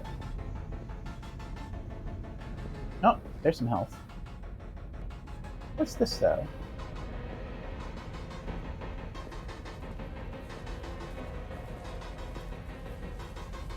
Nothing. Okay. Uh-oh. What was that? Oh, door closing.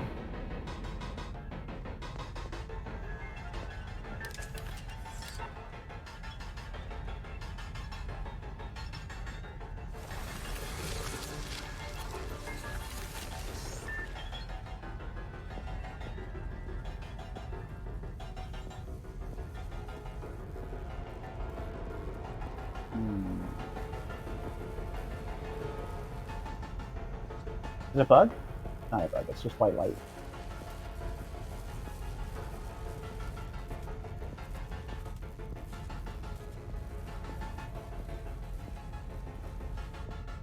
Ah, it might help with your story writing?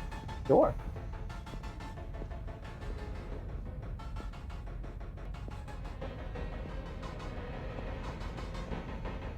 Nope, nothing around here.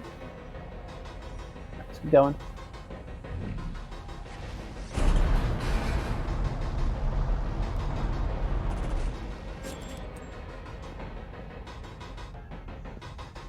I recognize this zone. It nearly scared me to death. Oh, that's right. I said it and then I forgot about it. This is how we ran to escape. And the robot was like, it was like right here. That's what this was. It held a big security bot that came after us. And that scared the crap out of us, and then we just had to run for our life. We got to the end down there next to that red glowing circle, and then we rolled to the right. Ooh. Oh yeah, see that robot right there. Is that someone working on the robot? Oh, those are robots working on the robot. Caution, motor functions under capacitated. Undercapacitated. Improve velocity. Oh.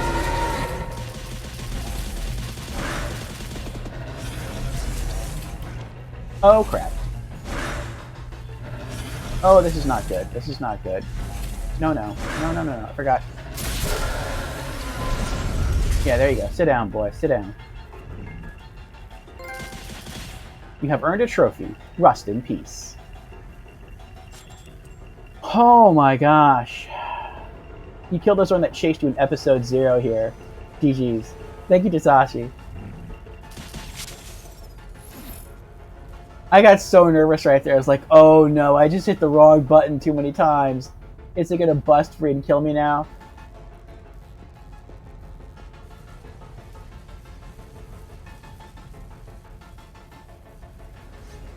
Oh, that was so scary.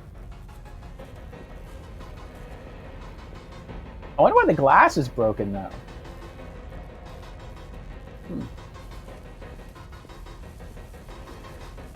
Maybe the doctor came in here and yelled at it or tried to do some kind of command to make it come alive and it wasn't strong enough.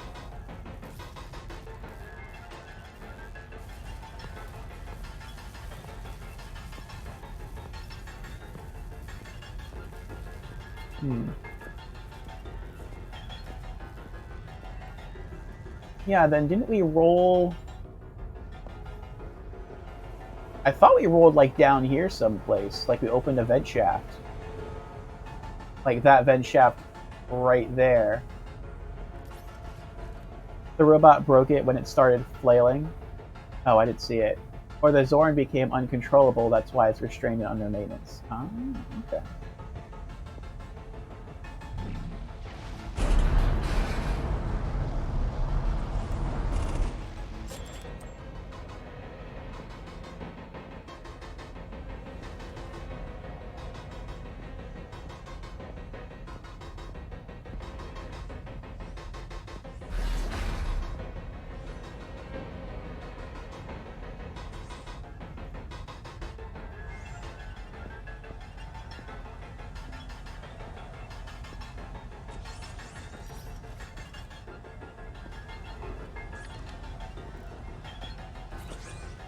I love the lighting.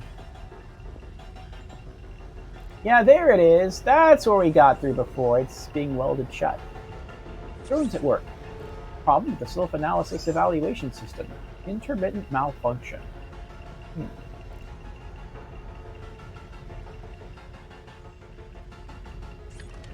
You're going through that episode quite faster than I thought you would? Really? Still longer than a full running glitchless, but still.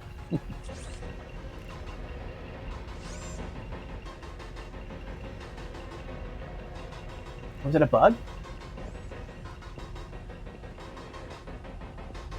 I don't hear it anymore.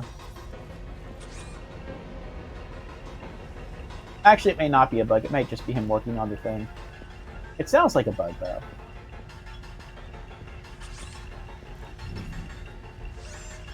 That's kind of messed up. You can't see the bow. You can't see the bug.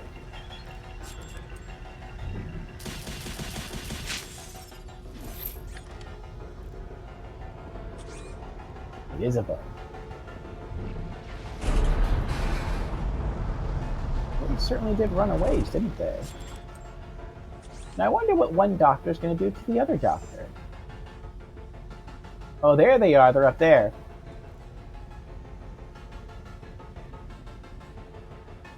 Well, he doesn't look paranoid anymore. Oh, but there's a whole bunch of people about to kill me. Maybe he regained control of him. And the blood. What's going on here?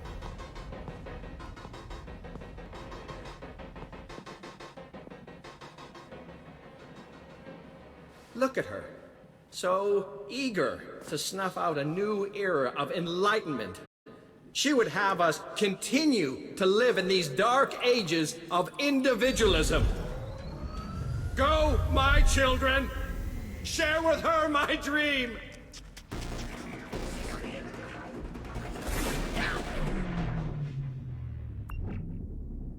Sense and Fury. Get him!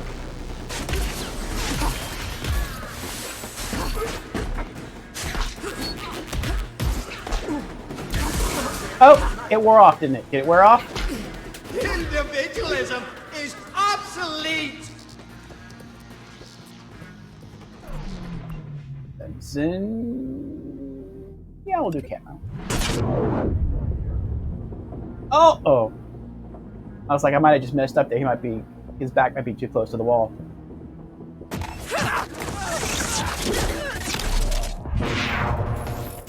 Yes!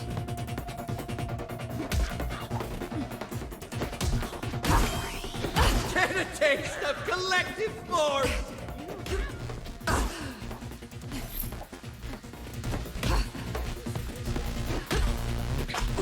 Ow! That's not nice.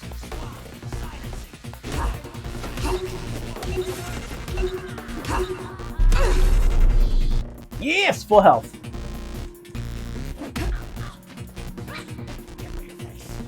Get a taste of collective force! Actually, hold on. Okay.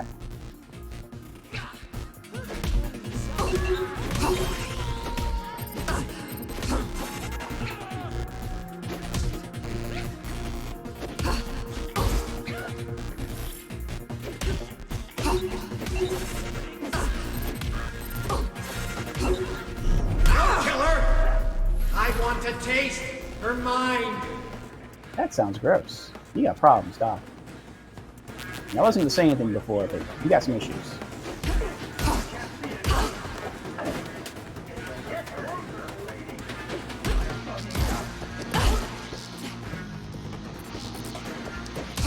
This was Charles's dream.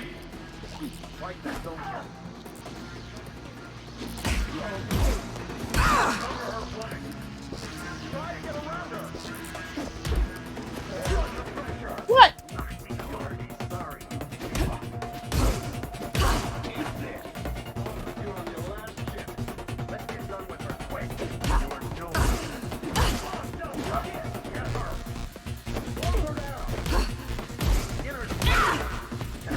You are an anachronism, Memory Hunter. I don't know what that insult means, Doc.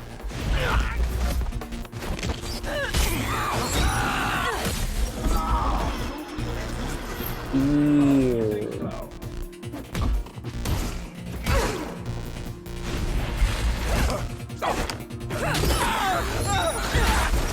Ooh.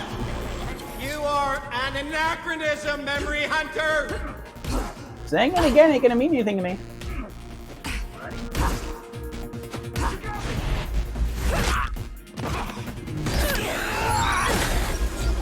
Her mind no longer interests me. I want her blood. Kill her. Smash her. Oh, this is bad. This doesn't even make sense. The like Ultra Leapers are powering up each other. All right, let's do. Where are you? No, no. Yes. Eat bomb. Get a taste of collective force. Oh.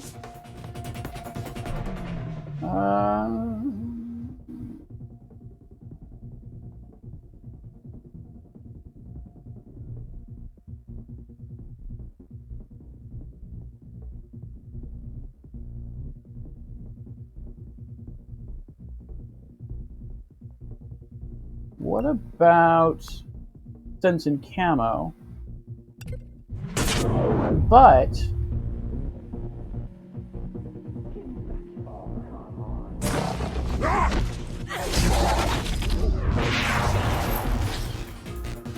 there we go. Now you're not invincible anymore, are you? Yes. Oh, that's right. But he still needs a power pressing to break his guard. Was Charles's dream.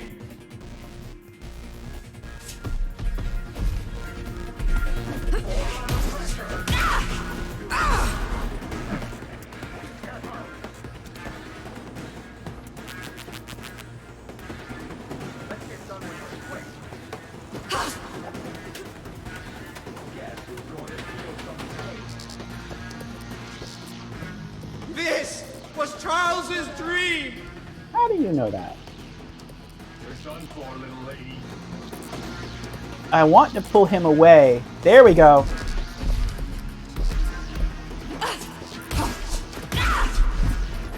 Yes! 2 left.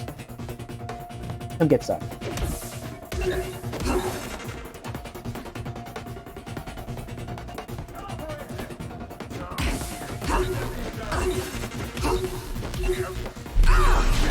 Individualism is obsolete. Ooh, ooh, ooh, he's mad.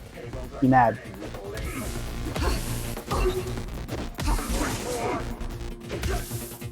Well, that's not nice.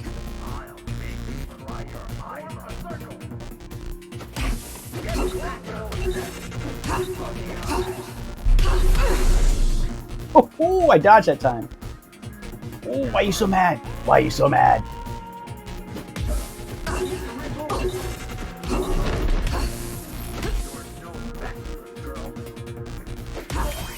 Get a taste of collective force! Yes, I like it. It tastes good. It's shocking. Like lemonade. Like lemonade. Oh, ooh. Oh! She hit her forehead right there.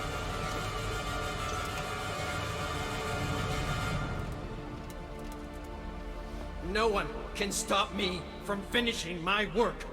And you, hunter of memories, you will no longer... Huh? Oh. Oh no. No. Oh.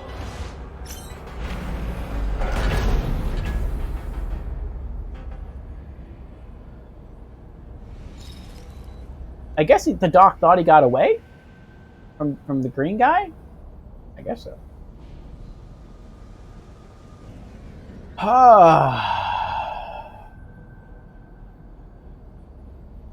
That is the only thing that sounds like a bug in the game. Oh, okay. Anachronism. A thing belonging or appropriate to a period other than that in which it exists, especially a thing that is conspicuously old-fashioned. Oh. He's calling you outdated. Rude. Guess we're going down.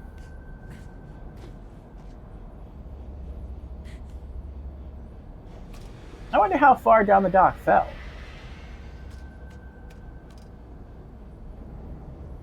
Is he dead? Is he dying? If he is dead, can you recover the memories of a dead person? He didn't fall that far down. I can't tell if he's moving, though.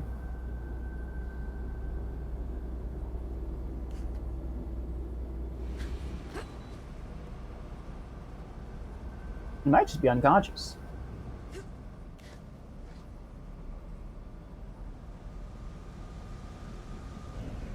Generally, when someone falls, they fall all the way down. That's how gravity works. Well, I mean, that's true.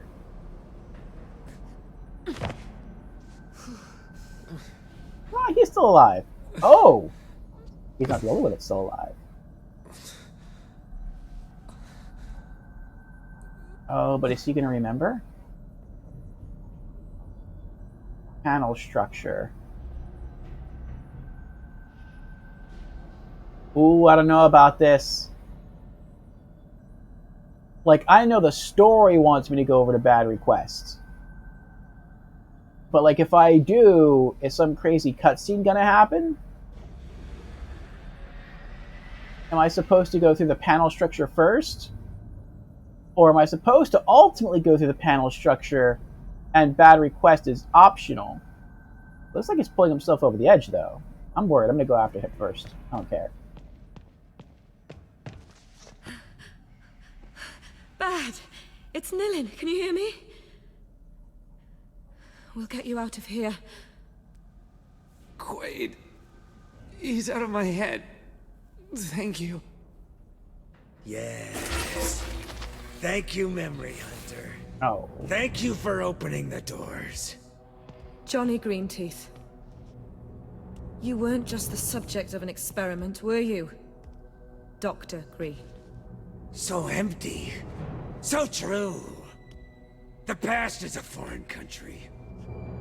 I'll see that everyone learns what was done to you here. We were monsters, but at least we were free. He wanted to turn us into his slaves. Quaid is dead. It's a...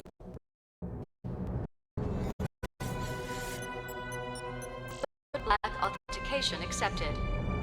Auto-destruct sequence initiated. Uh-oh. Yes, it's over. Sebastian has paid. Now it's your turn, Memory Hunter. Then it'll be mine. All of this horror will be forgotten in the flames! A boss fight? What? Kiss our Legion mind. All that kills us makes us stronger. Oh, there's that thing I was supposed to maybe use, but now I can't use because I didn't bust it. Unspoken. I wonder what that was supposed to do.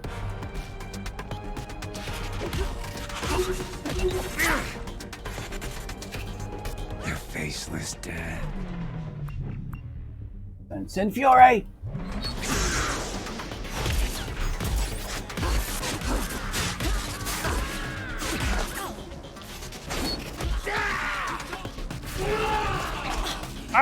Call upon her as death the savior.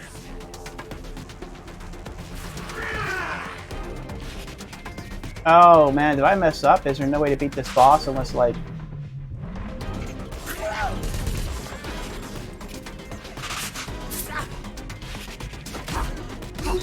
Hidden threats. Enjoy yourself! You cheater. There. I want to lock onto him. I see you. Hard! Unspoken death.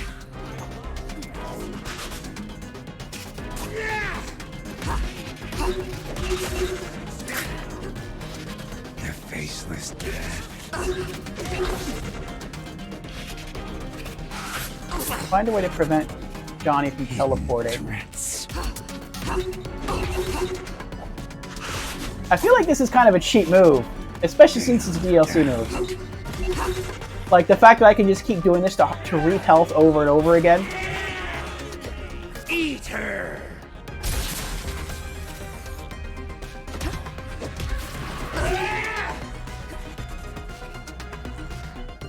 And like hit multiple people at the same time.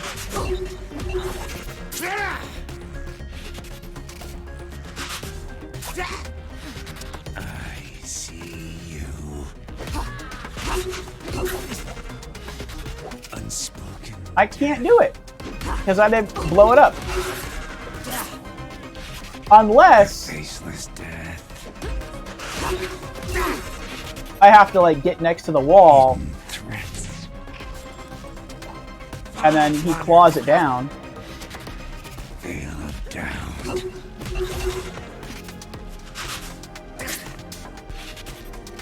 I see you.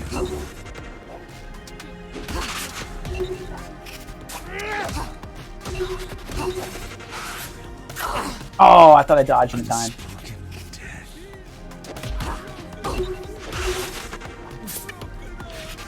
They're faceless death.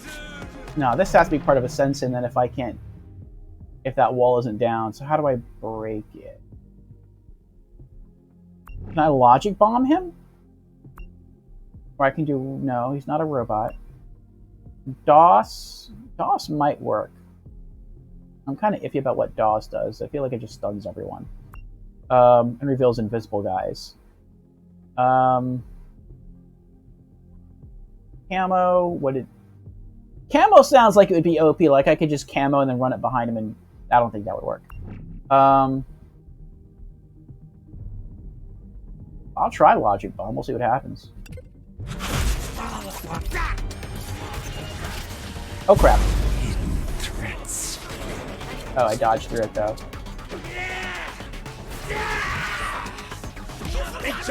It tells me, like, look, just use Sense and DOS. We're gonna help you out.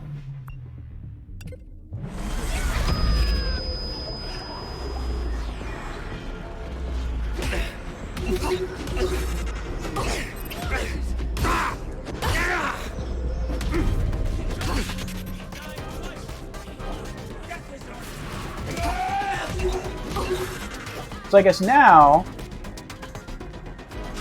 let's see here, combo. It was 3 triangles, 4 squares, and a triangle. Okay, 3 triangle. Okay. 1, 2, 3, 1. Ow! Veil of doubt. 1, 2, 3. Enjoy your... I see you.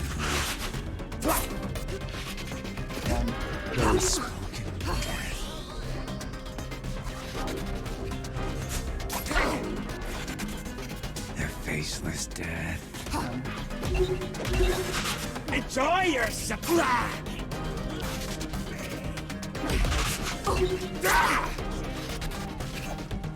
Hidden threats. Mars!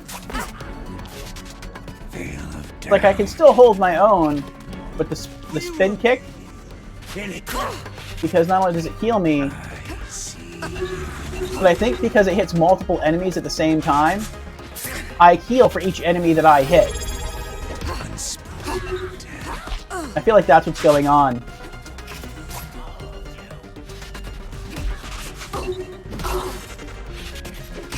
Their faceless death. Wait, what does that say? Caution? Hidden threats.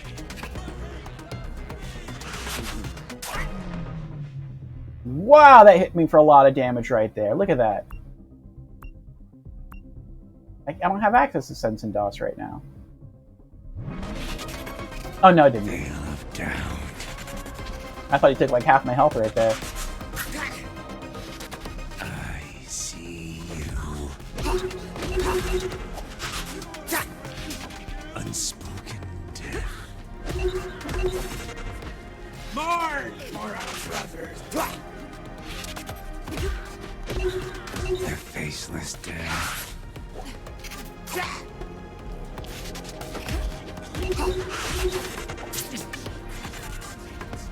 Hidden threats.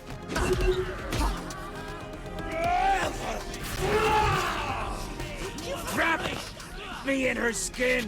Kiss our Legion mind.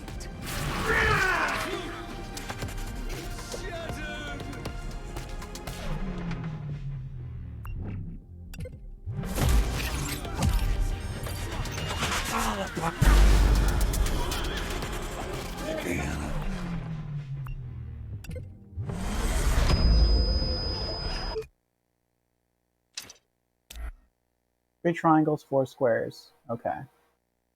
I'm in a triangle.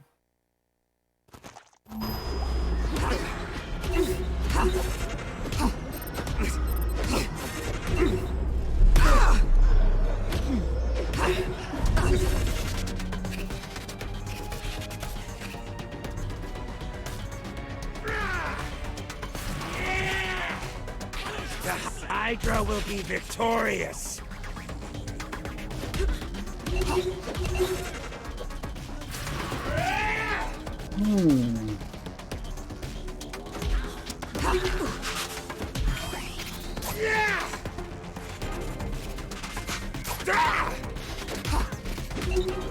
I see you. Unspoken death. 1 minute. Our faceless death. Our death. Hidden threats. Veil of doubt. I love her dodges too. They're so acrobatic. I see you.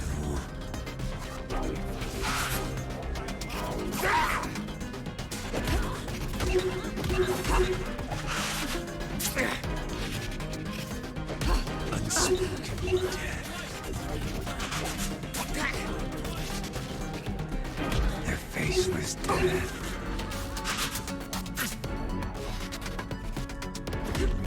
Hidden threats.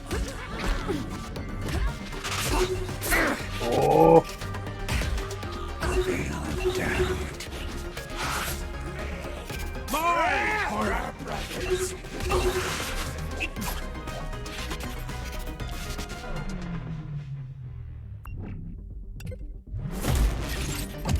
All that kills us makes us. Oh, that kill us makes us awful.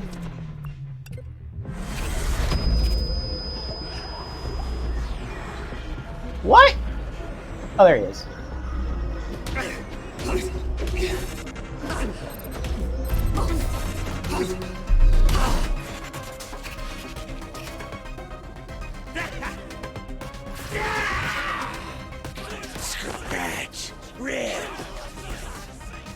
Oh,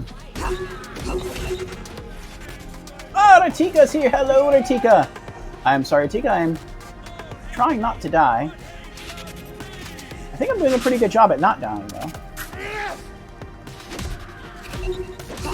At least right now I am. I am pretty focused right now. But after this boss fight, I will go back through stream chat. Ow! Veil of doubt. I see you. Scratch, rip. This our Legion mind. All that kills us makes us stronger. Their faceless death. Hidden threats. Full health again. We will die. Veil of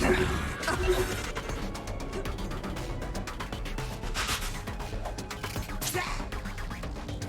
One more. We will kill. Oh! Ooh, that's close. Oh, wait. I see. Get closer. Get closer together. Right there. That works.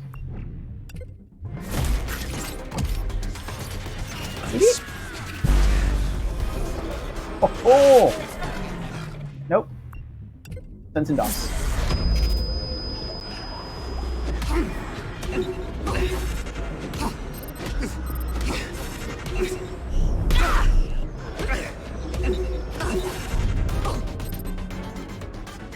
Terminate. Oh! Delete!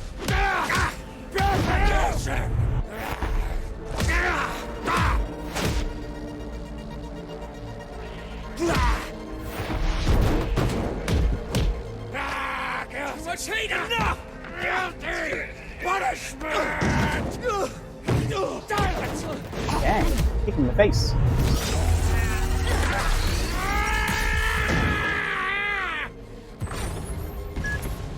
Millen, Johnny has ordered the destruction of the laboratories. Everything's going to blow. You need to leave.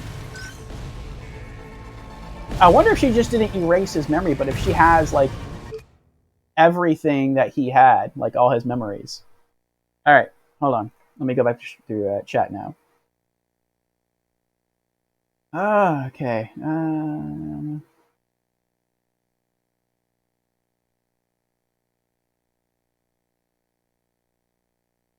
Okay. Welcome, Rachika. Welcome in. Rachika has resubscribed for 3 months now. Wow. Thank you, Rachika. Thank you for the continued support. How are you doing, Ratika? And thank you for shouting at Ratika, Creepy. Ratika says, gotta grind Iron Banner tonight in Destiny. I remember how that is. Good luck with the PvP.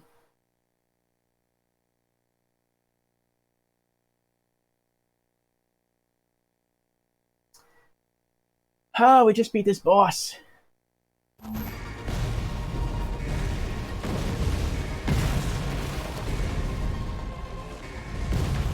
We can get into the casket, but then what's this?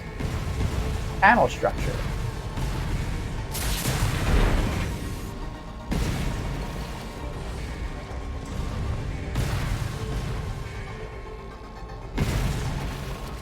Oh, we're at full health because we're a boss.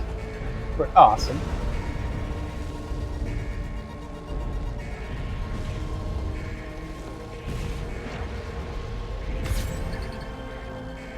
Oh, looks like there's a bug down there too. What did we? Oh, what did it just? What was it? Was it history? I didn't read it. New economic pack. It's not history. It's not landmark.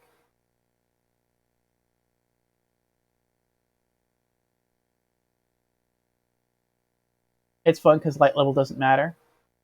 Nice. I don't think it's memorized in Sensen. I don't know what it is. Did anyone catch what the memory was?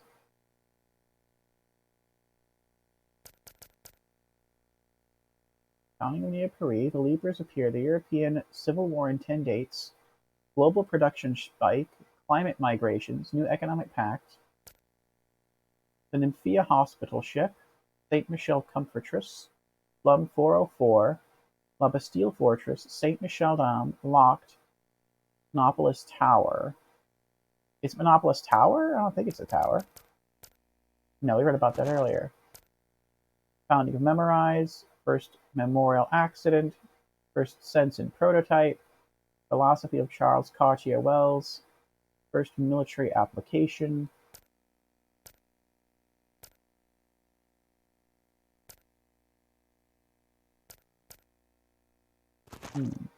Neopre VIPs. Edge, the founder of Airism. Did Christmas. That was a good fight. Theory Sheridan. Nillen. Madame. Scylla Cartier Wells. Olga Sedova. No. Technology. Hunt Glove. Remembrane. AV-78. Home of Jericho. Valet Robots. Picksocket. That technology. I don't know. I don't know what I just picked up. Unless maybe it was like something to boost my health or something to boost my focus, and I just kind of spammed it because I feel like the thing's gonna blow up around me. Also, let's go to Combo Lab. We did get a key. Oh man, they're allowing us to do another health pressing.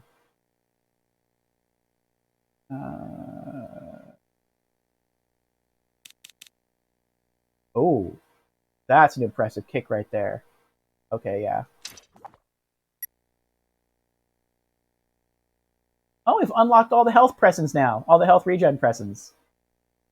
Very cool.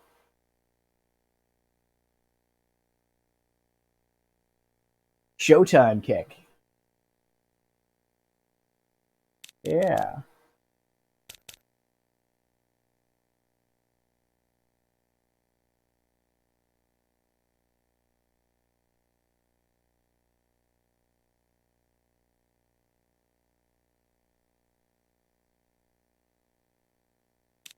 And what does it look like?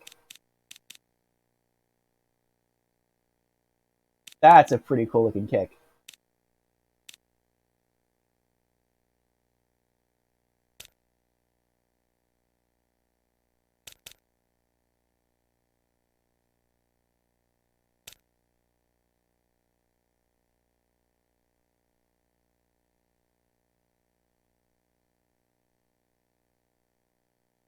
No.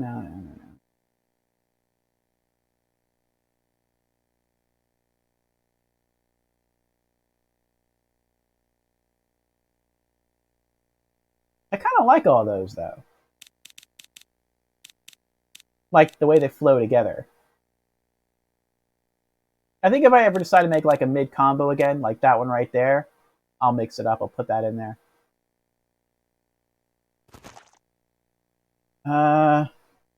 You could straight up fill up your last combo. That is my last combo. Oh, I see what you're saying. I could fill up completely with health presses instead of S press and cooldowns. No, I like the S press and cooldowns to be in there because I don't really like to use S pressins at all unless I feel like I really have to. But the further into the game we get, the more it feels like I have to really use the S pressins. But I like them being here because it mixes everything together, and I really like that. I like how it starts off with a little bit of health, just in case, like every time I pull off the combo, it helps. And then I get my S presence back, and just a little bit more health, and then just like one ridiculously hard hit at the end. And then I like having all health, and then for the shortest combo, I like having power. So the only one I don't use is this one. And I'm fine with that, so, yeah. But I wish I knew what that thing I just unlocked was.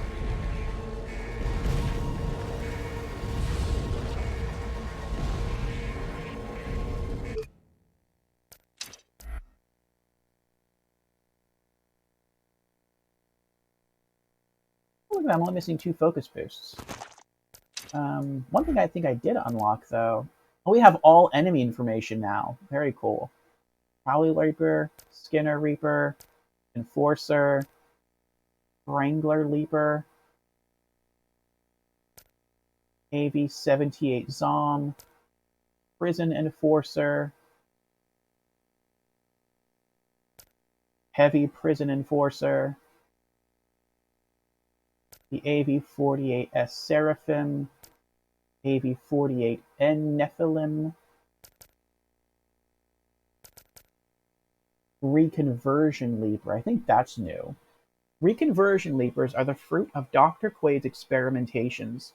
Controlled remotely by elite enforcers, they are much more aggressive than regular Prowler Leapers. Abilities: Basic attack, a claw attack. Special attack, a reconversion attack. When activated by an elite enforcer, Reconversion Leapers will attack ferociously and relentlessly until their target dies. Tip: the Sensen Camo S Presson is the safest way to take down the elite enforcer controlling a group of Reconversion Leapers. Okay.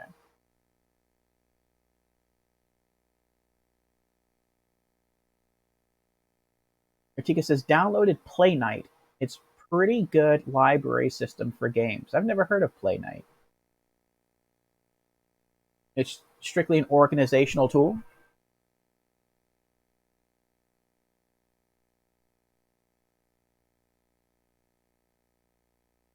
Elite Enforcer.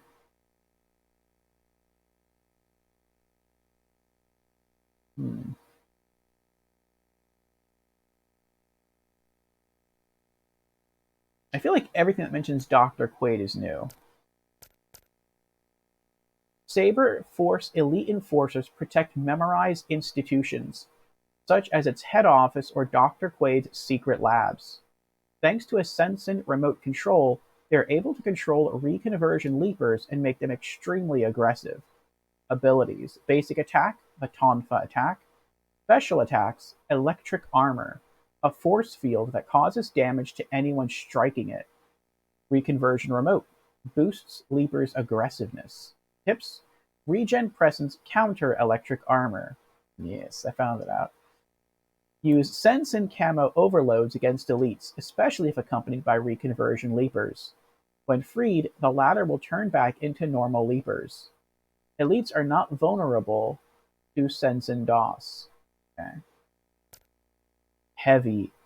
Elite Heavy Enforcer. Heavy armor version of the Elite Enforcer, equipped with a 3C shield. Yeah, they're a pain in the butt. Logic Bomb and Junk Bolt break shields. Okay.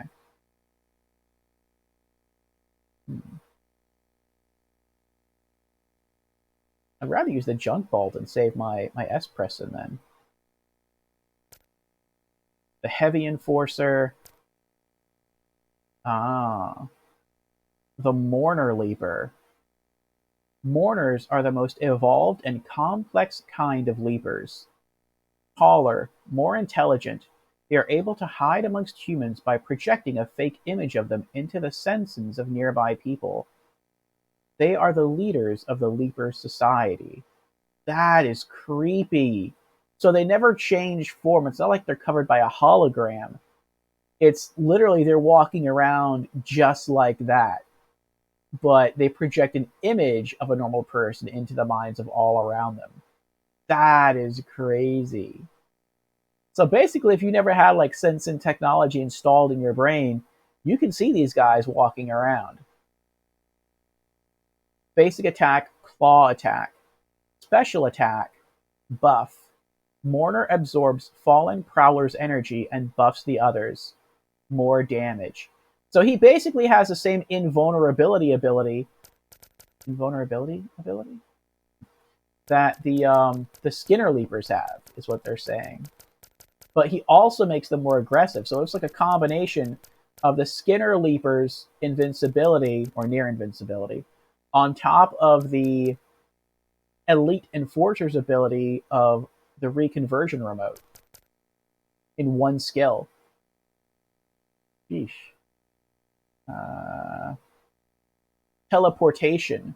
Mourner teleports and moves quickly to backstab. Oh, they're rogues. Summoning. Mourner summons prowlers to fight at his side. So I guess he can like telepathically tap into their minds and call them. Which again is like the remote control ability. Tips. The Sense and DOS will prevent mourners from teleporting and will cancel ongoing buffs. Nice. Ratika answers, PlayKnight is an open-source video game library manager with one simple goal: to provide a unified interface for all of your games. It even showed most of my PS4 games playtime. Oh, that's pretty cool, Ratika. I use, what is it? GOG Galaxy for that. And GOG Galaxy actually used to show PS4 playtime, but something happened and that feature got taken away. I don't know if it was something that Sony did or something that GOG did or just a mess up in syncing the two. But yeah, I use GOG for that as well. And it has all of my accounts linked: PlayStation, Xbox, Steam, GOG, obviously, good old games. The Epic Game Store, Origin. I think it would have the Ubisoft store, but I think I have an account there, but I haven't used it in so long. It's like I only got one game from there and it was free, and it's like I have a copy of that exact same game on PS4, so it's like I don't know how to let it go. Yeah, use it. Yeah, you used to use that too? Okay. Alright, well, I can't figure out what new memory we picked up. I'm not even sure we picked up a new memory, honestly. I thought we had 30 out of 40 last time. And none of this looks new. Founding of Neoperi, the Leapers. I'm guessing it maybe what I picked up was like a boost of some sort. So now we're going to go back to Slum 404. I wonder... I hope this thing doesn't blow up while I'm here. It looked like I could have destroyed this a while ago. I wonder if I could have. No, I probably couldn't have. Because when I started the fight, like a barrier came up. So I guess you could have healed before the boss fight. Have I played Vampire Survivors? No. I've seen it streamed. And I know during the month it was released, it was the most popular...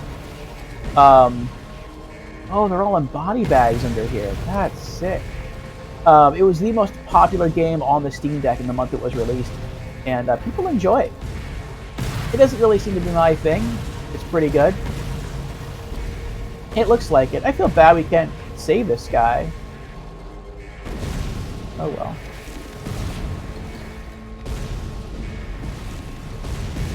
I also feel bad that we didn't get to drain this guy's brain. I mean, he's dead, but at least we know everything that this guy knows, I assume. Alright. Back to the casket.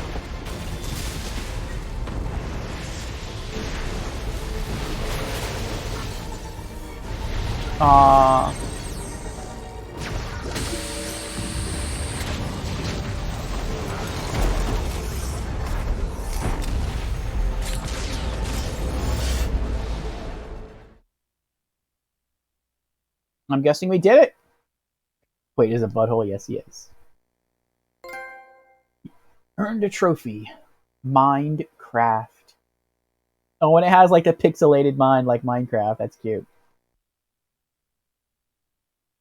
Humanity is a discontinuous series of free men irreparably isolated by their subjectivity. Simone de Beauvoir.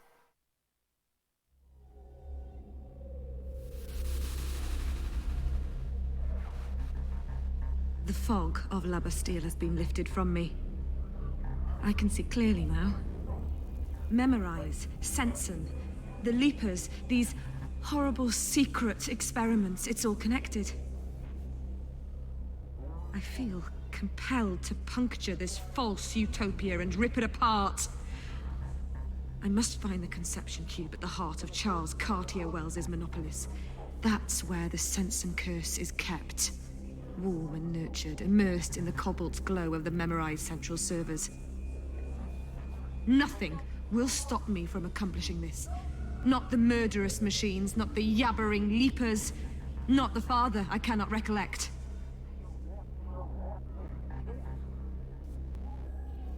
Episode 7.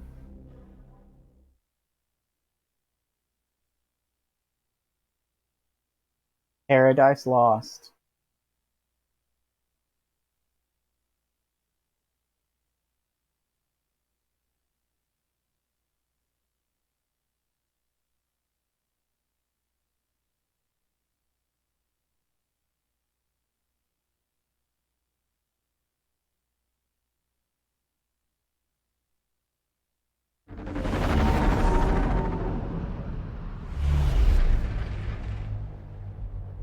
I guess Sedova's still on our side.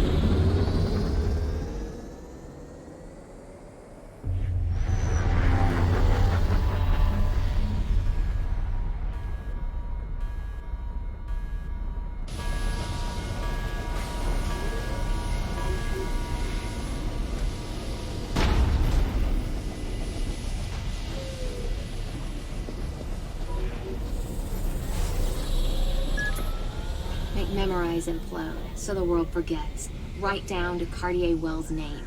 We're gonna drink a toast to David when this is all over. Thank you, Olga.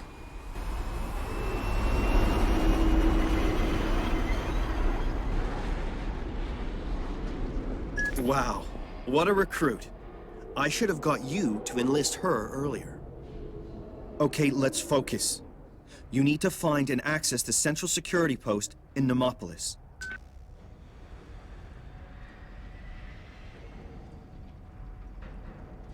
Whew. Alright, back to stream chat here.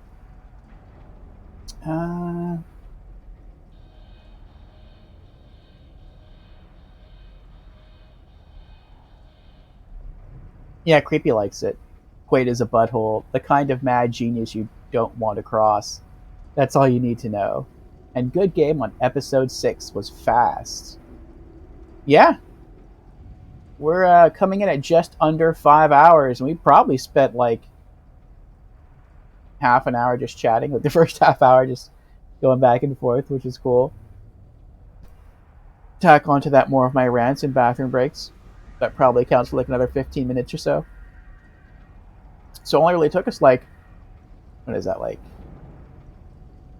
3 hours, like 3.25 hours. It's not bad at all. Minecraft for you. Say her name again. I know I probably mispronounced it. Simone de Beauvoir. Beauvoir. I'm gonna guess Beauvoir.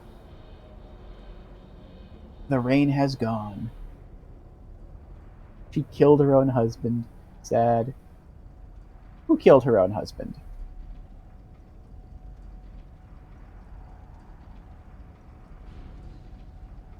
Deja vu. I've been in this place before. This does look familiar. I feel like we have been here. We had to climb on one of those crates, and then we had to do some jumping around.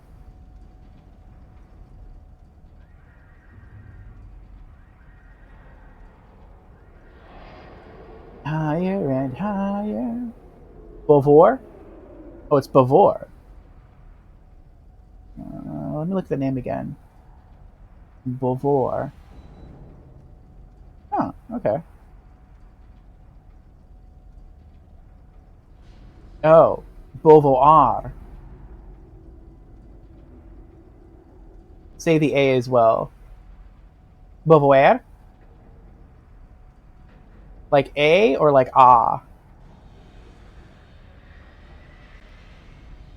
If it's A, put a capital A. If it's ah, put a lowercase a.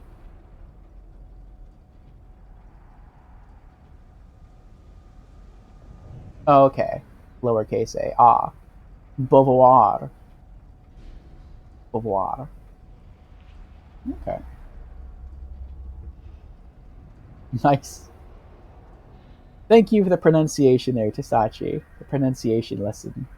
Creepy sometimes gives them to me as well. I do try. My American accent. My American pronunciation. Ooh, that's pretty. I don't remember getting this view before. The architecture is pretty in this world. This alternate future.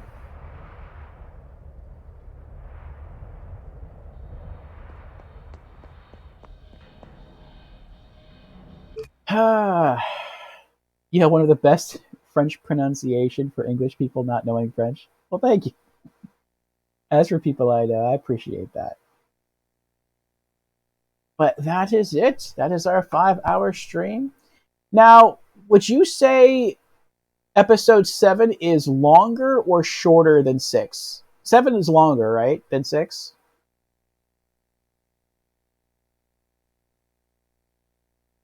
How many Saturdays do we have left? Or not Saturdays, Mondays. We have 4 Mondays left. Longer, more areas to go through as well? Okay. Kneeling butt. She does have a nice butt, yes. Okay.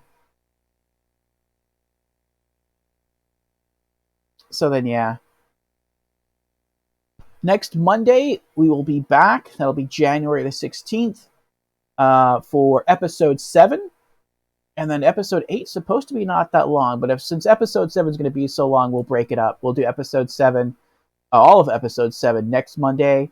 And then the Monday after that will be the 23rd. We'll finish the game. We'll beat the game. And then we'll probably do a one-shot on the final Monday of January, which would be the 30th. I think we might be able to squeeze in... I don't know. I'll look. I was going to do Shady Part of Me, but I think that's going to be like a 2 or 3 stream session game, and I really want to do a one-shot so that once we roll into the first Monday of next month, we can begin our Valentine games. So I think that'll be fun.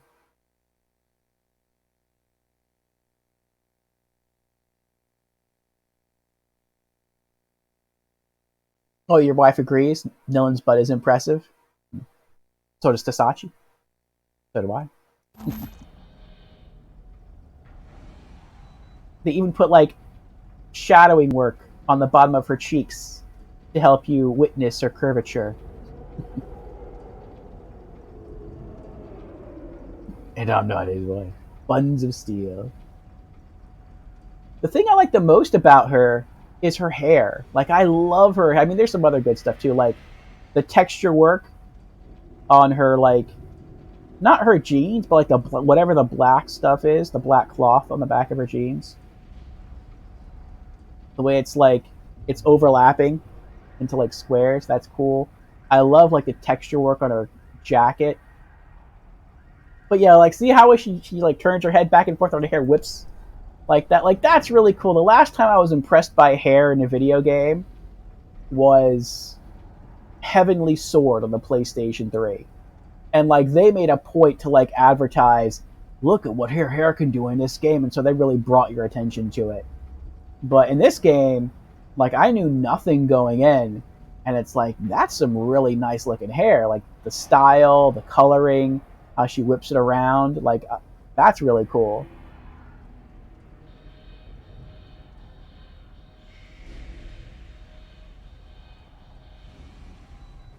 Oh. That's between you two, between Creepy and Tasachi right there. I'm not getting involved in that. Well, having over 300 hours in the game, I gotta say that the hair's animation looks great, but it's always the same animation. Like, not actually physics-based, but scripted. Ah, I see. It still impresses me. But yeah, we're gonna exit to the main menu. Oh, that's true. I forgot about that. Since the last stream is going to be a bit short, because episode 8 is supposed to be quite short, we're also going to save browsing through the downloadable content, or not downloadable content, browsing through the extras for the final stream as well, which I think includes things like artwork. Let's see what it includes, actually. Yeah, it includes artwork and 3D models. They're probably not going to unlock them all because these might be tied into like trophy stuff, but we'll see whatever we unlock, and I think that'll be cool to check out. So that'll be fun. And I guess I'll have to start now looking for what we're going to be streaming on the last Monday of January. That's going to be fun. Alright, let me see who else is streaming right now. He says, nah, my wife would have made at least 3 inappropriate comments about Dylan by now. If you want, I can sneakily give you a save, so you can see all the artworks and 3D models. No, that's okay, Tasachi.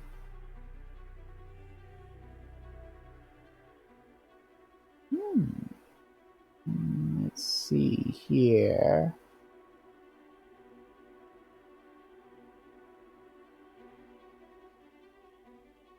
What?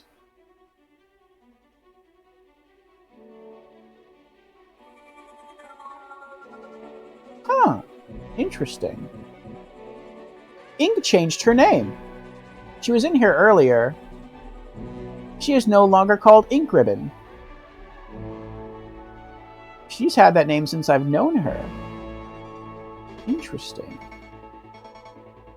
I wonder why she changed it. Well, we're going to throw her a raid. And then I'm going to get myself something to eat. What time is it, by the way? It is about 6 o'clock in the evening for me. And then get my doggies something to eat. The kitties. Do some other stuff. Collect the mail. Whatnot. And yeah, I'll begin research on our next game for Monday after Remember Me. You'll probably hear about that this Wednesday. So I'd like to say thank you to everyone who was here. Thank you to Creepy for being here, for helping to moderate, for giving lots of shout outs. Thank you to Aratika for being here as well, for keeping us company, and for the resubscription. Thank you to Lorelei, who just popped into the stream. Hello, Lorelei. How are you doing? Thanks also goes to Tasachi.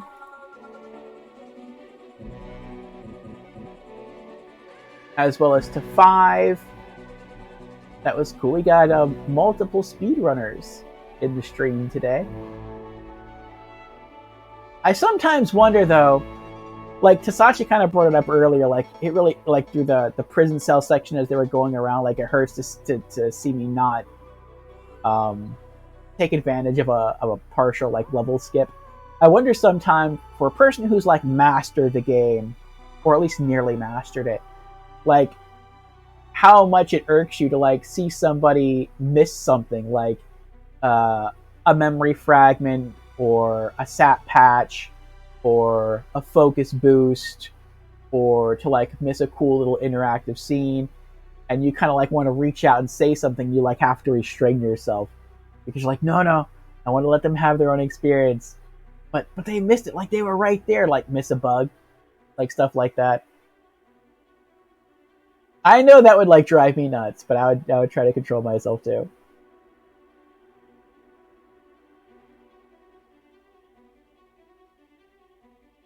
And also thank you to Elvis, helped us navigate some puzzles earlier.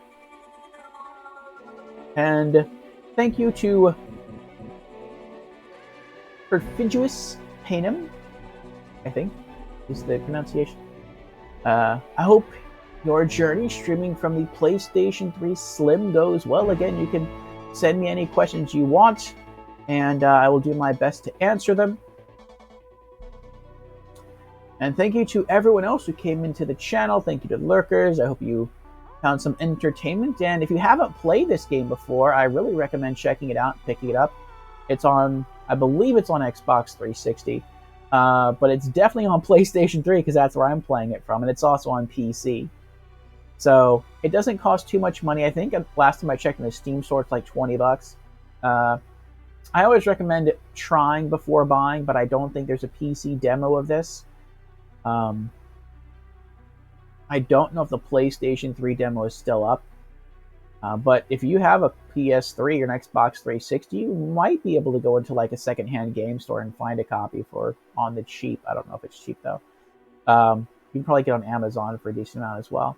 But yeah, definitely check out Remember Me if you like third-person action-adventure games. Or I think Tasachi phrased it earlier as story-based adventure games. And yeah, enjoy. And thank you for shouting out Lorelei Creepy. Thank you for the stream. Thank you for being here. In a P.O. box so I can send you this book. Alright, Creepy.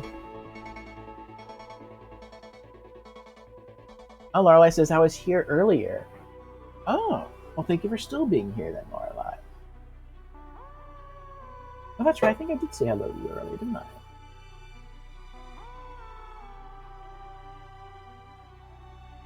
Okay. Let me set up the raid.